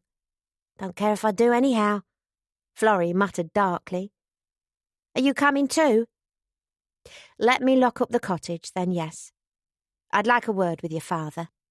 After Bobby had locked up, she walked, or rather waddled, with Florrie to the cottage by the bridge. From a little distance she could see the shepherd's hut behind it, where she and Tony had worked. She breathed a sigh. Tony was to be pitied in this too. What was tragic about it was that no one was entirely to blame. Lillian and George couldn't help their feelings any more than Tony could help his. It was all such an awful muddle that there didn't seem any happy way out of it. When they reached the cottage, Bobby knocked on the door. The captain opened up a moment later. He still wore a dressing on his nose, which looked very bruised. I have something that belongs to you, I think, Bobby said, nodding to Florrie. The captain shook his head. Florence Parry. Now where have you been running off to this time? You know I expressly forbade you to go bothering those poor people, and that includes Bobby too. Don't care, Florrie said, looking belligerent. Didn't go to Bobby's house anyhow. That's true, Bobby said. I found her wandering in the graveyard. Well, you come inside this minute, young lady, and help Mrs. Wilcox prepare the dinner, the captain told Florrie sternly. And no more running off. Fine. Say goodbye to Bobby. Florrie turned wide eyes on her. You'll tell him, won't you, Bobby, that he's not allowed to take us? Bobby smiled sadly. I'm afraid I don't have that right, my love. She gave the girl a kiss. Go inside as your father says. I'm sure I'll see you soon. Florrie went inside, her eyes filled with angry tears. I'm so sorry you've been troubled, the captain said. I can't think what possessed her to go to the churchyard. She said she was visiting Georgia. Was she? He paused. And, your sister is well, I hope? She's been better. Could I come in a moment? The captain looked hesitant. It won't take long. Bobby rested a hand on her stomach. There's no scandal in you and me being seen alone together, I suppose. No, I'm sorry, I was being thoughtless. Do, please, come inside and rest a while. Bobby followed him into the house, where he showed her into the parlour. Would you like a drink of tea or some water? He asked when she was sitting down. No, thank you. I just wanted to ask about, well, Florrie said you were thinking of moving back down south. That can't be true, can it? The captain sighed as he took a seat opposite her. I'm afraid it is. Bobby shook her head. But you can't. I mean, I'm sorry, of course you can do whatever you like, but I really wish you wouldn't. You heard about my engagement being broken off, I suppose? Yes, I was sorry to hear it. George looked past her out of the window, as if half his thoughts were somewhere else. It seemed only fair. I couldn't tie a young girl like that to me, knowing my heart was somewhere else. Besides, she never had been able to win the admiration of the children. It was them I was thinking of more than myself when I formed the connection, their need for a mother. When you say your heart was somewhere else? I doubt I need to explain it to you, do I? No, Bobby said quietly. I was naive, he said with a sigh. The intention was innocent in the beginning. Your sister reminded me of my Rose, and how I longed to pamper her after Jess was born. When I saw something I knew Lillian would like, the coat, I thought, well, where is the harm? She made me smile, in a way I hadn't smiled in so long. Then, before I knew it, I felt for her in a way I wasn't able to change. He met her eyes. It wasn't planned, Bobby. None of this was planned. It just seemed to happen. I am sorry. You acted unwisely, as did my sister, but neither of you can help your feelings being what they are. If I could, I'd change them in an instant. Bobby leaned forward. But do please reconsider moving back to London. This business has brought you pain, I know, but it will bring so much more to so many people if you take the girls away. They belong here. What else can I do?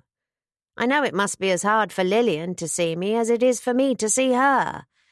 And while I'll always believe Tony Scott to be a bore entirely unworthy of her, he is nevertheless her husband. It complicates things for me to be here, and it gives rise to gossip that affects your sister's standing in this community. I won't be responsible for bringing her further unhappiness. It isn't only about you and Lil, though. Do you have a family in London? None of any significance now, he told her. There was only my brother Jack, who, as you know, was killed in the war. His widow has a new husband and no interest in her former family. And yet, here you found a large family.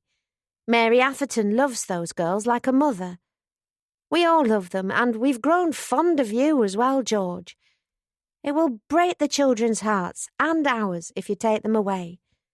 Bobby looked earnestly into the solemn, honest green eyes above his broken nose. Please do stay. You've got a good job, and people who care about you. If you and Tony can make it up, perhaps we can move beyond this. It wouldn't change the way I feel about his wife, the captain said quietly, nor the way I believe she feels about me. As long as I'm here, it must cause problems between Mr. and Mrs. Scott. I acted very wrongly in my dealings with them. It's right that I remove myself from their lives so they can be happy with one another. But what of your children? What of their happiness? Young people are generally resilient. The girls may be sad for a time, but no doubt they will find happiness in their new life after a period of adjustment. So, I suppose, will everyone here. He closed his eyes. Still, I will miss this place. We could have been content here, if I had only been stronger. What a damn fool I was to give in to it. Please, George, I wish you'd reconsider, for the children's sake. I'm sorry, Bobby. I made a poor choice in allowing myself to grow close to a married woman. Now it's time to choose what's right. Chapter 35. Bobby knew it was no use remonstrating further. The captain had made up his mind, and she had no idea what she could say to alter that. She almost walked into Tony going over the bridge, or, more accurately, he almost walked into her. In fact, he almost knocked her over. Her brother-in-law looked 1,000,000 miles away, his brow furrowed in thought. Oh. He stopped short before he careered into her. Sorry, Bob, I didn't see you. He looked tired, but not sad particularly, perhaps wistful. Bobby knew from Lillian that the two were no longer sharing a bed. Tony himself had been the one to move his things into the nursery, while Annie went to share with her mother. Lil had confided to Bobby that she was unable to see Tony's absence from her at night as anything other than a blessing. "Are you all right?" Bobby asked him. Tony's attention seemed to have wandered as he gazed out over the beck. "Pretty here this time of year, isn't it?" Yes. Are you all right?" she asked again. "You look strange." Fine. "Have you been somewhere?" "Bradford. Man I needed to see there about summat. Been to see your sister, have you?" "No, I was taking Florrie home. I found her wandering in the graveyard, all upset." "What's she upset about?" Bobby sighed. "The captain's moving them back to London. You know, because of... well, you know.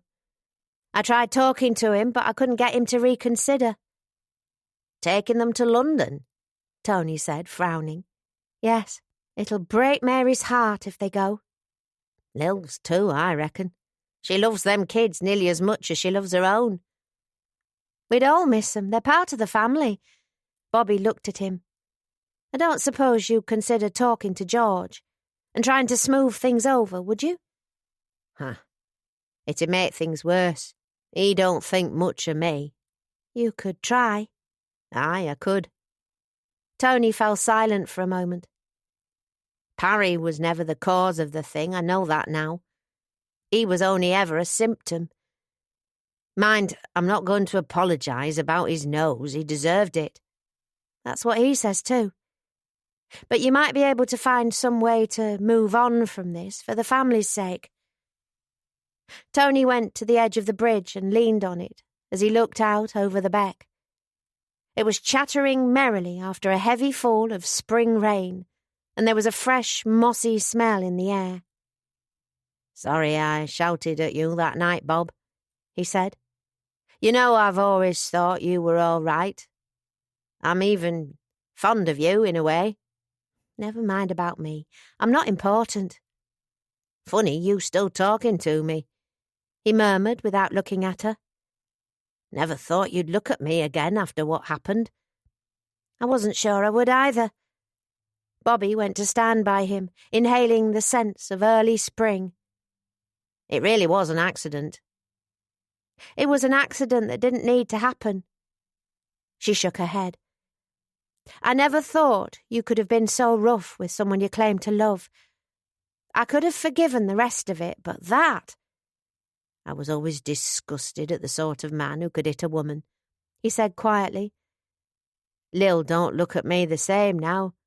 Happen I don't deserve her to." His face took on a determined expression. "But I'll be a better man from now on, I swear it." "I've heard that before, Tony." "I know, and I tried.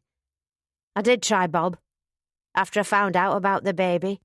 If I'd only been able to make Lil love me, maybe I could have stuck it."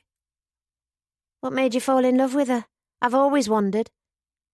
He shrugged. "Well, there was a baby coming, wasn't there?" "I didn't ask what made you marry her. I asked what made you fall for her. You two are so different." Tony watched the beck in thoughtful silence. "I never amounted to much, did I?" he said quietly. "I do know that.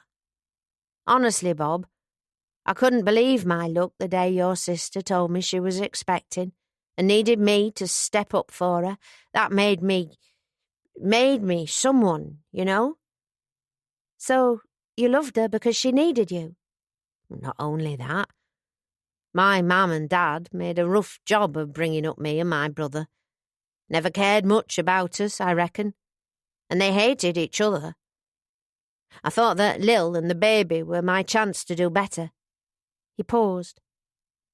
"I loved her because I wanted someone to love, and she was mine." Bobby sighed. "I'm sorry, Tony." I was wasting my time, though, wasn't I? She'd never been able to forget how it all started. And now this has happened. He closed his eyes. Well, it is what it is.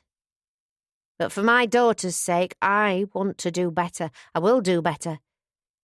Bobby put a hand on his arm. "If you mean it, you might start by having a man-to-man talk with the captain. With your voice this time, not your fists. You're the only one who can make him change his mind." "Aye, I will. No point both of us buggering off." Bobby frowned. "What do you mean, both of you?" He finally turned to face her, his eyes filled with weary resignation. "I'm off, Bob. That's what I was in Bradford for today. In 2 weeks I'll be leaving here. I don't suppose Reg will cry too much at losing me from the mag." "I don't understand. You're not leaving Lil." "I think we both know Lil left me a long time ago, if I ever had her," he said with a sad smile.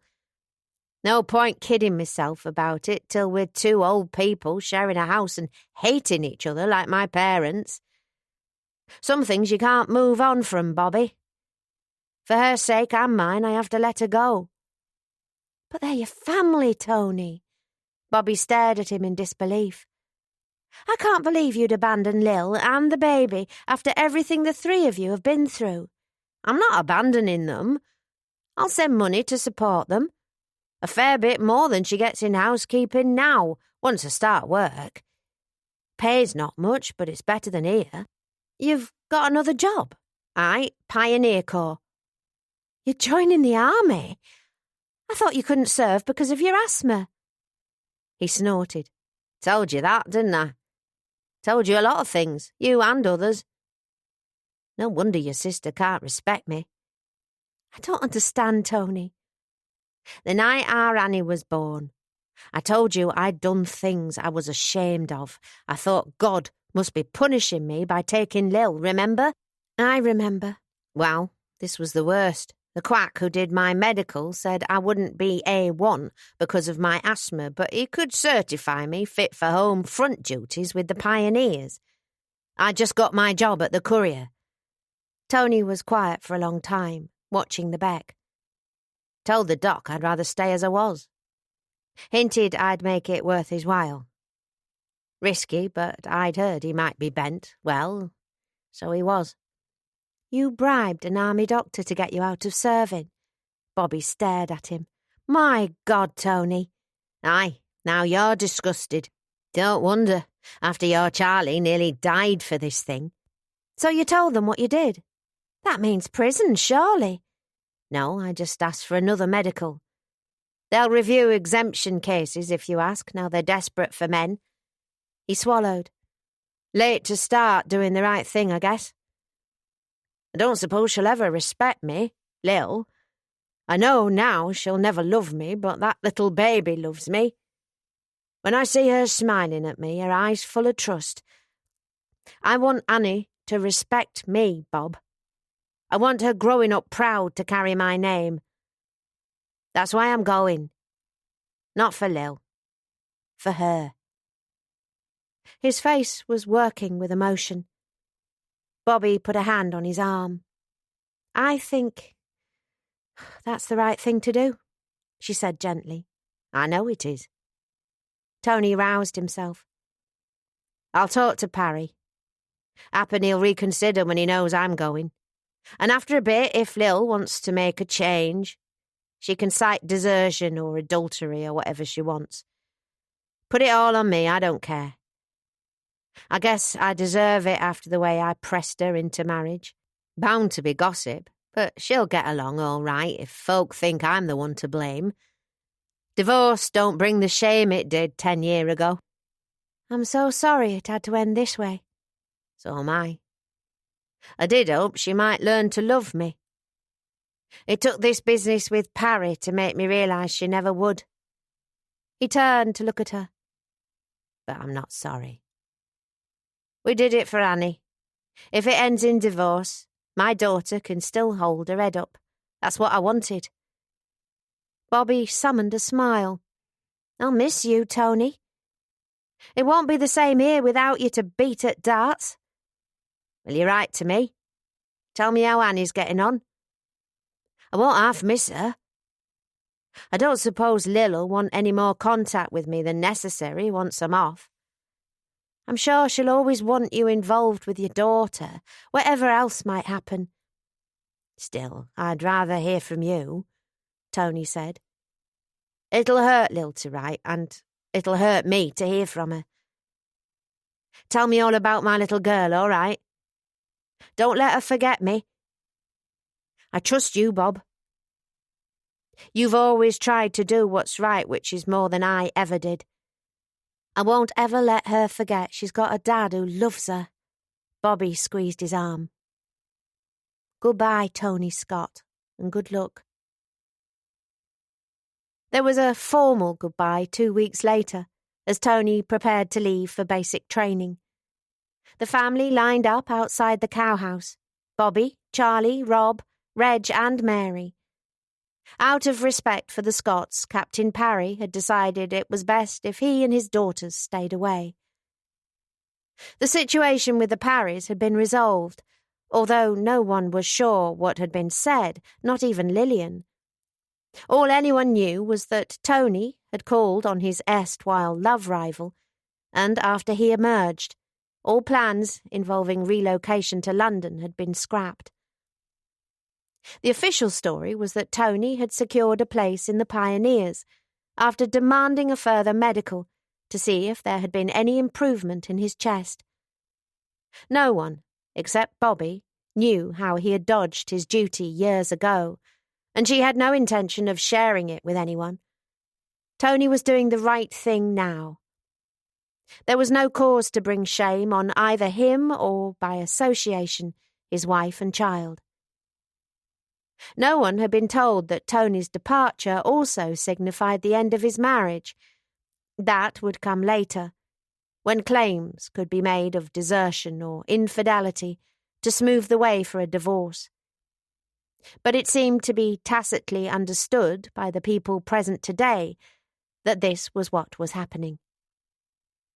Tony emerged from the cowhouse, suitcase in hand, looking bashful in his new uniform. Lillian followed with the baby. She looked as though she had been crying. So did Tony. "Now, Tony, have you got your tea and sandwiches?" Lillian asked, fussing round him as she brushed imaginary specks from his uniform.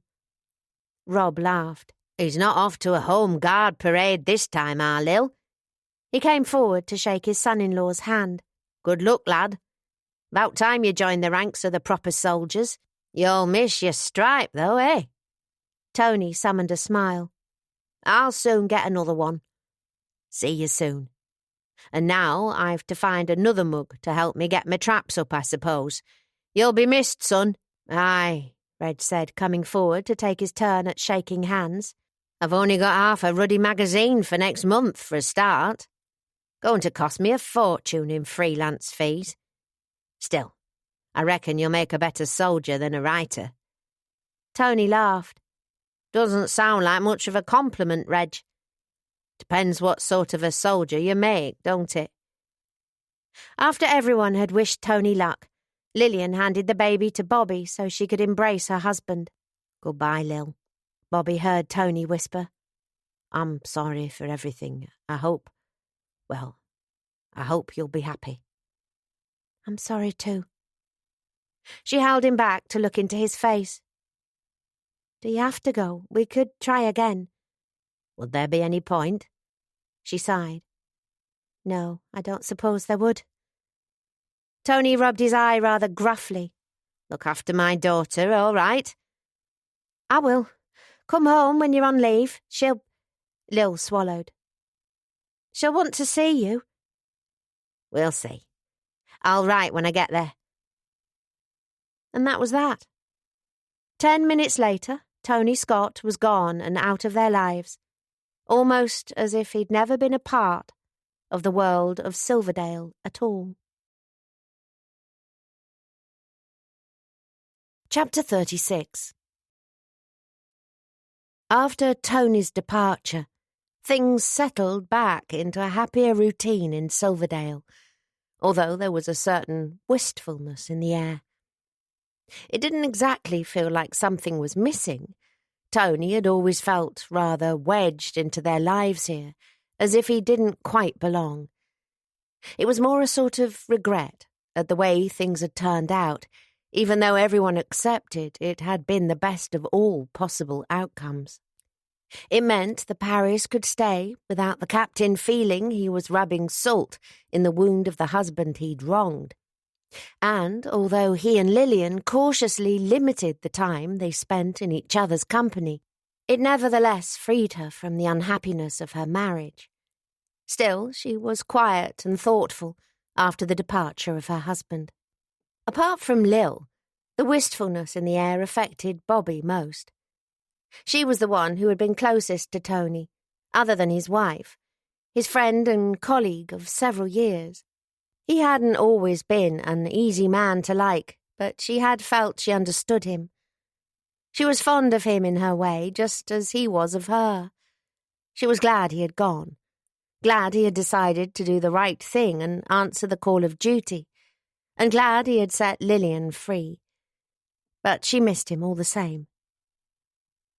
It was now 20th of April, just 4 weeks before Marmaduke was due, and Bobby had never felt more uncomfortable in her life. Despite Dr. Minchin's assurances that she wasn't expecting twins, she still worried about it. If it wasn't twins, then why was she so darned big? There must be room for a football team's worth of babies in her belly. If it was only one, he must be the size of a small elephant. And she was due to travel to London in 2 days' time. Bobby was still determined to see Charlie awarded his DFC, but she was dreading the journey, and for one simple reason. What if the train didn't have a lav? If it didn't, then she had no idea what on earth she was going to do when she needed to use the privy, as she now seemed to do several times an hour. Should she pack the jerry from under the bed and ask Charlie to hold up one of her enormous maternity dresses as a screen whenever she felt yet another call of nature? Suppose she needed to go in the middle of the investiture? Ought she to put her hand up and ask the king if she might be excused? "Well, did you do it?" she demanded of Charlie as soon as he came home from work. The fact he was beaming from ear to ear seemed to suggest he did, but she wanted to hear it from him. "I did." Bobby was washing up, and Charlie spun her around to wrap her arms around his neck, suds and all. "My notice has been given at the bank, and I am officially a vet once more. Well, I suppose it won't really be official until we cut the ribbon on the new practice, but I'm counting it from today all the same." "Wonderful." Bobby gave him a big kiss. "I've got good news as well. My third Lindy story was accepted, and with no edits this time. I must be getting better. So that's another £8 for the pot." "That's my clever, hard-working wife." He kissed her again. "Hey, what do you think to investing in a second-hand gramophone and a few records? We can spare £10, can't we?" "We still have to be careful, Charlie. We don't know how long it will take for the practice to start paying out, and we need to keep as much as we can aside for the baby." "It's the baby I was thinking of. Since I won't be able to take his mother dancing for a while, I thought it would be a good idea to rectify the deficiency at home. I'm sure Marmaduke wouldn't want the family scandalised by a divorce." Bobby grimaced. "Oh, Lord, please don't joke about that. Not after everything that happened with Lil and Tony." "Sorry," he said in a softer voice. "That was tasteless. I wasn't thinking." Bobby sighed. "I mean, I do think it's right, them separating. I'd rather they got a divorce and we had to deal with wagging tongues than that Lil stayed with him to be unhappy. Still, the marriage deserves a certain mourning period, such as it was." "You're right. Tony leaving was the best outcome, but that doesn't exactly make it a happy one." There was the sound of a vehicle pulling up outside. That in itself was unusual enough for them to frown at each other. A moment later there was an urgent knock at the door. "I know that knock," Bobby said ominously. "That's the knock of someone with a crisis they want one of us to solve for them. I've heard it too many times recently. I was really hoping we could be free of drama until the baby was born." "If that's your other brother with a pregnant fiancée and the red caps on his tail, I'm putting him straight on a train back to wherever he came from," Charlie announced. "I don't think the trains run as far as North Africa," Bobby said with a smile. "His wife might be rather put out as well. We'll both go, shall we?" She wiped her hands on her apron and went to answer the door, Charlie following. They found neither Redcaps nor AWL Brothers on the doorstep, however, but Topsy Novak, looking incredibly pale. "Birdie, darling, you have to come at once," she said breathlessly. "I borrowed a car from the hospital to fetch you."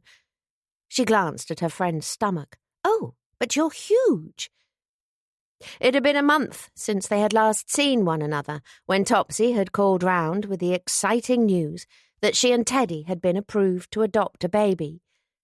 And while Bobby did feel as if she'd doubled in size since then, she didn't see why everyone had to be constantly pointing it out to her. She did own a mirror. "I know I am," she said. "Is something wrong, Topsy? Teddy's all right, isn't he?" "Teddy's fine. He's at the hospital with Mamie, waiting to go in. But it's you he's been asking for, Birdie. Can you come? He won't linger long, the doctor says." Bobby cast an alarmed glance at Charlie. "Who won't?" Charlie asked. "You aren't making sense, Tops." Topsy ran a hand over her head. "I'm sorry, I've been so terribly out of sorts. It's all come out in the wrong order." Bobby grabbed her by the shoulders. "Who, Topsy? Just tell me, who is it that's at the hospital?" "It's Ernie. Topsy said in a whisper. Ernie King. Bobby swayed when Topsy delivered the news. It was only Charlie's arm around her that stopped her from keeling over. For God's sake, Topsy, Charlie snapped. Don't you know she shouldn't be given sudden shocks? Here, Bob, come and sit down. Oh, I'm sorry, Topsy said, following them inside. I didn't think. It's all been so horrid, my brain's everywhere. Birdie, can I get you some water? That was very stupid of me. No, I don't want water. Bobby looked at Topsy, who was swimming before her eyes. Tell me what happened. Don't, Tops, Charlie warned. She shouldn't be upset. I have to know everything now, Bobby murmured. It'll be worse not to know. Please, Charlie. Charlie hesitated, then nodded to Topsy to go on. They brought him in this morning, Topsy said. I wouldn't have known anything about it, now I'm not nursing, but as luck would have it, I'd gone over to talk to the matron about repairs to the house, and I heard them say his name. She fixed her helpless eyes on Bobby's. They've brought him there to die, Birdie. He told them he wanted to die at Sumner House. There's only just time to say goodbye. Charlie knelt down in front of his wife. Are you all right, Bob? He asked gently. What do you need? Bobby felt like the room was spinning. Ernie King. Of everyone she had prayed to come through this war, other than Charlie and her brothers, she had said the most prayers for him. He couldn't die, could he? Not Ernie. He was so strong and young and alive. He was going to be married when he finished his tour and take his beautiful bride to Canada to run the family farm. Bobby had only seen him a few days ago in the village, teasing her and swelling with pride as he talked about being godfather to the baby. It wasn't fair. It wasn't fair. Is he really dying? She asked Topsy in a whisper. I'm so sorry, Topsy said. His plane caught fire on impact and he was trapped inside. I don't think he'll live 2 days, if that. And he asked for me. That's what the doctor says. Then take me to him. Charlie seized her hands. No, Bobby, I won't let you go. You aren't well. I am well. It was a shock, that's all. I want to say goodbye to my friend. It's dangerous, darling. You're 8 months pregnant. Be sensible. Please, Charlie. She squeezed his hands. You know how much it meant to you to say goodbye to Hines? You called it a privilege. If I don't do the same for Ernie when he's asked for me, it'll haunt me until my dying day. Charlie hesitated. All right. Then I'm coming with you, he said finally. You don't need to. Topsy will look after me. Rubbish. I'm going with you, and that's all there is to it. The matron was silent and solemn as she showed the three of them to the hall outside Ernie's private room. Bobby found herself wondering vaguely what the room had been before, when this had been Topsy's house. A study, a closet. The closets of Sumner House were probably larger than her bedroom. She felt like she needed to cry, but she couldn't. A reflection in the glass of the portraits that lined the walls made her look like the ghost that haunted this old place. With her pale face and huge grey maternity dress, she certainly felt like a ghost. Teddy was already waiting, with Mamie Bancroft, formerly Hobbs, in charge of his wheelchair. They both summoned weak smiles. Well, here's my stepdaughter, Mamie said softly. I'm sorry we had to meet like this, Bobby. You had better take a seat. We are to wait until called, Teddy told them. Annie is sleeping now, his doctor says. You ought to go in first, Bobby. It is you, Ernie, particularly wished to see. Teddy looked sober, yet not exactly sad, only resigned. It was different for him, Bobby supposed. Just as it was different for Charlie. They had been airmen. They had lost friend after friend in this war. Teddy had witnessed the deaths of almost his entire crew the night he had lost the use of his legs. Grief was different when you were one of the men who had flown. Bobby sank into a seat. She felt like she didn't want to be here. She felt like she would rather die than have to see that handsome, strong young man who had once loved her, in pain, with his life draining away. But he had asked for her. And if he wanted her here when he was dying, then she would never dream of letting him down. It seems a strange place to offer congratulations, but I think I ought to, Charlie said to Teddy and Topsy, in a muted tone, appropriate to their setting. You're to have a new baby soon, my wife tells me. Bobby was grateful to him for taking up the conversation. She felt some talk was preferable to silence, but she had no energy to make it herself. This is right, Teddy said with a proud smile for Topsy. Those in authority have decided we will make suitable parents, in spite of all of this. He gestured to his paralyzed legs. Now we wait only for them to decide which baby they feel will suit us most. We told them we don't mind what it is, Topsy said. If it needs 2 loving parents, nothing else is important. Is that the way it works? Charlie asked. I wondered if they didn't have you pick one out for yourself. Teddy smiled.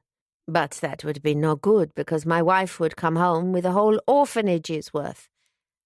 I know she could never choose one from among them all, and our little cottage would have babies spilling out of every nook and cranny. Topsy smiled too.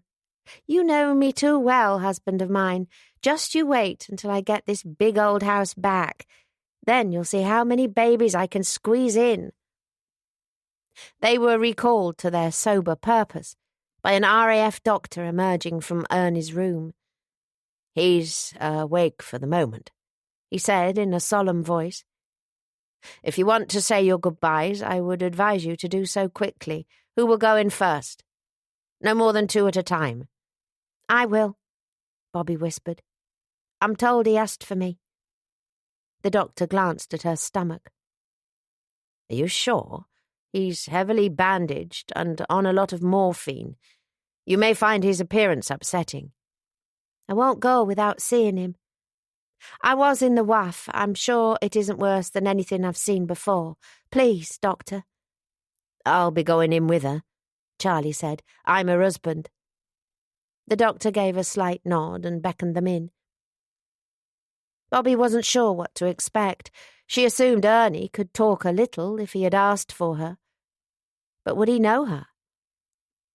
The light was low in the room. There was a bed and a window and little else. The window was open, letting in a blossom-scented April breeze. Bobby knew the windows at Sumner House were usually kept shut to maintain a sterile environment. She imagined that didn't matter for Ernie. He was on the bed. She supposed it was him. All she could see were bandages in the rough shape of a man. Can he hear us? She asked the doctor in a whisper. Ernie answered this before the doctor was able to. There was a low rumble from the bandages, then a hoarse, harsh growl. Hey. There was a deep, pained intake of breath, a long pause, then... Slacks. Ernie. Oh, my God. Bobby rushed over to take his hand. It was covered in bandages like the rest of him, but his fingertips were exposed. They were red and tender, more like tissue than flesh. Bobby tried not to touch them in case she hurt him, but she gave a gentle pressure on the thickly bandaged hand. Bobby? The harsh whisper came again. It didn't sound much like Ernie's voice, except in the tone.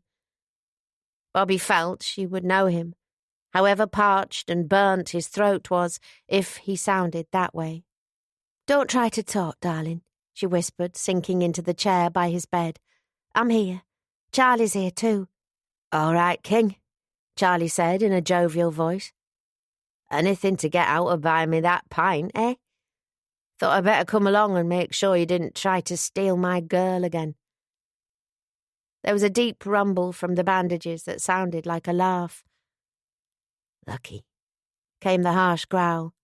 I know I am, Charlie said softly, looking at Bobby. Save us a seat on the other side, okay, old man? Sorry you didn't make it. Ernie inclined his head in what Bobby guessed was a nod of acknowledgement. She felt that something was happening now that she wasn't a part of. A bond that came not from friendship but comradeship. Ernie needed Charlie to be here, just as much as he needed her. Kid, was the next mumbled word, and Bobby knew what that meant. Of course, she whispered, pressing his hand. We'll save your place at the christening. They'll still be your godchild. We know you'll be watching over them. You had better say your goodbyes, the doctor said in a low voice. You can't stay awake for long, I'm afraid. Wait, Ernie rasped. Slacks. I'm here, Ernie, Bobby said. What is it? Barbara. Barbara, your fiancée? Oh, yes, of course. I'll write to her and tell her. Tell her everything. What's her last name? No. Barbara. Bobby frowned and looked at Charlie. What can he mean? I think I know, Charlie said quietly. There is no Barbara, is there, King? There never was. A slight shake of the head. Bobby, he whispered. Always. She didn't understand for a moment. Then she met Charlie's eyes, and she did. Oh, Ernie, she whispered. I'm sorry. I'm so sorry.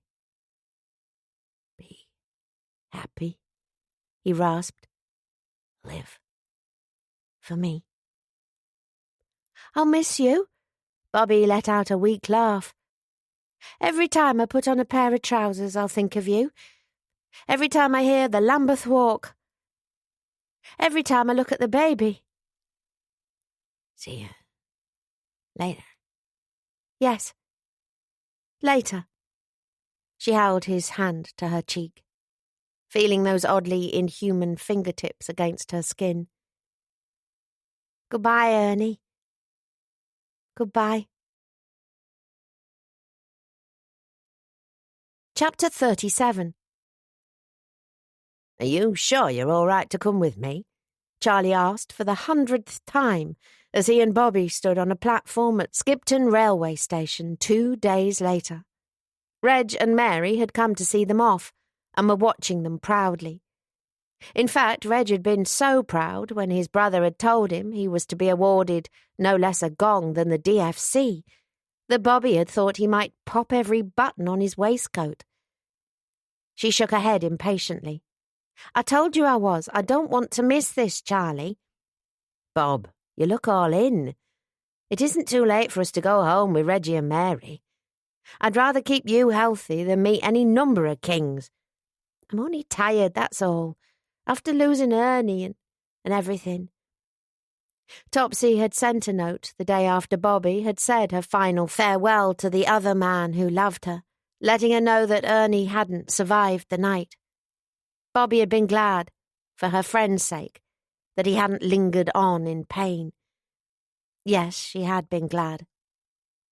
And then she had cried and cried until she thought she might burst. She couldn't stop thinking about him. Ernie King. Strong and brave and kind and alive, so alive. Dying in a bed far from home, with the whisper of a dale's springtime on his poor burnt fingertips. Ernie King, who had never again got to see the country he loved and the family he'd left behind. Just one more life extinguished by a war that had killed so many, but a life Bobby had prayed for every night. Perhaps it was an indulgence, when so many had died, to grieve so deeply for one person, But grieve she must, all the same. She could have been Ernie's wife under other circumstances, if he hadn't stepped aside for Charlie with that nobility and selflessness typical of the man. She might even now be wearing his ring.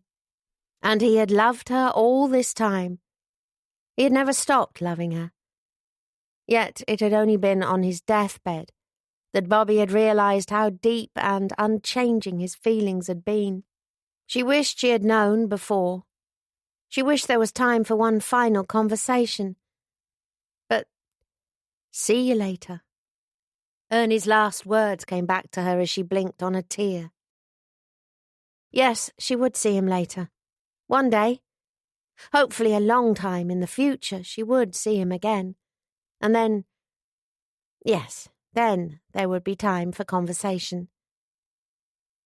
She hadn't forgotten his other words either. Live for me. Ernie had lost his life, but she had hers. Currently she was the custodian of 2 lives, her own and the one growing inside her. The baby would be Ernie's godchild, even if that relationship had never had the chance to be solemnized. That was why she was determined to go with Charlie to London and make sure neither of them missed an opportunity that came along once in a lifetime. Their train was due in 5 minutes. Mary stepped forward to say goodbye, giving Charlie a hug first. Now, be sure your uniform's brushed before you go to the palace, she warned him. I'll not have it said any boy of mine was looking shabby for the king. And to take a clean handkerchief. And don't forget to stand up straight when they take your photograph. Oh, and the girls told me to remind you that you promised them some of the spice they like back from London. Charlie smiled. All right, ma'am, I won't forget. And this is for you, Bobby, Mary said, handing her a box tied with string. I made it special out of a bit of material I had off one of the WVS girls. What is it? Bobby asked. Mary smiled. Open it and see. Bobby did so, and blinked at what was inside. It was a dress for someone just her current size. But it wasn't one of the ugly, shapeless maternity dresses that were all the shops felt women in the later stages of pregnancy ought to shroud themselves in.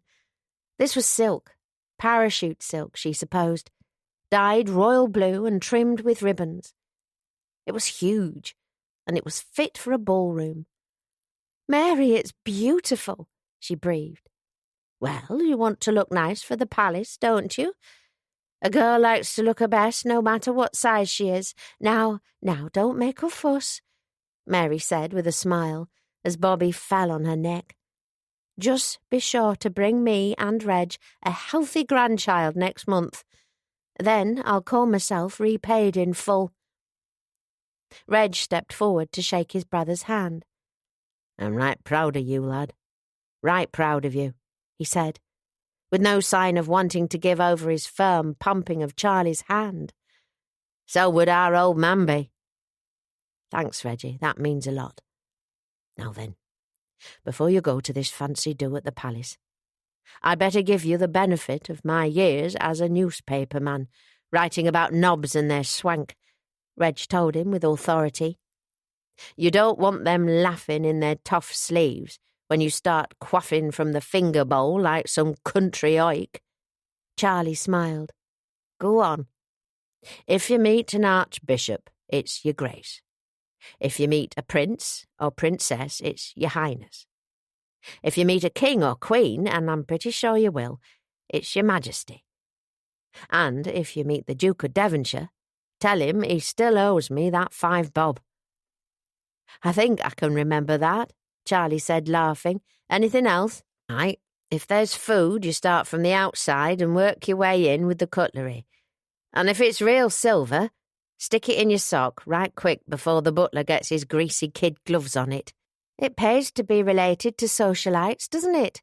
Bobby said with a smile. Reg approached her now to say goodbye. Look after yourself, lass. Take good care of that baby while you're down south. They're proper heathens down there, the knows. I will, thanks, Reg. He looked a bit awkward. You know, young Florrie showed me your bit in her comic. Good, that was. You mean Lindy Gulls the Hun? Aye. Nice little tale for the bairns. Florrie was about bursting showing it off to all her pals. He paused. Good fee, I suppose. Yes, Bobby said. Girls' Home pay £8 a story. They've given me a contract for 5, and I hope more to follow. A lot more than I could ever afford to pay. Shame that. Bobby frowned. Reg, are you saying... Do you mean you'd have liked me to write for the Tyke again? Aye. Well, maybe I were a bit hasty, Reg said, blushing fit for anything. I mean, you're a canny lass, head screwed on and that. You've dealt with a lot this past few months, and you in the family way and all. I reckon it's not for an old dinosaur like me to say what you can do and what you can't. I reckon you know well enough for yoursen. So you're saying... What are you saying? It's left me in the lurch, young Scott going for a soldier like that. Costing me a fortune in freelance writers to keep the mag running. So, if you wanted to do a bit of writing, 4 or 5 articles a number at 10 bob a week, just when you can fit it in around the babby. He rubbed his neck. I know it's not much. Now you're getting big cheques from the real papers, but we do miss you at the Tyke, and if nothing I can say is going to stop you writing, well, I'd rather you were doing a bit of that writing for me. Reg, really? Aye, keep it in the family like. I mean, it'll go to you and Charlie one day, the mag. Happen it'll even make you money when this ruddy war's over. Best to keep your hand in, if you'll be in the editor's chair one of these days. Bobby beamed at him. Reg, I'd love to. I'd really love to. To Bobby's enormous relief, the train that took them from Leeds to London was a corridor train with a lavatory at the end of each carriage. She made sure to claim a seat near it so she would be able to make a dash there if there was an urgent call of nature. Marmaduke was incredibly wriggly at the moment. Bobby supposed he was reacting to her excitement about the trip to the capital.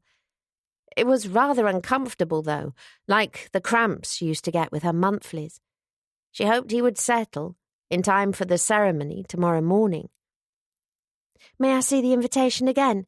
she asked Charlie, who was reading a book beside her. "If you like." He fished it from one of his pockets. The letterhead stated that it had come from the Central Chancery of the Order of Knighthood at St. James's Palace, and it was marked confidential. Bobby experienced a thrill of pleasure as she read it. "Sir, the King will hold an investiture in the ballroom of Buckingham Palace on Friday the 23rd of April, 1943, at which your presence is requested. It is requested that you be at the palace no later than 9:30 a.m. Please attend in either service dress, morning dress, civil defence uniform, or dark lounge suit as appropriate. I am desired to inform you that you may be accompanied by up to 2 relatives or friends to witness the investiture from the spectators area. Please retain this letter as your card of admission. Your obedient servant, Flying Officer P. Fredericks, DFC, RAF." It truly felt real when she read the invitation in all its formal language. They were really going to the palace where Charlie would be decorated by the King. Her Charlie. No wonder Marmaduke was dancing a jig when he had such a father to be proud of. It was Bobby's first visit to London. She wasn't able to see much of it when they arrived that evening, deep in the blackout. She peered curiously from the window of the cab as it took them to the palace next morning, however, looking for all those famous buildings she had seen so many times in photographs. The Palace of Westminster, Nelson's Column, the Dome of St. Paul's. "Oh, my word," she murmured as the car sped through the streets. She had never seen a city on such a scale. It felt 100 times bigger than Bradford or Leeds. Some buildings here stood 9 or 10 stories high. There were vehicles everywhere, cabs, buses, trams, all rushing workers to their destinations. And so many people, city men in suits and bowler hats, hurrying to the office. Market traders and white-coated shopkeepers, housewives pushing prams, lads in their shirt sleeves lounging on street corners, smoking and whistling at the girls. Yet this vibrant place was so scarred by rubble and ruins. Skeletons of what had been buildings lined the streets. It looked like Westgate in Bradford, the night after the city's one and only Blitz, back in the summer of 1940, except here the destruction went on for streets and streets. The people walked through the wreckage as if it was the most normal thing in the world. Bobby had seen bomb damage in newsreels, but it wasn't until she had witnessed it with her own eyes that she had really understood what it must be like to live in London in wartime. The people here had experienced a very different war to the one taking place in sleepy Silverdale. It made Bobby think of Jake and the important, dangerous work her brother did here in the capital. Charlie sat quietly at her side, arrayed in RAF service uniform for what would almost certainly be the last time. Demobilised men were encouraged to wear uniform for the presentation of military honours. He had turned rather pale, from nerves about the investiture, Bobby supposed. She held his hand tightly. "First visit to the smoke, is it, missus?" the jovial cabbie asked her. Bobby smiled. "Is it obvious?" "Not for me to say. What do you think, then?" Bobby shook her head wonderingly as she watched the crowds of people going about their business. "It's so big, and there's so much rubble everywhere. Yet people hardly seem to notice the damage at all." "We ought to be used to it by now," the cabbie said cheerily. "Got to keep buggering on, as they say, pardon my language. Now then, ducky, palace, was it?" He winked. "Having tea with the Queen, eh?" "Not far off." Bobby puffed herself up. "My husband is to be awarded the DFC." At the palace, Charlie was led away by a man in RAF uniform to be given instruction on protocol. Meanwhile, Bobby was shown into the spectators' seating area in the ballroom by one of the palace ushers. There had been a crowd of sightseers at the gates when the two of them had shown their invitation to the sentry. Bobby was glad she had on the silk dress Mary had made for her, and her mother's pearls, as well as a fur stole that Topsy had loaned for the occasion. Now she could really feel like a lady. Perhaps the folk at the gates thought she was some visiting dignitary or titled person. They would never guess that here was someone from a Bradford mill family. Bobby looked around her with wonder as she was shown to her seat. She had never been in such an opulent room before, so much gilt and crystal and velvet. Even the chair she was instructed to sit on was probably worth more than her house. Charlie stood nervously a little distance away. He was with 4 other men awaiting investiture, all in RAF service dress. There were 7 spectators, including Bobby, seated in one long row. Various other people were present, several in RAF uniforms, an official palace photographer. Press photographs would follow outside after the ceremony, they had been told, and others who Bobby assumed worked in the royal household. There was no sign of the king, however. The palace ushers were very stiff and proper, but one of them approached Bobby's seat and bent to speak to her, dropping his formal manners. "No need for you to stand when they play the anthem, darling," he whispered in her ear. "His Royal Majesty will understand. He's got 2 of his own, after all." Bobby gave the man a grateful smile. "Thank you." A moment later, God Save the King began to play, and then, there he was. The King, George VI, dignified and statesmanlike in his RAF uniform. Bobby was glad the usher had said she might remain seated. She felt sure she would faint if she tried to stand, just through sheer disbelief that she, humble, insignificant Bobby Bancroft from Bradford, could actually be here, sitting in this opulent room inside a royal palace, clothed in silk and furs, waiting to see her husband decorated by a king. 2 other men were invested first, and then it was Charlie's turn. Bobby held her breath as she watched him approach the illustrious personage who was to present him with his medal. Charlie stepped forward and saluted. He looked so very smart and handsome that Bobby could have burst for pride. Marmaduke seemed to agree, bouncing up and down inside her. The king spoke a few words to Charlie that Bobby couldn't hear, then pinned the medal above his left breast pocket. Charlie saluted again and returned to his place. It had taken only minutes, yet it was something Bobby would remember all her life. Her Charlie and the king. For all his doubts about accepting the decoration after he had lost so many friends, Bobby couldn't help feeling when the king pinned on the medal that it wasn't only for Charlie. It was for all of them. Every man who had died in this war to keep the world free for her baby to grow up in. It was for Teddy's crew.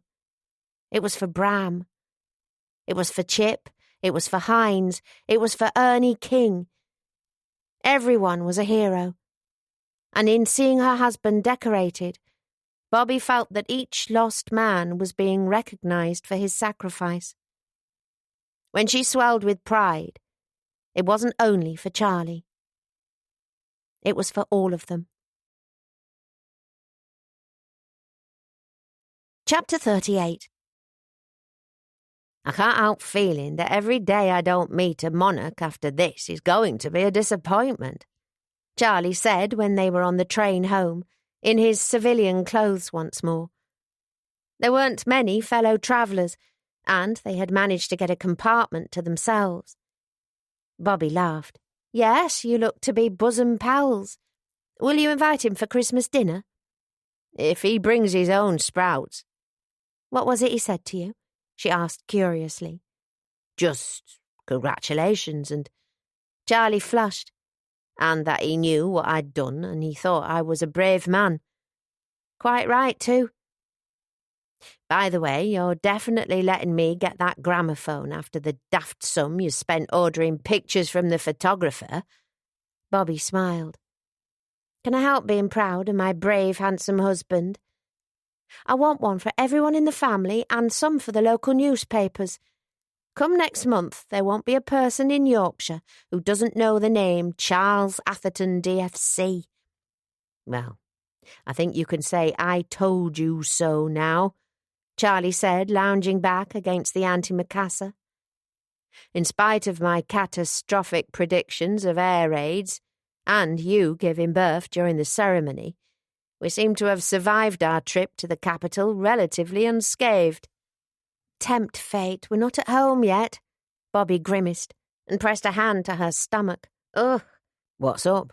Do you need the lav again? You might as well just lock yourself in for the whole journey. Very funny.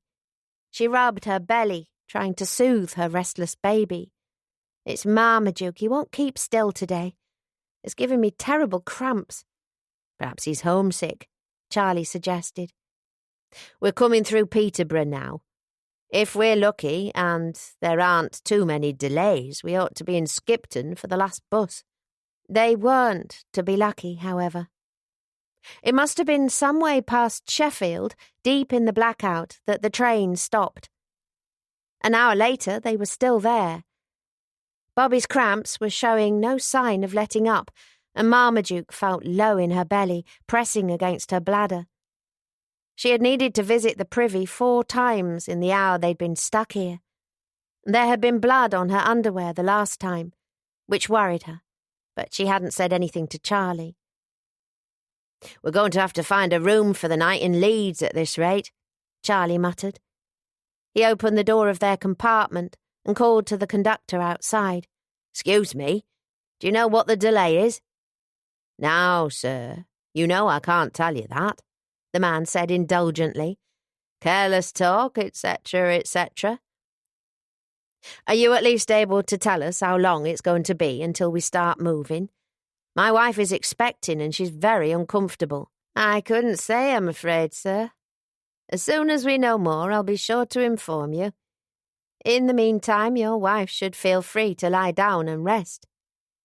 Charlie closed the door. He says you can lie down. Very kind of him, Bobby muttered. Charlie, I don't feel well. He frowned. What's the matter, darling? Bobby shuddered as another cramp ripped through her. These were so much worse than anything she'd experienced with her monthlies, although those could be bad enough to put her in bed. Her stomach felt hard and tight whenever another one came. Her eyes widened as she felt a sudden dampness between her legs. Dr. Minchin had told her what that meant.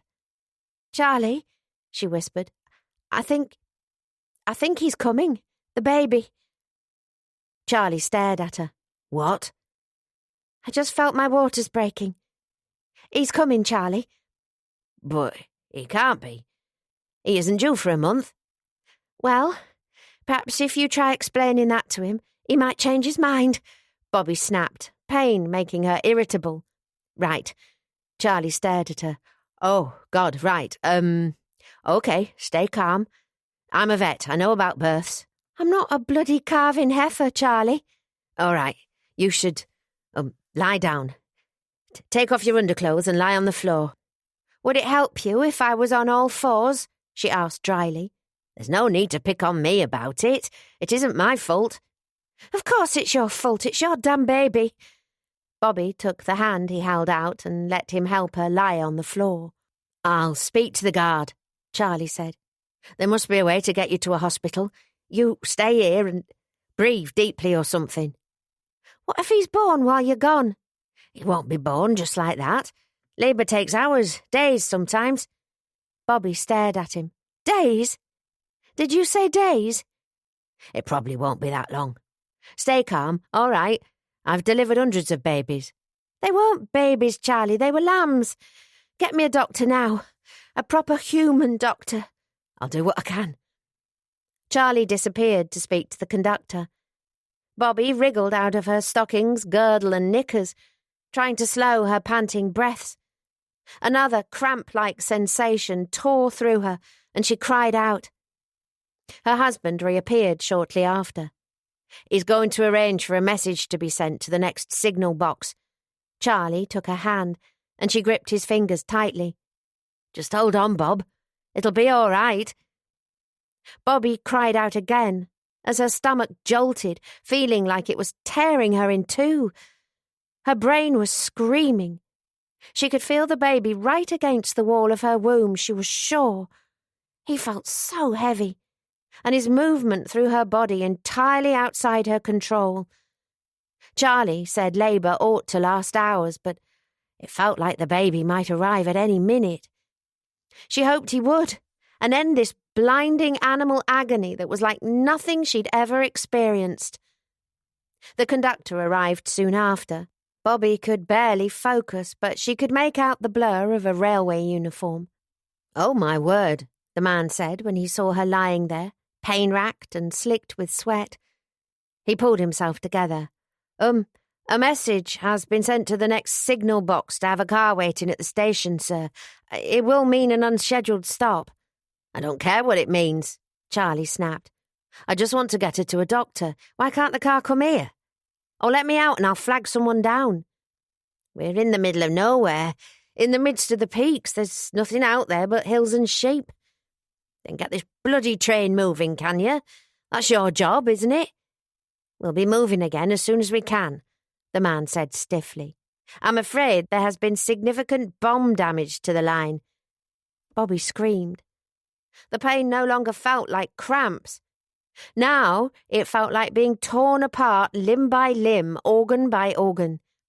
I won't make it, she gasped. He's coming, Charlie. I think he's coming now. Is there a doctor on this train? Charlie demanded of the conductor. I'll make inquiries. Make 'em fast. The man disappeared, and Charlie knelt by Bobby to take her hand. "It hurts," she whispered. "Oh, God, it hurts." "I know, love," he said soothingly, stroking her hot forehead. "I'm here. It's all right." "You won't leave me, will you?" "They'd have to drag me away." The conductor came back 10 minutes later, escorting a no-nonsense young woman in a VAD uniform. She carried a medical bag over her arm. "This young lady has midwifery experience," he told Charlie. "I'll leave her to... Yes, if you need anything, Miss Hunter, just call." The man fled, as if desperate to get away before a baby popped out. Bobby didn't blame him. "Deborah Hunter," the nurse said by way of an introduction. "Charlie Atherton," Charlie said. "This is my wife, Bobby." The nurse nodded. "You may leave now, Mr. Atherton. I can take things from here." "I'm not leaving." Bobby let out a cry. "You ought to," Deborah said. "From the state of your wife, I'd say the baby might be here in a minute. You'd rather not see that, I suppose?" "I'm a vet. I'm sure I've seen worse. And I'm not going to leave my wife while she's in pain." "Please," Bobby gasped. "Please, nurse. I want him to stay." Deborah shrugged. "I can't make him leave, I suppose. Just try not to get in the way, Mr. Atherton. Now then, Mrs. Atherton, when did your pains begin?" "I started noticing cramps yesterday morning. They weren't too bad then. It sounds as though you may have been in labour for some time without realising it. How far apart are the pains?" Bobby cried out again as the sensation of being torn apart shot through her. "I think every 5 minutes or so," she panted. "Then we must be close." "He's a month early, nurse," Charlie said. "Is that bad? It must mean there's something wrong, does it?" "Not necessarily. He may be rather small on arrival, that's all." Deborah looked up at Charlie. "If you really want to make yourself useful in the birthing room, call the guard and tell him I need hot water, soap, and any clean towels he can find. Quickly." Charlie nodded and went to do as he was asked. Time seemed to blur for Bobby after that. She might have been in labour for hours, or it might only have been minutes. She had a sensation of Charlie holding her hand, squeezing tightly on his fingers with each fresh burst of pain, and a woman's voice telling her to push. She had almost forgotten she was giving birth. There was only the pain she was trapped in, and a feeling it was going to last forever.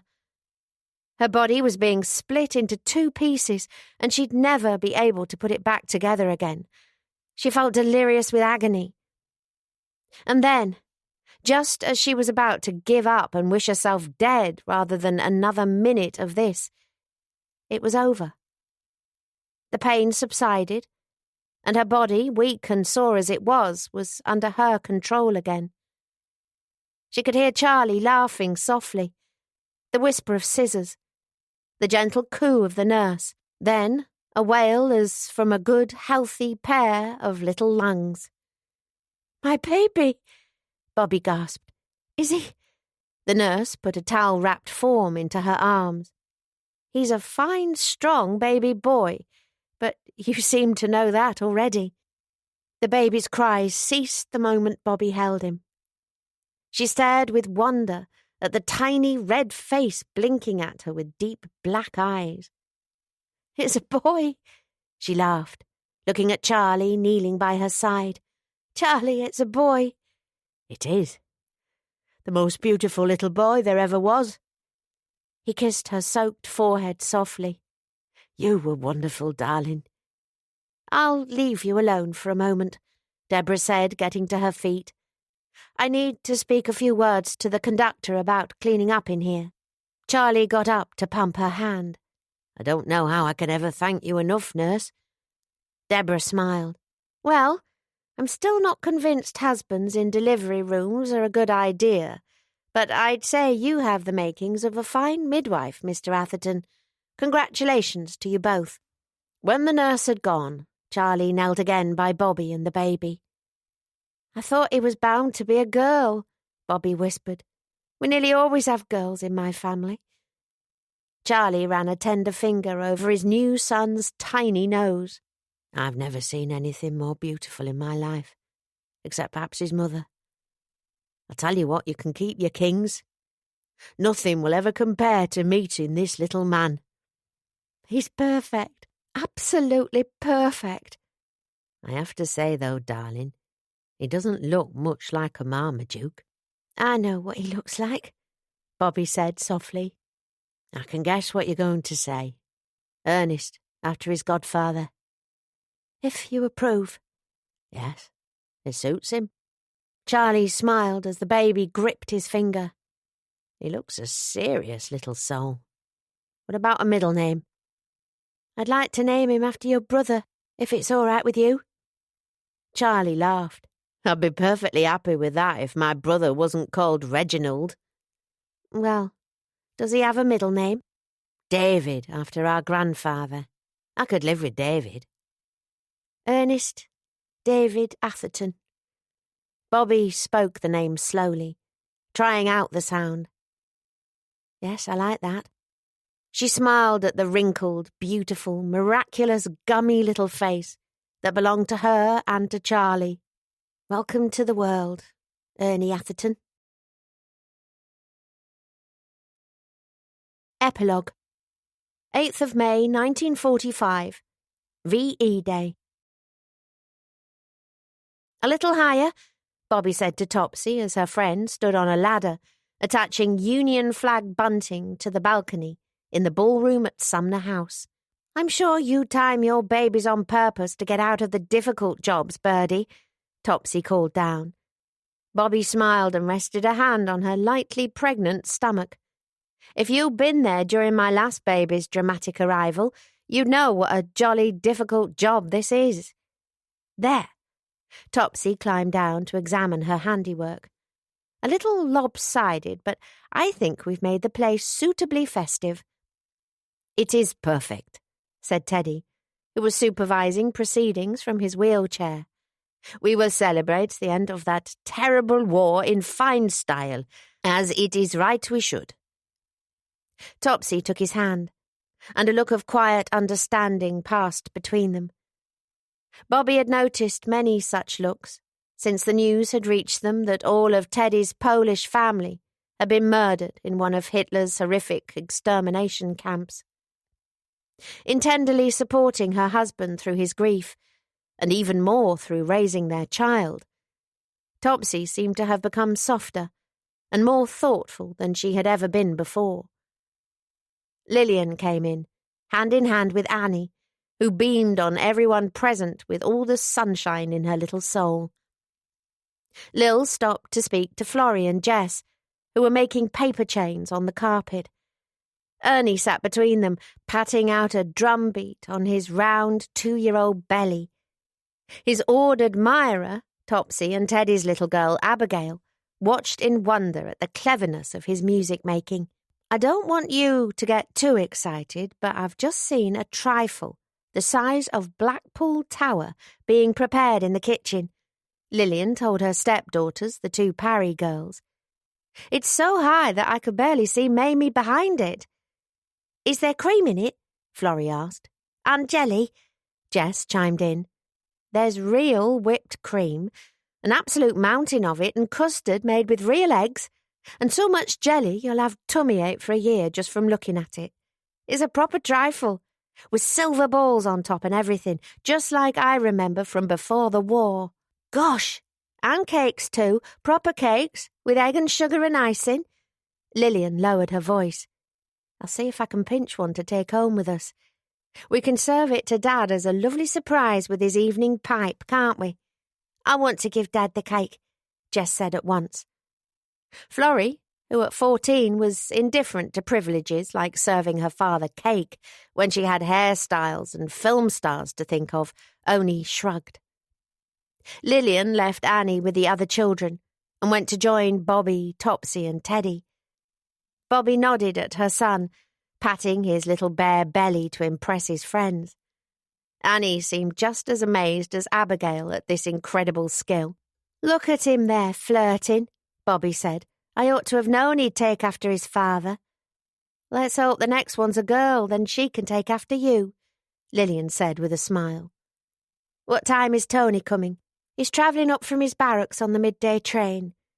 It was good of George to offer to forgo the party. We're very civilised, but it still feels awkward to have my former husband and my current one mingling in company. Topsy smiled at her little blue-eyed daughter, who was trying to eat a paper chain link. Florrie spotted this in time, however, and quickly took it from her. It'll be lovely to see this place filled with children, she said dreamily. We ought to have quite a collection to do justice to Mamie's tea. Yolka and Piotr are bringing Tommy and Maria, and your brother and his wife will be here with their little one, Birdie, and there'll be Mabs and Gil's boy, Andrew, plus I don't know how many from the village. Aren't you worried about your beautiful home being destroyed when they start romping? Lillian asked. I must say, I thought it was very brave of you to offer to host the party when you have so many precious things. Or very foolish, Bobby said with a laugh. Oh no, not a bit, Topsy said. It's felt as quiet as anything since the RAF went away. After years in a cottage, I can't even describe how big Sumner House feels to me now. She smiled and took Teddy's hand. But we're going to do something about that, aren't we, darling? What do you mean? Bobby asked. I told you that all Teddy and I wanted was to fill this place with children. Well, so we will. I've decided to turn it into a home for war orphans. It's foolish for just we three to be rattling around here, when I could be doing something good with it. I'm meeting with the trustees of a children's charity next week to plan it all out. Oh, I think that's a lovely idea. Bobby gave her friend a hug. This would be a wonderful place for children to grow up. If I can do anything to help, let me know. I'm sure there'll be lots our celebrated author can help with, Topsy said with a smile. I'm engaging you to cut the ribbon when we open the place, for one thing. Bobby laughed. I'm not sure my name's going to be much of a draw, but I'd be happy to. Come on, darling, Topsy said to her husband. There's still bunting to put up in the library. You'd better make sure you're there to catch me if I fall off my ladder. Your wish is my command, as always, Teddy said, kissing her hand. Topsy took charge of his wheelchair, and they left Bobby with her sister. Where could Dad and Charlie have got to? Bobby asked. They were supposed to be helping put up the decorations, but they went out an hour ago on some secret mission, and I haven't seen them since. Lillian smiled. Ah, yes, the secret mission. You'll see. What are you up to? Bobby asked, narrowing one eye. Like I said, you'll see. Charlie and Rob turned up 20 minutes later, along with Mary and Reg. All four were grinning in a way that made Bobby highly suspicious. Charlie was hugging a large cardboard box. Why are you all smiling like that? Bobby asked. And what's in there? Come and see. Charlie put the box down. Too curious not to comply, Bobby went to open the box. She drew out a hardback book with a colourful cover, one of several. The title was Lindy Langstaff, Pride of the Waff, and the name underneath it was Roberta Atherton. My author copies, she whispered. Where did you get these?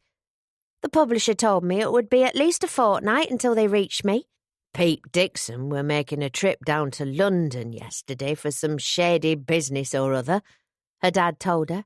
Slipped him £1 to pick these up and bring 'em back for you. We thought you'd get a thrill from having them today. Florrie came over to see what was going on, Ernie holding her hand and tripping over his feet in his hurry to reach his mother. What is it, Bobby? Florrie asked. It's my story, Bobby said, showing her the book. The serial I wrote for the Girl's Own. A publisher contacted my agent and told him they wanted to make it into a book. Florrie stared at it. Gosh, you wrote a whole book? I did. Bobby took a copy from the box and handed it to Florrie. Here, this one's for you. You know, it was really you who gave me the idea. Was it? That's right. Seen the wonderful stories you wrote for Annie? Made me remember how much I'd loved writing them myself when I was your age.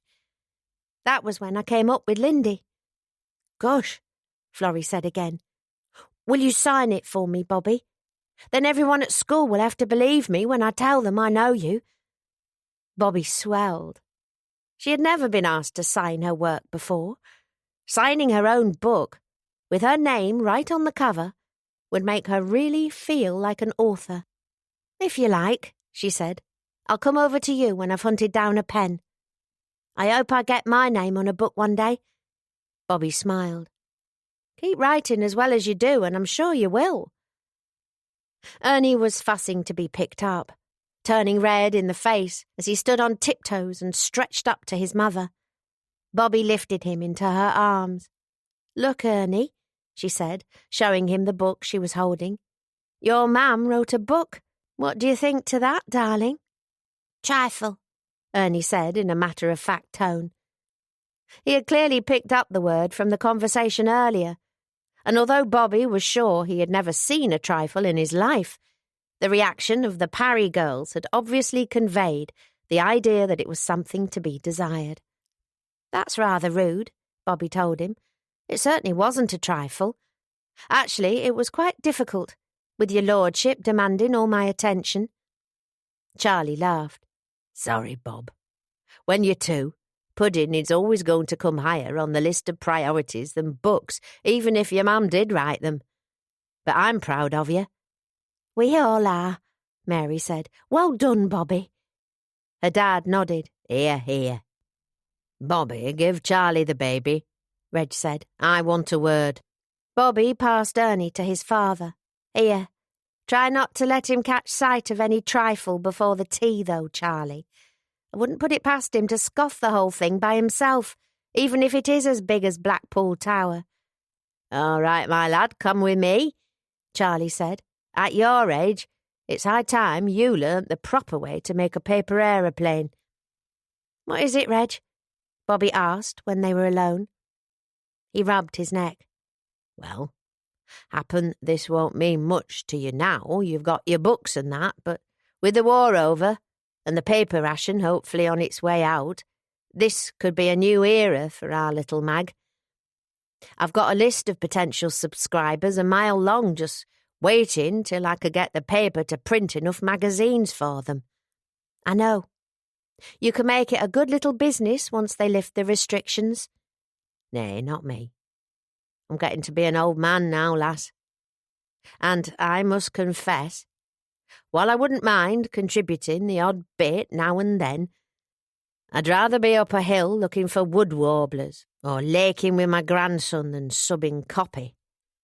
You're not selling the business? Bobby asked, frowning. Not selling it, giving it. That's if you want it, like. Bobby blinked. You want to give me the tyke? Aye. If you'll have it. Happen you'll turn me down, now you've other interests that pay better. Not sure what I'd do with it then. Can't really stomach the thought of some bowler-hatted type who don't know what it's all about taking it over. Anyhow, if you want it, it's yours. Bobby laughed. Reg, do you mean it? Course. He frowned. Not saying you'll take it, are you? Of course I'll take it. I love that magazine. I always have.